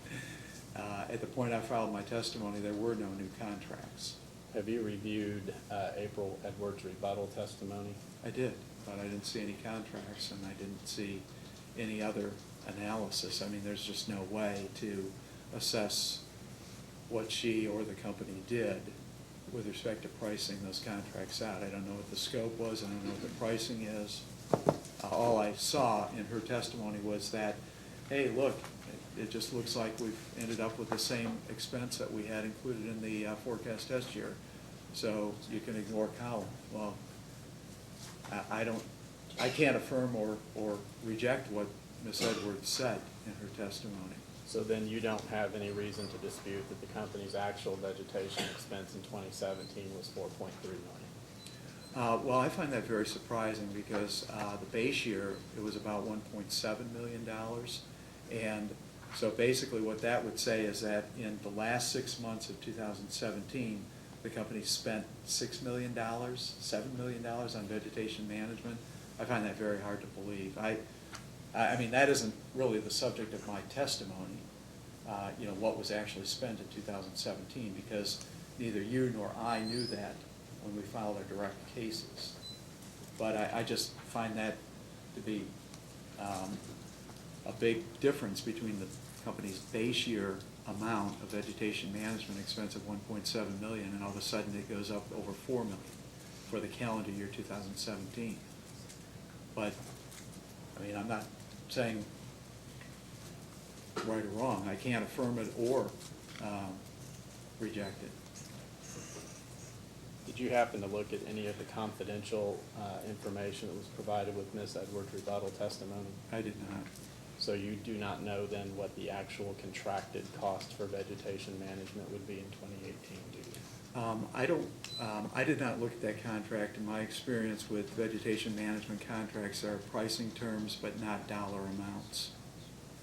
If there's a dollar amount, I'd be happy to look at it and confirm it or deny it, but usually what happens is that there's hourly rates, there's equipment usage rates, and then you know, however much the utility uses, the different, you know, you could look at it as a set of employees or a set of contractors that have an hourly rate associated with them, and then equipment that has an hourly or daily usage rate associated with it, and then the utility can price that out based upon the services that actually are used. So I suspect that's what those contracts are. That's the way they're normally formatted. But I did not look at those specific contracts. So. Are you aware whether vegetation management work for 2018 through 2020 was the subject of an RFP process? Your witness said that it was. I have no reason to disagree with that. Do you have any reason to believe that that RFP process did not provide a reasonable snapshot of the cost of vegetation management services within the company's service territory? That's kind of a mouthful. I will say this. I have not reviewed the RFP process. I don't know what the results of it were other than what Ms. Edwards represented. So if we were to use the actual, in effect, contracted prices, then would you agree with me that your proposed adjustment pretty much disappears? I don't know, because it depends on the scope of the work that the company actually plans on doing, and I haven't seen anything that prices out, applies the contract terms to the usage of the different labor and the different equipment. Let's talk about the normalized planned outage O&M expense. You would agree that some estimate of planned outage expenses should be included in the company's base rates, correct? Yes. And in fact, your primary objection is that the company used 6 years of data and not 7, is that correct? Yeah, well, it had 7 years of data available. 2 years were the forecast data covering the test year. The test year is from April of 2018 through March of 2019. The company included 2018 in its calculation of the normalized planned maintenance outage for East Bend and for the Woodsdale units, but it didn't include 2019, which is, you know, part of the test year. So I think, you know, what I did was I just added 2019 into the normalized expense calculation. So we're sort of back to this question for the third time of the data that you like should be included and the data you shouldn't should be excluded? Well, you know, that's kind of an editorial comment and a question. let me answer it this way. The company has used different time periods to normalize expenses, correct? For example, in the planned maintenance outage expense, the company used 6 years. They wanted to use 5 years for the replacement power expense. They wanted to use 4 years or something like that for the, or, you know, a totally different approach for the vegetation management. In this case, the company now proposes 6 years, but it had 7 years of data. It didn't have a reason to exclude the 2019 forecast. I put it in. So, you know, if we want to compare what the company has done, which has had a variety of different methodologies and a variety of data for different time periods, then we can do that. But I did the same thing as what the company did. I used my best judgment. Are you aware that the commission staff requested 8 years of data using 4 historical years and 4 projected years? I seem This to happened yesterday, so you may not be aware of it. I thought I recalled that, but if it just happened yesterday, then I don't. Okay. Would you agree that that's reasonable? I don't know. I haven't seen the data. I don't, you know, I'm not inclined to just simply agree unilaterally that, you know, if you had a $20 million number in there for 2020, I'm not sure I would agree that that was reasonable just in the abstract. I'd sure like to know why $20 million was in there. So I cannot agree with that. Okay. You don't agree that establishing a deferral account for planned outage and expenses is reasonable, correct? I don't. You know, the commission itself went through a recitation of when deferrals were appropriate in conjunction with the company's request for an East Bend O&M expense deferral. And, you know, there were a number of, I think maybe 5 standards that the commission listed. And one of them was the inability to forecast the expense. Well, in this case, we have the ability to reasonably forecast the expense. So it isn't necessary for a deferral according to the commission standards. And furthermore, you know, I kind of focus, I think, on several occasions on behavioral incentives for the utility. It has been my experience, I think it's just true of the human condition, that if you don't have some boundaries, some constraints, some incentives, some structure, people tend to, you know, go outside the guardrails, so to speak. Let's say, for example, that the company decides to refurbish the turbine because they really, for whatever reason, and spend $20 million. Well, that's something that could reasonably have been known ahead of time. These are planned maintenance outage expenses, not unplanned maintenance outages. You know, in other words, the turbine didn't break. They're planning on rebuilding it. But now let's say they plan on essentially replacing the entire turbine under a rebuild for $20 million. You know, that's reasonably foreseeable. So I just don't, anytime you have an accounting deferral, A, you want to make sure that the costs really cannot be planned, and B, that it's extremely volatile, and C, that it's material enough that it's worth tracking. And in this case, I think we can make a reasonable forecast of the planned outage expense over time based on the company's actual and forecast data. There's no reason for a deferral mechanism. Do you agree that the commission has established similar deferral accounts for both Kentucky Utilities and Louisville Gas and Electric Company? And again, I think that those deferrals were in conjunction with settlements of cases. And I find it not really good practice to rely on settlements as precedent. You make the statement that a deferral mechanism would remove, quote, remove the company's behavioral incentive to minimize the cost of planned outages, unquote. Does that sound, that's what you were Yes. talking about just a moment ago? Correct. Do you have some specific example in mind where that's actually occurred?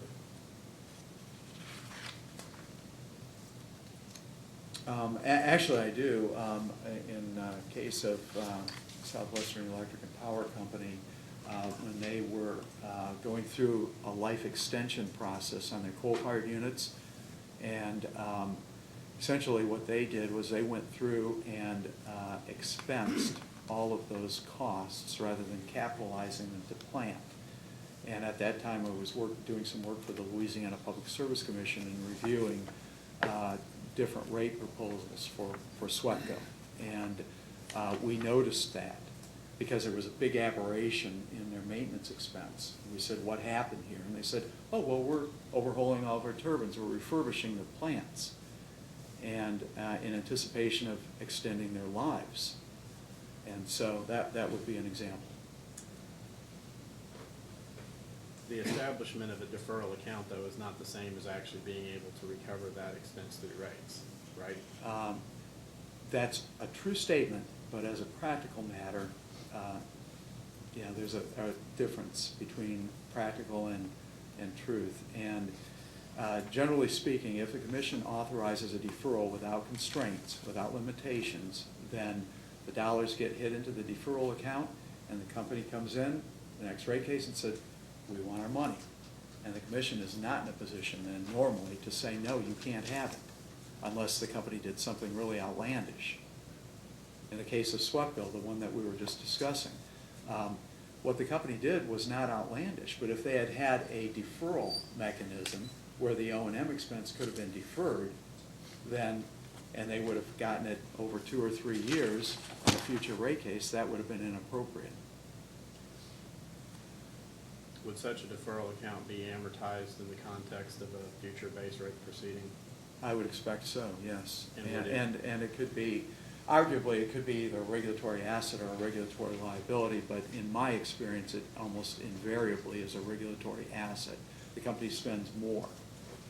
And would it be subject to review and challenge by interveners or by the commission in that, in such a future proceeding? Yes, and again, there's a real problem in the real world here with this commission and the staff and interveners. You've got $20 million in the deferral account, and then, basically there's a presumption of prudence and reasonableness on the part of the utility. Then either the commission staff or the interveners have to come in and prove it up that it was not reasonable or that it was imprudent. It's almost impossible to do. So once you have that mechanism in place, it's almost a virtual guarantee of recovery. So, we can talk about, commission review, we can talk about interveners, you can ask data requests and things like that. But once the money is spent, the commission is almost without recourse. And that's, as a practical matter, true. I've been at this a long time, and I'm telling you, as a practical matter, that's true. You did say you have your testimony in front of you, correct? Third time, yes. Can you please look at Exhibit LK-9?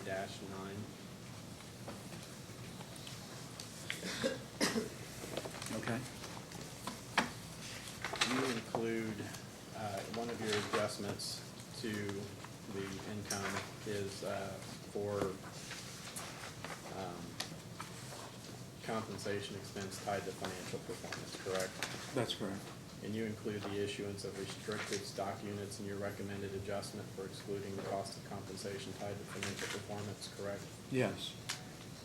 The exhibit that's attached to your testimony, LK-9, do you see under the response the second line where it says restricted stock units, RSUs?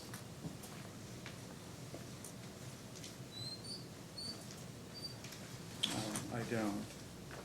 I'm not sure what you're looking at. Oh, The chart, I'm sorry, it's page 1 of 3, on attachment, looks like a 1, I'm not sure. I don't know, I have page 1 of 5. Is there something else that you have? What I have, in the upper right-hand corner, it says AG-DR-01-019, attachment, I believe it's 1, and then page 1 of 3. I'm I looking at. think you're talking exhibit- about, that's number 10, I believe, okay, 10. 10, Oh, is it 10? okay. I guess we're never gonna have common ground here if I'm looking at a different exhibit, right? Okay, I see. It may actually help. But you have to tell me which one to look at, That's your role. I get to answer, you get to ask. Okay, I'm on Exhibit LK-10, right? Yes. Okay, that's where you want me? This is the chart. Okay, got it. You see it? I do, okay. It's incentive compensation's underlined at the top. And Correct, then the next yeah. line's response, and then there's a note, and then we come down to restricted stock units. I see that, See yes. Mhm. And you see that there's a little footnote, note there right after the parenthetical. You're right. Okay, so when you come down to that footnote at the bottom, what does that say there? It says there are no target metrics associated with RSUs. Incentive is earned if participant is employed at the end of the vesting period. So that's real, so RSUs really are not they're not an earnings per share kind of incentive program. Well, they're not tied to earnings per share, but it, we asked information of the company for incentive compensation tied to financial performance. And anyway, this is how the company responded. It's got a title, incentive compensation. It separately breaks out the restricted stock units and the performance shares. Anyway, the restricted stock units, to answer your question, there is no EPS metric.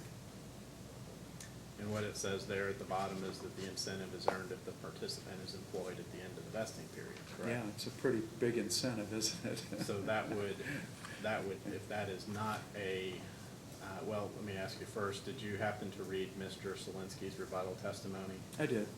And did you read the part where he explains the difference in why restricted stock units are not tied to earnings per share or financial incentives? I've read his testimony. So do you still believe that it's appropriate to exclude that $684,000? Yes, yeah. It's paid in a restricted stock unit. That's by definition a shareholder compensation, if you will. It isn't tied to a financial metric such as EPS, but it nevertheless is a payment in the form of what are essentially shares of stock. It's in essence deferred compensation, correct? I mean, you get it if you stay with the company for a period of time. Well, any form of compensation could be deferred, but that's the nature of the restricted stock units. I mean, you get a stock unit and it vests, if you will, by sticking around. It's 100% incentive. Yeah, so it doesn't matter if the company performs excellently or below expectations, as long as you've met your vesting period, you get that. Well, the value of it, of course, changes, right? I mean, depending on how well the company does. And in that sense, the value of those shares is a financial metric, just like EPS is or total shareholder return. Now you're mixing apples and oranges. I don't think so. You don't get the stock based upon the company's financial performance, correct? You get paid, or you get the stock based upon being employed at the end of the year, and this is available only to certain employees. And that the value of that compensation is indeed a financial metric, the value of that stock. If you got paid in stock, then the financial performance, it's the ultimate financial performance metric, the value of that compensation. The value is not one of the criteria as to whether or not you vest in this program, correct?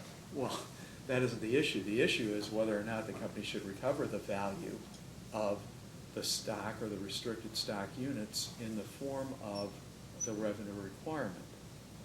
And this commission has taken the position repeatedly that compensation in the form of tied to financial metrics, and I would say this includes the restricted stock units and performance shares, are not recoverable through the revenue requirement. They're on the shareholders, so to speak. So I'm not trying to be difficult, but I would like an answer to the question. Is an earnings per share target part of the criteria for being awarded? Asked and answered, Chairman. He's already answered this twice. Overruled. Okay, well, I have answered it twice before, and the answer is no. Thank you.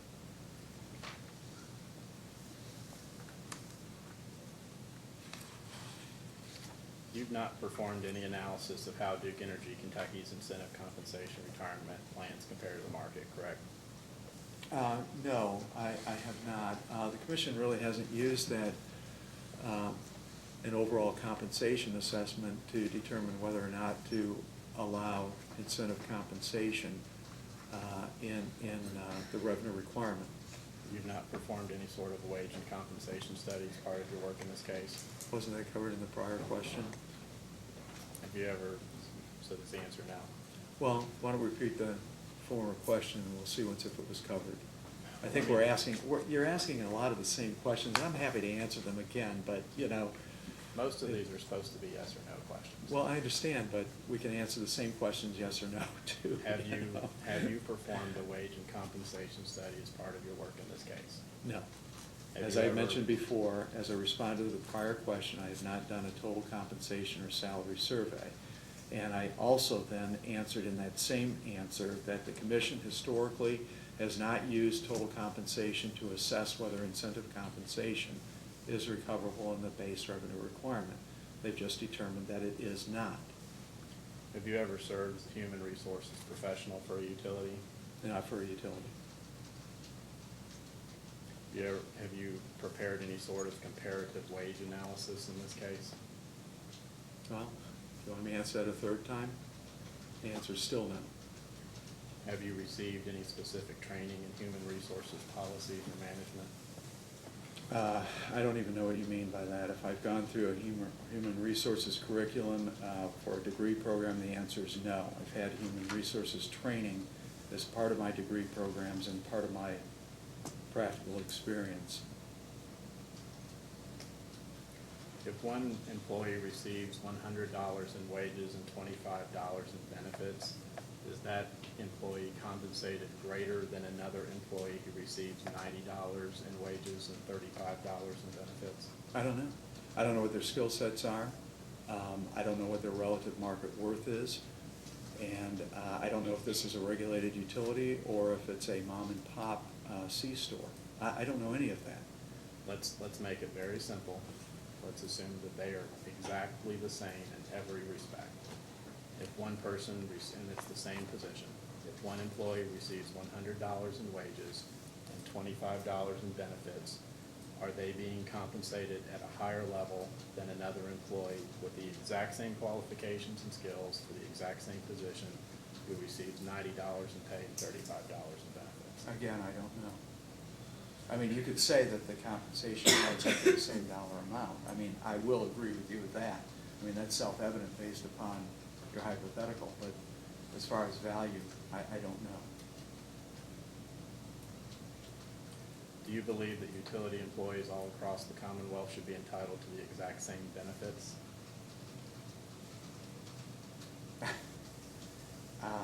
No, I don't.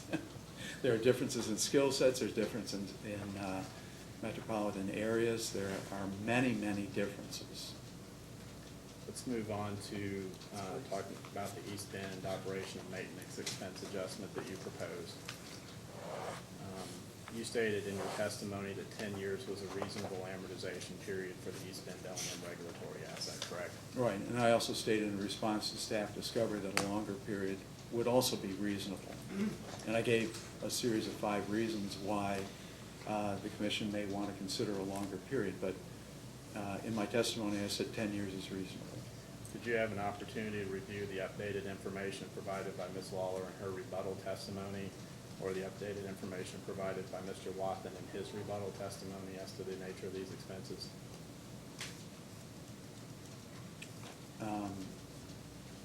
Yes, I did. And would you agree with me, subject to check, that they were able to provide additionally available historic information that became available after the filing of the rate case? Yes, that's correct. And I think when all was said and done, Mr. Wathen's calculation changed my adjustment by $30,000. So there's almost really noise in terms of the revenue requirement. Okay. Well, So- as I told one of the other witnesses today, math isn't my thing, but I came up with an $82,000 adjustment, not 30-some thousand. Does that sound appropriate? I don't think so. I think it was 30,000.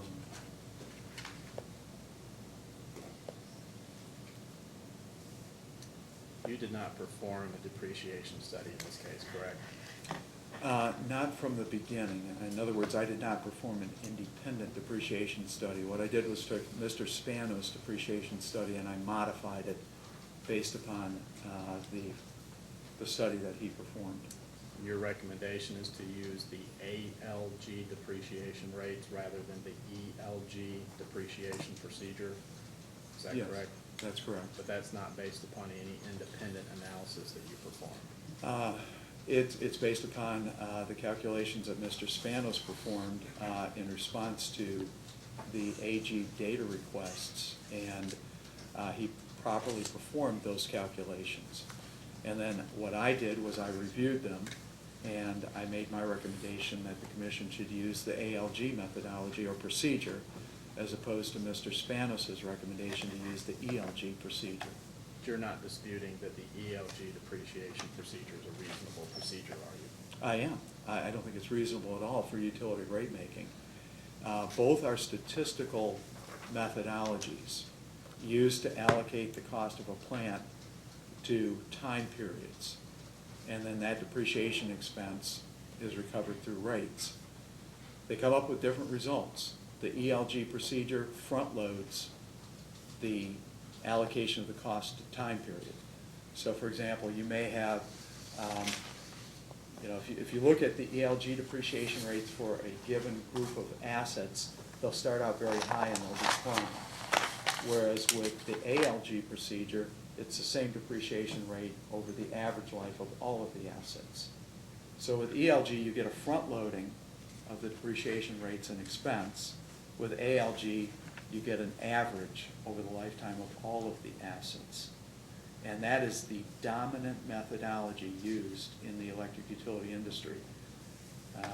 If we're going to compare rates of return and things like that, and normalization methodologies throughout the electric utility industry, then the dominant depreciation procedure is ALG.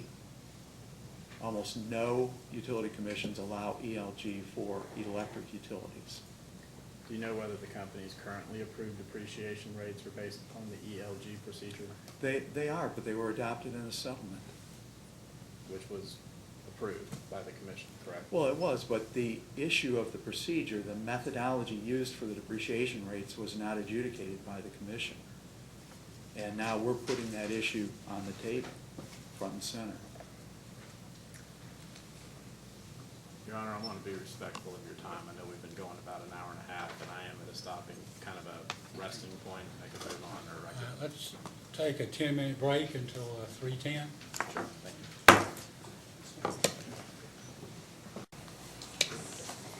We are now back on the record. Mr. Sanford, do you wish to continue your cross-examination? Yes, sir, Your Honor, thank you. Mr. Collin, you do not offer any opinion regarding the decommissioning study that was submitted in this case, correct? That's correct. Your recommendation of the commission is that it should not assume that the company will dismantle its retired power plants, but rather will retire them in place. Is that correct? Right. I'm recommending that the commission assume that the company will retire its power plants in place, which historically has been the case in Kentucky.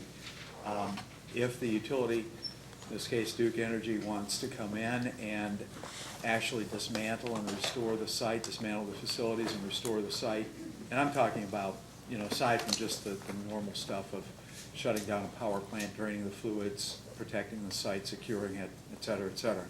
But as far as dismantling the facility and the site restoration, come into the commission for authorization, much like a CPCN, and say, listen, this is what we want to do. We think it's going to cost $10 million or $12 million, whatever the case may be at that time. And these are the alternatives we've looked at. These are the competitive bids we've gotten.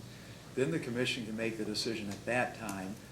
And if it's a go-ahead and there's dismantling and site restoration, the company can then undertake that process, and there will be a relatively minimal effect on customers' bills to recover those costs. So it's not an issue of whether or not the utility recovers the cost, it's when the utility recovers the cost, and then only if the commission determines that it's appropriate to dismantle and restore.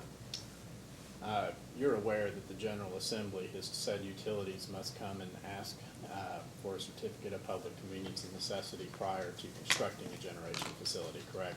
Yes. Are you aware of any statutory requirement that a utility would have to seek approval prior to retiring a generation facility? Objection, Your Honor, asking, as far as he's asking for a legal opinion. Abstained. I'm not aware of any statute. It was sustained. You're not an attorney. I'm so- sorry. Answer, I Mr. misheard To you. my point, I'm Mr. trying- Chair. After all this time, I'm trying to help you once. and Thank you, thank you. Mr.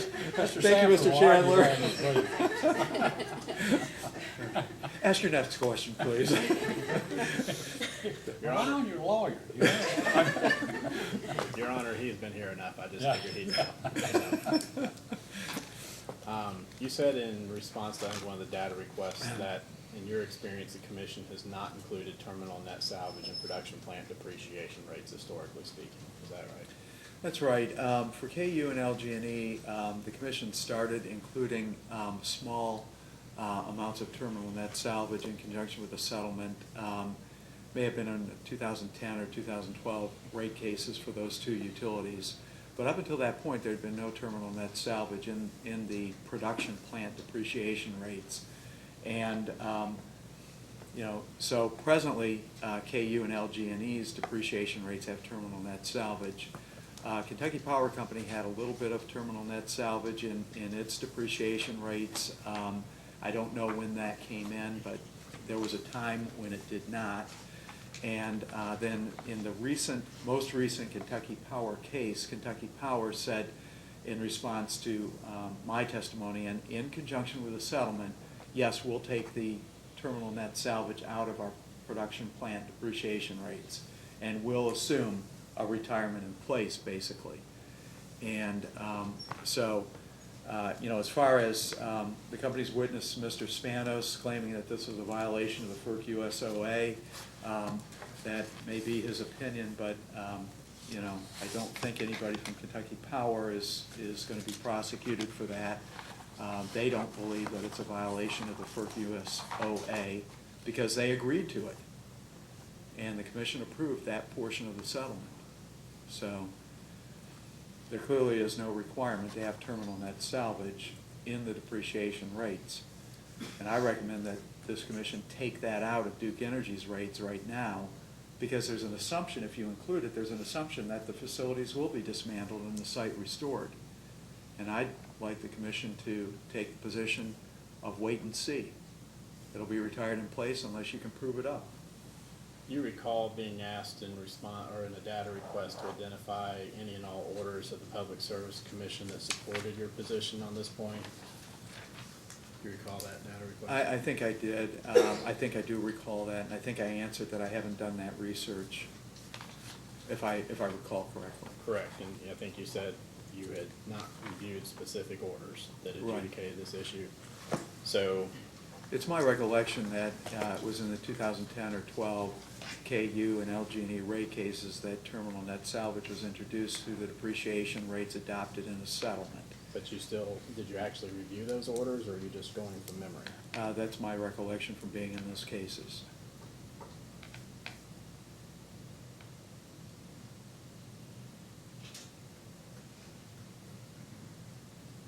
You were also asked to support a statement in your testimony that dismantlement and site restoration is often not the economic alternative when compared to retirement in place, but all you cited in response to data requests was, again, your experience, quote unquote. Does that sound right? Yes. Basically, the same steps have to be taken to secure the site, regardless of whether you dismantle the facilities or not. And Mr. Kopp said that in his testimony and in response to discovery. And so that's kind of a given. But then after that, just to simply maintain the site, put a fence around the perimeter and, sensors or whatever you do to secure that site, there's very little cost associated with that. When you compare that to spending 20 or 30, or in the case of Duke Energy here, they have an expected cost of $64 million to dismantle and restore the sites for East Bend, Miami, Fort Six, and the Woodsdale units. To just maintain those sites without spending that money necessarily is cheaper. You don't need to do a study to reach that conclusion. So you have not taken the time to find any studies to support your conclusion over the last several weeks? I have not. I will tell you that in the years past, I've reviewed many studies with respect to nuclear plants. And there is an option with nuclear plants called Safe Store, where you put the units into a safe condition and you just simply maintain them indefinitely. And generally speaking, that is much cheaper than actually going through the demolition and the cleanup process that is necessary for a nuclear facility. So there are those types of studies out there. I did not go back and attempt to locate those for the company. I figured if the company was interested seriously, it could do that research itself, but I have seen those studies. So it's your testimony that all the decommissioning costs should only be recovered at the end of a unit's life? Well, that's right, because you don't know whether or not the facility is going to be dismantled or the site restored, or if it's just going to be left in place and, secured and left in place. And the company wants the commission to assume today what will happen with these power plants and the sites 30 and 40 years into the future. And what I'm recommending is that you not make that decision today, but that you wait until you see what, or a future commission decide at that time, what is the appropriate way to move forward. Do you secure the site and leave the facilities in place? Or do you dismantle them and restore the site? And at that time, you know what the cost is going to be, so you can make an informed decision. Today, you're guessing as to, well, you're essentially making a commitment to dismantle and restore, and you're guessing at the cost. And I don't think you need to do that. Are you familiar with the concept of cost causation and utility regulations, such that the cost associated with the use of a utility asset should be borne by those who actually have the benefit of the asset? I would say that the definition of cost causation is somewhat different than that. I think what you're talking about is just a principle where some people would assert that the customers who use assets then should pay for them as they go, basically. I mean, that's a nice principle, and I think maybe generally applicable, but it's moved around with a great deal of elasticity. And for example, you may start out with an estimated 30-year life on a power plant, but in year 32, it's obvious that that power plant still has more in it. And so over time, that power plant ends up being useful for 50 years. But meanwhile, the customers who used it for the first 25 years under the assumption of a 30-year life have essentially prepaid it. And indeed, that's what I'm seeing here in the company's request. The customers today will prepay costs that you don't even know need to be incurred, let alone what amount will need to be incurred.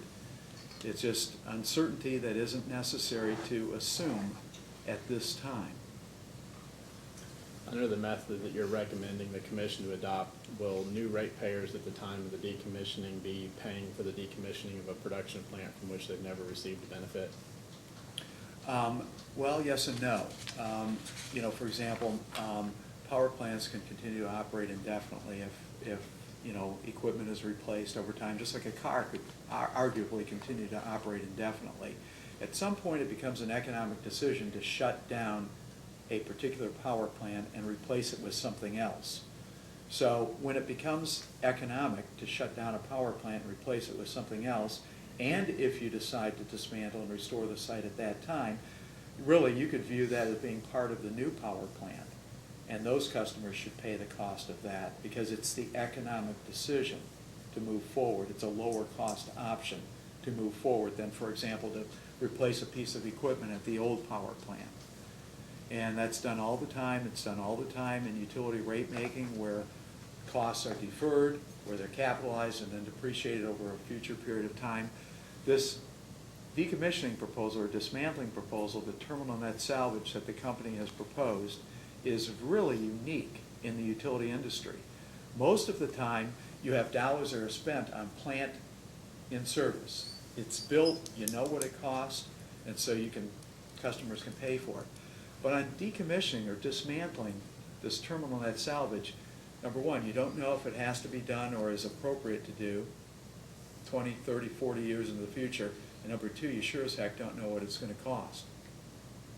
So, you know, I mean, it's a big difference compared to plant in service that's operating bricks, mortar, stacks, cooling towers. You know what all of that stuff costs, but you don't know what this stuff out here in the future is going to cost. And what they want to do is preemptively recover it. I'd say, I don't think that's a good idea. Isn't it true that there's a generational inequality for ratepayers to pay the cost of retirement and dismantlement of a production plant, and they may not have been the ratepayers who benefited from the facility's operation? Well, I can't answer that question yes or no, because it really goes to the economic decision to shut down a power plant rather than replace components. And I mean, you're always going to need capacity if you're a vertically integrated utility. And so if you shut down a power plant, it's because the next economic option is perhaps a new power plant or a purchase power agreement. So arguably, the shutdown costs or the dismantling costs then are a cost associated with the next economic option. So I think I'm in essence disagreeing with your paradigm. You're arguing that it's a cost that should be borne by today's customers because it's something that will have to be paid in the future. I'm arguing it's really cost of shutting down the power plant at some point in the future if it is actually incurred, but it's then a cost of the new capacity or the new purchase power agreement, and so it's appropriate for those customers to pay for it. So you have on one hand an argument prepay today. Under my perspective and my recommendation, pay after the fact in conjunction with shutting the power plant down at that time. This sort of reminds me of the old Wimpy saying, "I'll gladly pay you Tuesday for a hamburger today." Well, I don't think the analogy holds up, but it was still funny. So. You don't believe that this would create an unfunded future liability that the next generation of ratepayers will have to pay? Well, if indeed it is something that needs to be done, let's make that determination at that time, and then it would be part of the next step, the replacement generation cost or the replacement PPA cost. Because, obviously a decision has to be made if you're going to retire a unit and shut it down. Okay, because it's not economic to continue operating it. So it's part of the dismantling cost, and it's part of the economic decision to go forward with the next capacity selection. You advocated the same position in a case recently before the North Carolina Utilities Commission, didn't you? I think so. I've testified in a lot of cases. I believe that I did. May we approach as she's slowly approaching? Yes, you may.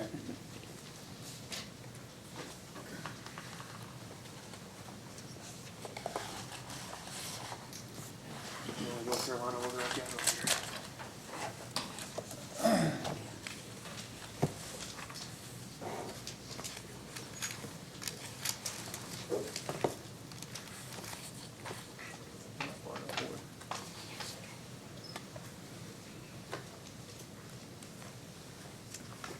Can you identify this document for me? Yes. This is an order issued by the North Carolina Utilities Commission, or a copy of an order, involving Virginia Electric and Power Company. And were you a witness in this proceeding? I was. This order addresses a settlement agreement among all of the parties to that proceeding with the exception of my client, Nucor Steel. And my counsel, or the counsel for Nucor Steel, decided to litigate against the settlement agreement using my testimony as the litigation positions. And so the commission, and I'm just going through this because I think some context here is important. The commission was faced with either accepting a settlement agreement signed by all of the parties to that case or adopting specific positions advocated by Nucor's counsel that I had addressed in testimony before this settlement was formulated. Well, I think you as commissioners would really ask yourselves, hey, listen, I'm presented with a settlement agreement. Am I going to then address all of these other issues, or am I going to really focus on the settlement agreement? And the first thing this order does is focus on the settlement agreement. It determines the settlement agreement is reasonable, and then it goes through each of the issues that I had identified in the litigated case and says, well, we don't agree with Nucor Steel on this, or we don't agree with Mr. Collin on that. And, quite frankly, faced with a settlement agreement, I'd probably take the same approach. And that's exactly what happened here. So I just wanted to give you, Mr. Chairman and Madam Commissioner, some context here. So. Mr. Chairman, he's welcome to answer my questions before I ask them. I think he's explained it. Okay. They did not adopt his position Sure. as advocated in the North Carolina case, and he has articulated, at least in his opinion, why. Would you look at page 42 of that order? Sure. Okay. And the heading there says depreciation rates for Warren County CC and Brunswick County CC, correct? That's right. Would you come over to the next page, 43, the second full paragraph that starts out in support of his position? Yes. And then would you come down, I believe it's the 8th line of that paragraph, starting out witness Collin, further recommended?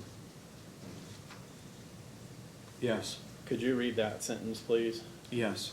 Witness Collin further recommended that the commission ignore projected interim retirements and net salvage in this proceeding, since these units are new and have almost no history of interim retirements or net salvage. Witness Collin argued that these parameters should be introduced and supported by competent evidence in the company's next depreciation study. If you reach back, Commissioners, into the earlier discussion about this, you'll see that Virginia Electric Power solicited depreciation rates from Mr. Spanos, whom you saw here the other day. He sent them a letter and said, oh, these are good depreciation rates, no study, no analysis, nothing. And so I criticized that, and I said, listen, basically, Commission, what you should do is you should just take for these new combined cycle generating units, just determine what you think the life is and depreciate those units over that life, but don't put a kicker in there for net salvage. And the North Carolina Commission rejected that just simply because, and again, the context is there was a settlement, and there was no way that they were not going to approve that settlement. So, anyway. Would you look at page 44? Okay. The paragraph that begins that based upon the evidence presented in this proceeding. Yes. Would you look at the, I believe it's the 6th line, the sentence that starts, the commission concludes? Yes. The commission concludes that Nucor witness Collins' recommendation to ignore interim cost of removal and net salvage is unsubstantiated, and witness Stevens' testimony that witness Collins' proposal would be contrary to generally accepted accounting principles in the FERC uniform system of accounts has not been challenged. And again, this is a situation where the utility put in testimony in support of the settlement, and then, my counsel went ahead and opposed the settlement for some reason, and then the commission found against everything that I said in this testimony. I had no opportunity to respond to the company's criticisms of my testimony. I mean, the format was as I described to you. So I would just encourage you not to read really any value into this order because of the context, the circumstances involved, and how the depreciation issues were addressed in that case. Sometimes I've noticed that, that people say, well, you shouldn't beat a dead horse. Sometimes it's hard to know when the horse is really dead. But I think this horse is dead. We understand the testimony and the principles, and I think it can be addressed in a brief. I'm sure you're going to make this exhibit. Sure. But his position, Mr. Collins' position, and Duke's position, I think has been well articulated, and I don't think there's any doubt that we understand all we need to know about it. ultimately before we start discussing a possible decision. Okay. Now, I don't want to cut you off, but I think the point's been made. I have two more topics, if I may, Your Honor. Talking about taxes, in your testimony, you didn't take into account the Tax Act's elimination of bonus depreciation, correct? That's correct. In my quantifications, I did not, but I agree that that would definitely be the case, and I accept the company's quantification, as I said, in response to my direct examination on that issue.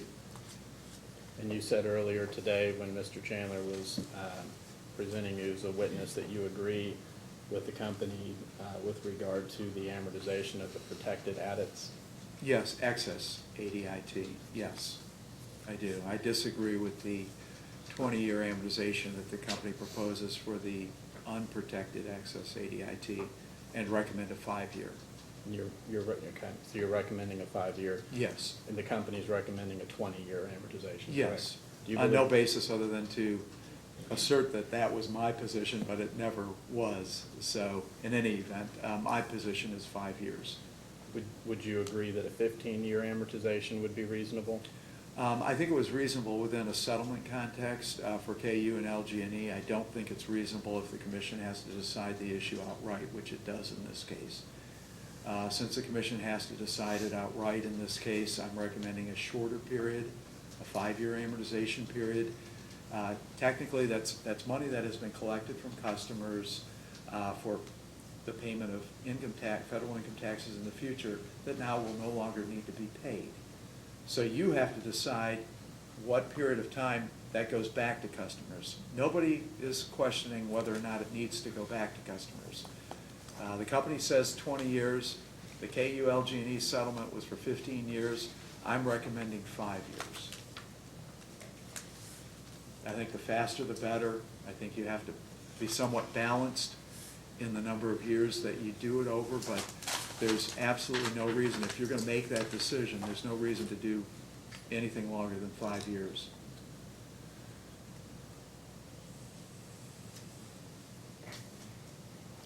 Let's talk briefly about Rider FTR that you've offered testimony on. Okay. You would agree with me that each of the costs to be recovered in Rider FTR are incurred pursuant to FERC-approved rates? Yes.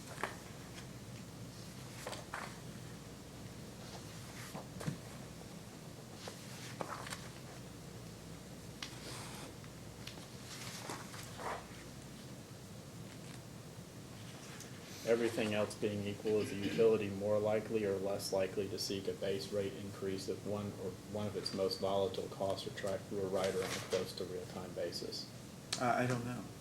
I mean, I don't know what other facts and circumstances exist. I mean, we can look at reality, and that reality is that the company has been subjected to these RTO costs now for, I don't know how many years, since 2003 or 6 or something like that, but hasn't been in for a rate case since 2006, roughly 12 years.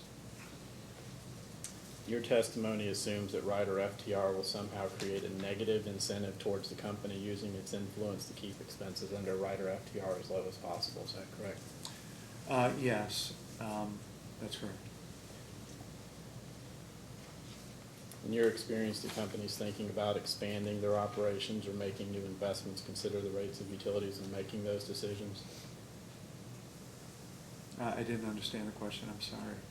In your experience, do companies thinking about expanding their operations or making new investments consider the rates of utilities when making those decisions?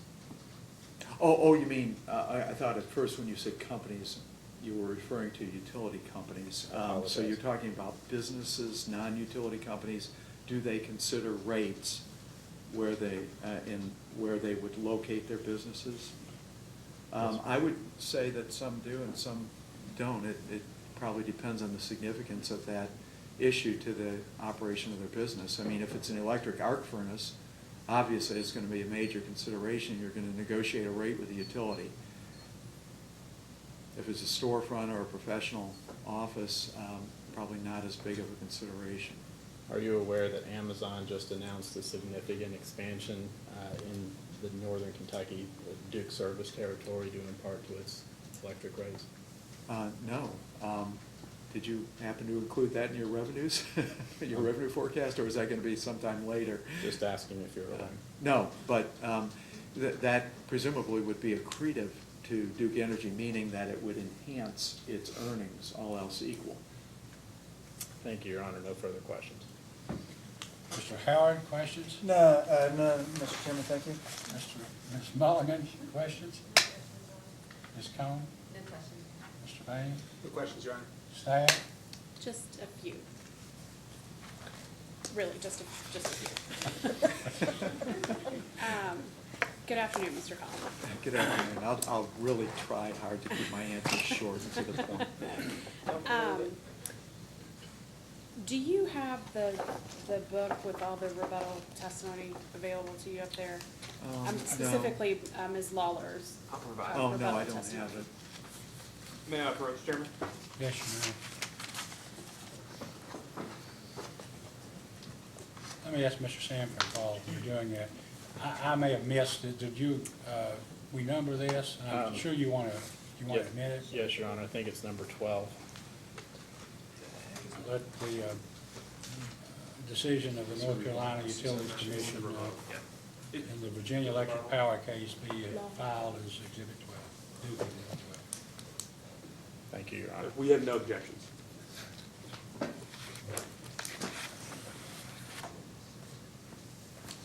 If you could look at Sarah Lawler's rebuttal testimony, Mr. Collins, on page 6 specifically. Okay. I'm there. Okay, and she is talking on page 6 about the inclusion of deferred DSM costs and capitalization. Yes. Have you reviewed her testimony at all? I have, yes. Okay. After you reviewed her testimony, is it your position that the inclusion of the deferred DSM costs and capitalization is still proper? Is proper?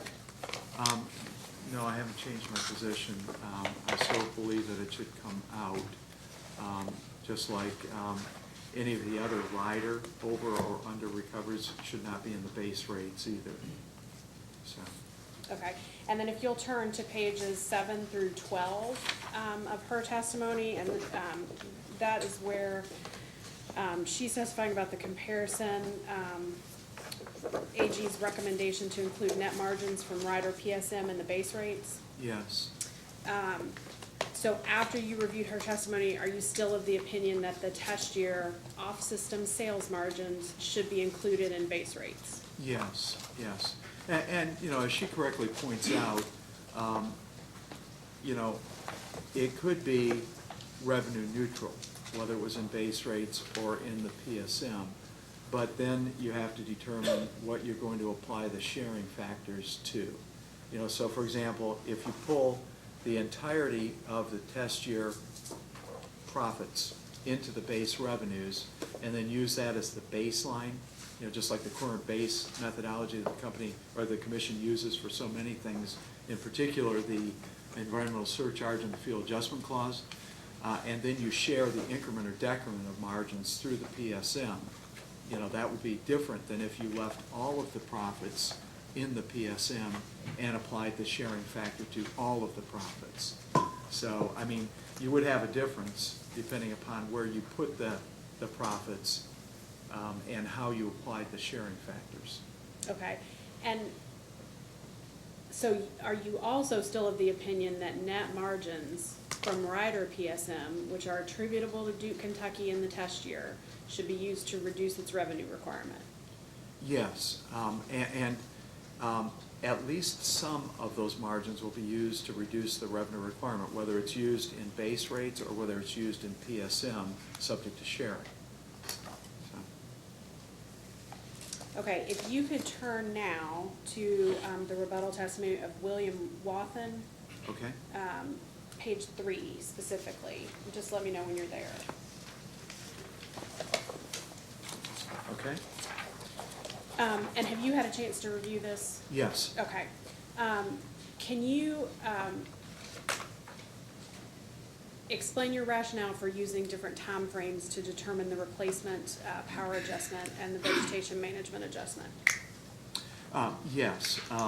With the replacement power, we had 3 years of actual information, or as the counselor pointed out, we actually had 2 years and 9 months of actual. The company now has updated that with, I think, 3 years and 1 month of actual information since the end of 2014.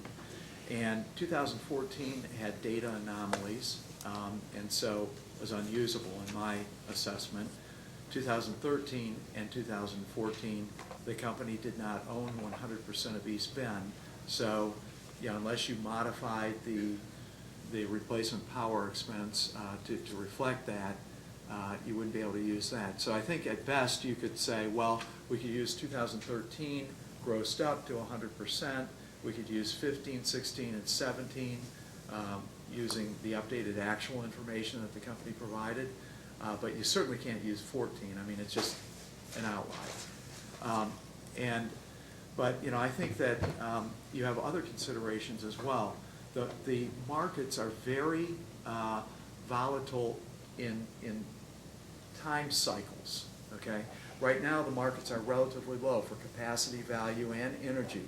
Okay, but 3 or 4 or 5 years ago, the markets were much higher, and so then the question is, how much of that from the past should influence what you've included in your test year today? And I'd say the better option is to take the 3 most recent years of data, because that's pretty consistent with what we think is going to happen in 18 and 19, and just use that. And then you use a deferral accounting to capture the difference. And I think that's fair. So I mean, the basic argument is, what do you put into base rates and what do you recover today through the cash rates? Over time, the company's going to be made whole, customers are going to be made whole. But I think the starting point should be the most reasonable estimate of what you're going to have for the replacement power over the next couple of years. So. Okay. And if you could now turn to April Edwards' rebuttal testimony, page 10. Who is that? April Edwards. Oh, okay, okay.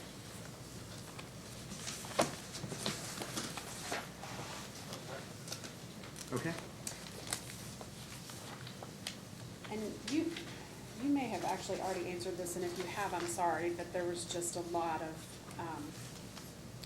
of testimony about the vegetation management time frame, and I just want to make sure. Does her rebuttal testimony affect your opinion at all of what is a reasonable amount of vegetation management expenses for the year, for the test year? I'm sorry. Well, I have not changed my recommendation, but I will say, to be fair, that she has additional information, actual information for 2017. It appears to me to be unreasonably high for 2017 compared to the base year, but I don't have any way to actually assess that. If you accept that, then the company's estimate for the test year is roughly comparable to the actual amount spent, according to Ms. Edwards, for 2017. But I don't have any way to assess that. I went through the base year. That's all the information that I had available to me. Okay. And if you could go back to Mr. Wathen's rebuttal testimony on page 9. Okay.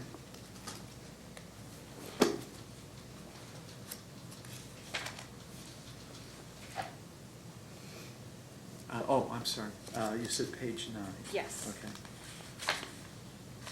Okay. Okay. Were you able to review Mr. Wathen's rebuttal attachment, WDW-rebuttal-2, which I think is confidential, so I don't know if he was able to review it or not. Is that the one where he redid the 15-year analysis with the savings only without the incremental costs? I think that's what that one is. Yes. Yes, yes. May I Yeah. provide a copy, Chairman? Yes, you may.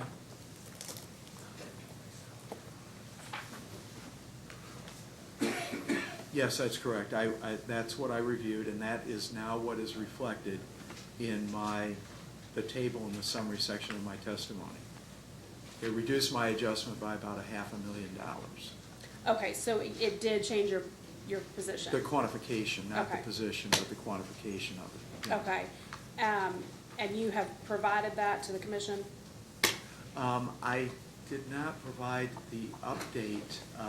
In other words, I did not do a revised spreadsheet because I accepted Mr. Wathen's quantification shown on his rebuttal exhibit 2.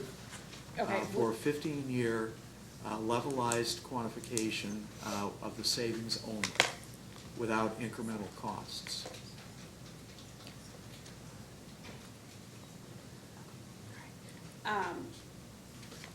Okay, that's all the questions I have for you, Mr. Collins. Okay. Commissioner Matthews, questions? The only question I have, Mr. Collins, is if a refund to customers of the tax, deferred taxes is spread over 15 years or 20 years, isn't that likely to compensate customers by way of this smaller utility bill or charge who never participated in paying the taxes in the first place? Over a longer period? Yes. I would tend to agree with that, yes. In other words, the money has been collected, and so it's, you know, for the purpose of paying federal taxes that now won't have to be paid. So probably the best thing to do would be to give it back to the people who paid it as quickly as you can. And so that would argue for a shorter period. No further questions. Counsel? I do think I can do some redirect very quickly, if that's okay. Just whatever time it takes. Well, may I approach? Yes, you may. I've learned that endurance is part of the quality I have here. And maybe Mr. McNeil. Thank you.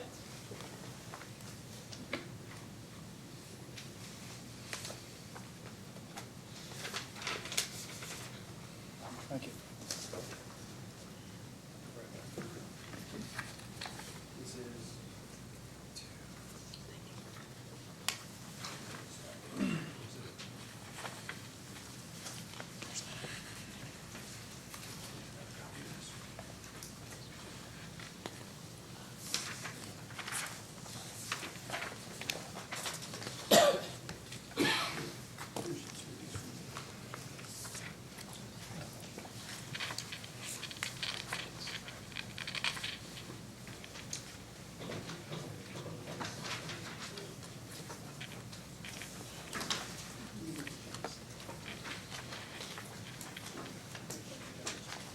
Chandler, do you intend on just using these So or the- introducing it either? Yeah, thank you, Chairman. I believe that the order from case number 2016-172 that was referenced earlier will be Attorney General's number 10, is to the best of my recollection what will be. Okay. And then the other handout is in the record. It's part of Mr. Spanos' rebuttal. I won't be. Thank you. Just as a couple of preliminary matters, do you remember saying something earlier about people from, employees from AEP being prosecuted for violating the FERC Uniform System of Accounts? Was that a joke? No, I mean, it was intended to make a significant point, you know, that Mr. Spanos said that my recommendation of excluding terminal net salvage from the production plant depreciation rates would violate the FERC Uniform System of Accounts. And, you know, the FERC doesn't prosecute people, so obviously that part was a kind of a little bit of a facetious statement. But the point being that the FERC Uniform System of Accounts does not say you have to include terminal net salvage in the depreciation rates. And the proof of that, I will suggest to you, is that KU and LG&E did not have terminal net salvage in their depreciation rates for many, many years, until approximately 10 years or so ago. And AEP, Kentucky Power, just recently agreed to take it out of their depreciation rates. So if this was truly a violation of the FERC Uniform System, as Mr. Spanos claims, then KU would have been in violation, LG&E would have been in violation in the past, and Kentucky Power would be in violation today. And I can tell you that their auditors would then not sign off on their Form 1 filings with the FERC or on their SEC financial statements. And in fact, that has not been the case. They have signed off on those, so. Do you remember being asked earlier the differences between ALG and ELG? Yes, And do you have a document in front of you that seems to be 4 pages from Mr. Spanos' rebuttal testimony? I do, yes, And have you reviewed this before? yes. And would you agree that this is an illustration of his to show the differences between ELG and ALG? It does, and what it shows is that ELG will every time result in higher depreciation rates in the early years than the ALG methodology.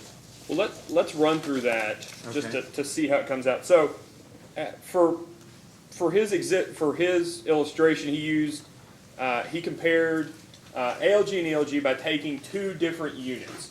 And both units have an original cost, the same original cost of $1,000 each, correct? That's correct.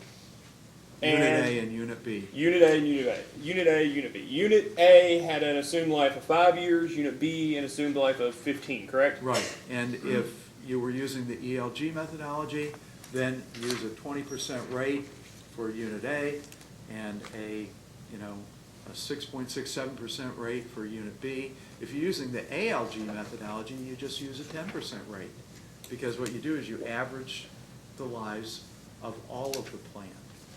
So let's just walk through it quickly then. So Okay. for ALG, you take the 5-year of A and the 15-year of B and add them and divide by 2, correct? Yes. And so it's $2,000 is the total for both units. Well, you dollar weight it, but in this case, since both of them have the same dollar investment, Right. that's what you do. You just add up the And- lives of each and divide by 2. And divide by 2. So it's $2,000 divided by 20 years. That's divided by 10 years. That's $200 per year Depreciation depreciation expense. each year over the 10-year period. At a 10% rate. 10% rate. 10% rate. Now with ELG, it's A is at 5, B is at 15 again.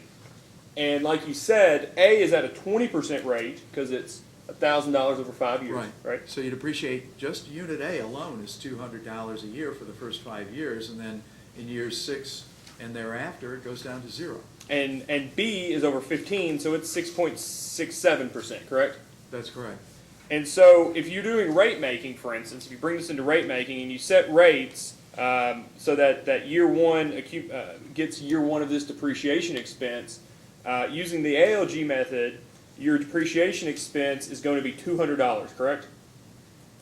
That's right, for Unit A. And so that's the amount of expense you're going to recover through rates. Yeah, if you set rates right at that time to recover Right. the 200. And all things equal, using ELG, your year one expense that rates are calculated on are $266 Right. and 67 cents. And Because- so Yeah, go ahead. because you're gonna get the $200 for Unit A and the $67 for Unit B, and you're gonna get that in your rates, $267, until rates are changed again. And let's talk about rates of change again. So year 1 through 5, everything's going swimmingly, and year 6, rates are not reset, right? Right. There's no rate case Okay? activity until 10 beyond year years. 6. How let's about just 10 say. years into the future? Maybe that's right. There's no rate case activity for 10 years. So in year 6, what is the depreciation expense that the company actually has in this for ALG? Okay, what happens is that you've got $267 under ELG for years 1 through 5. In year 6 under ELG, it drops down to 67. And it's 67 in year 7, 67 in year 8, 67 in year 9, 67 in year 10. But if you set your rates at the 267 and you don't reduce them in year 6, you keep collecting at the 267, even though your depreciation expense drops down to 67. So your rates reflect a $266.67 expense, but you don't have that whole expense anymore, do you? Right, right. So Okay. if you look at just years 6 through 10 then, you're basically recovering an extra $200 per year, and you're basically then recovering $3,000 over the 10-year period instead of only $2,000. That's what's fundamentally wrong with ELG. It front loads the depreciation expense, and because you don't have real-time rate making, where rates are reduced when the depreciation goes down, you keep collecting at that same level, even though the expense goes down. And is it your understanding, having worked in Kentucky for a while in this field, that utility, it's up to utilities essentially to come in for rate cases? It is, it Okay. is. So- And, you know, with Duke Energy, I mean, it was 18 years, or something like, 14 years, I guess, between 1991 and 2006, and then 2006 to 2017, roughly 12 years. So, I mean, that's the time period that we're looking at for Duke Energy historically, for the last two cases. One took 14 years, and then this one took 12 years. So if you're getting ELG rates, you know, where some of the assets are being depreciated over 2 or 3 years, rather than over the average for the plant, like ALG does, then, you know, you're almost guaranteed to over-recover your depreciation expense. There's an illusion of accuracy in the calculation of the expense, but it falls down when you look at the rate-making recovery. Because as the expense drops, the rate-making recovery does not drop. So the utility almost inevitably over-recovers. Do you remember being asked earlier about the depreciation rates and the use of ELG that Duke currently has? Yes, And did you read Mr. Spanos' rebuttal testimony on that subject? I did. And did you know that in both the questions and Mr. Spanos' rebuttal that the readers and the audience was directed to, let's just talk specifically about Mr. Spanos' rebuttal, that the reader was directed to look at the case 2016-172 as to the commission's acceptance to the ELG depreciation rates? I think so. Okay. That's okay. Okay, I know there was a lot in there. Right, Excuse me. right, okay. Is it your understanding that the company's use of ELG was came about as part of a settlement in case number 2006-172? Oh, okay, you said 2016, 172. Sorry. That was my mistake, I should have said something. 2006, 172, the ELG depreciation rates were adopted as part of a settlement. And do you- go The ahead. commission did not affirmatively adopt ELG depreciation rates. So do you mind, do you have a copy of that order in front of you? That I just handed you? Oh, yes, I do. Yes. Do you mind to turn to page 6 of that order? Okay, And just let me know when you're there. okay, I'm there.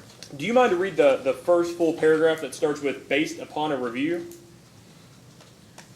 Based upon a review of each provision in the settlement agreement, this is from the commission's order, part of approving the settlement, basically.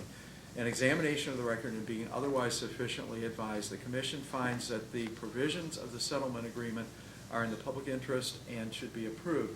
Commission's approval of the provisions of the settlement agreement is based solely on their reasonableness in toto and does not constitute precedent on any issue.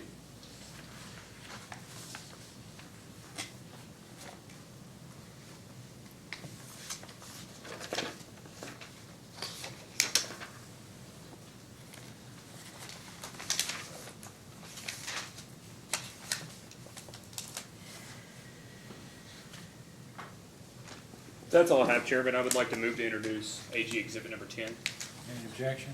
No objection, Your Let Honor. it be admitted as AG Exhibit Number 10. Counsel, anything No, sir. else? Anyone else have any additional questions for this witness? I just had one. Mr. Cullen, when I was asking you about April Edwards and her rebuttal testimony, and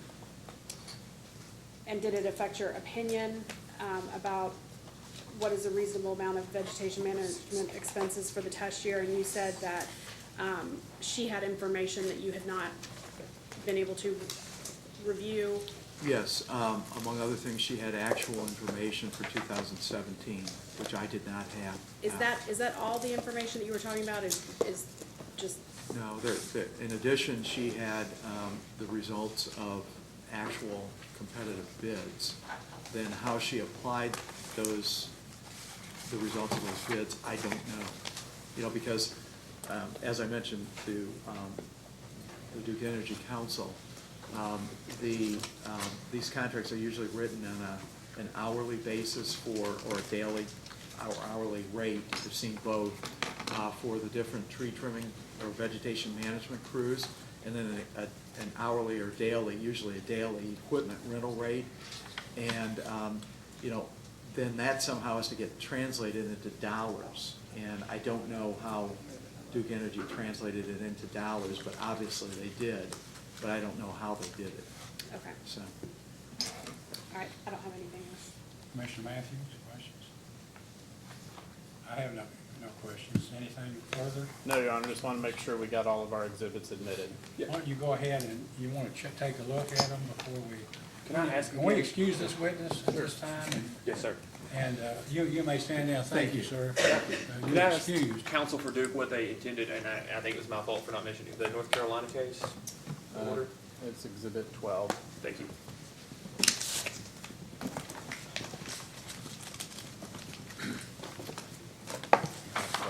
Okay, council, want to take a second, make sure you have all your exhibits. I think, looks like we're good.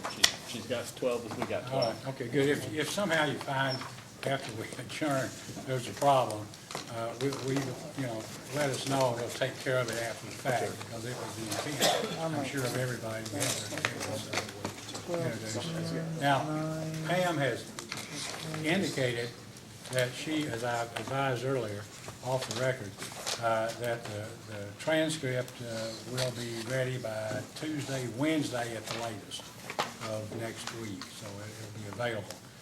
With that behind us, is there any reason why counsel for the respective parties can't have their post-hearing data request filed by March 13th? I think that's, no, I'm sorry, yeah, that's what, Tuesday, next 3 business days. Have them asked. Asked, not answered, but No, asked. we have no issue with next Tuesday. Sure. I don't know if y'all have I don't any or think not, I but, don't know that we had any, Your Honor.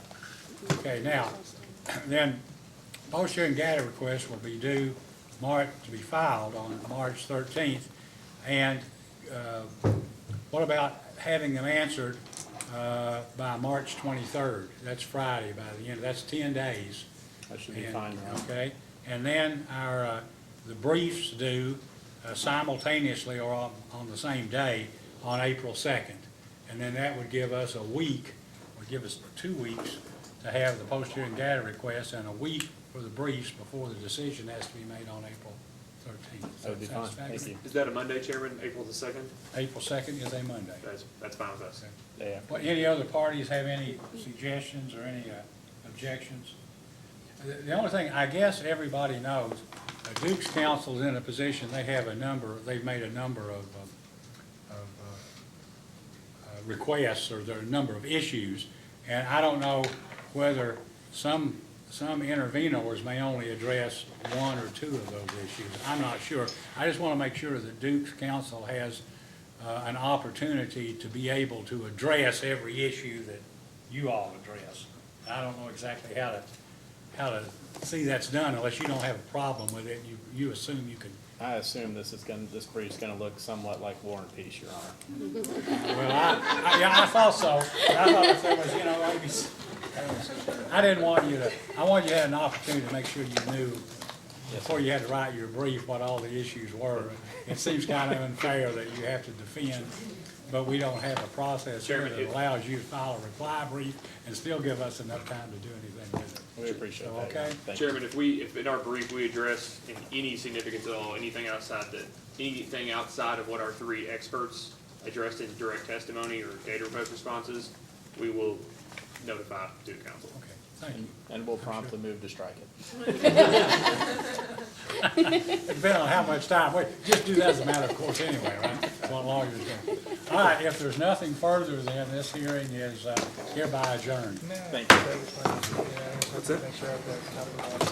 Yeah.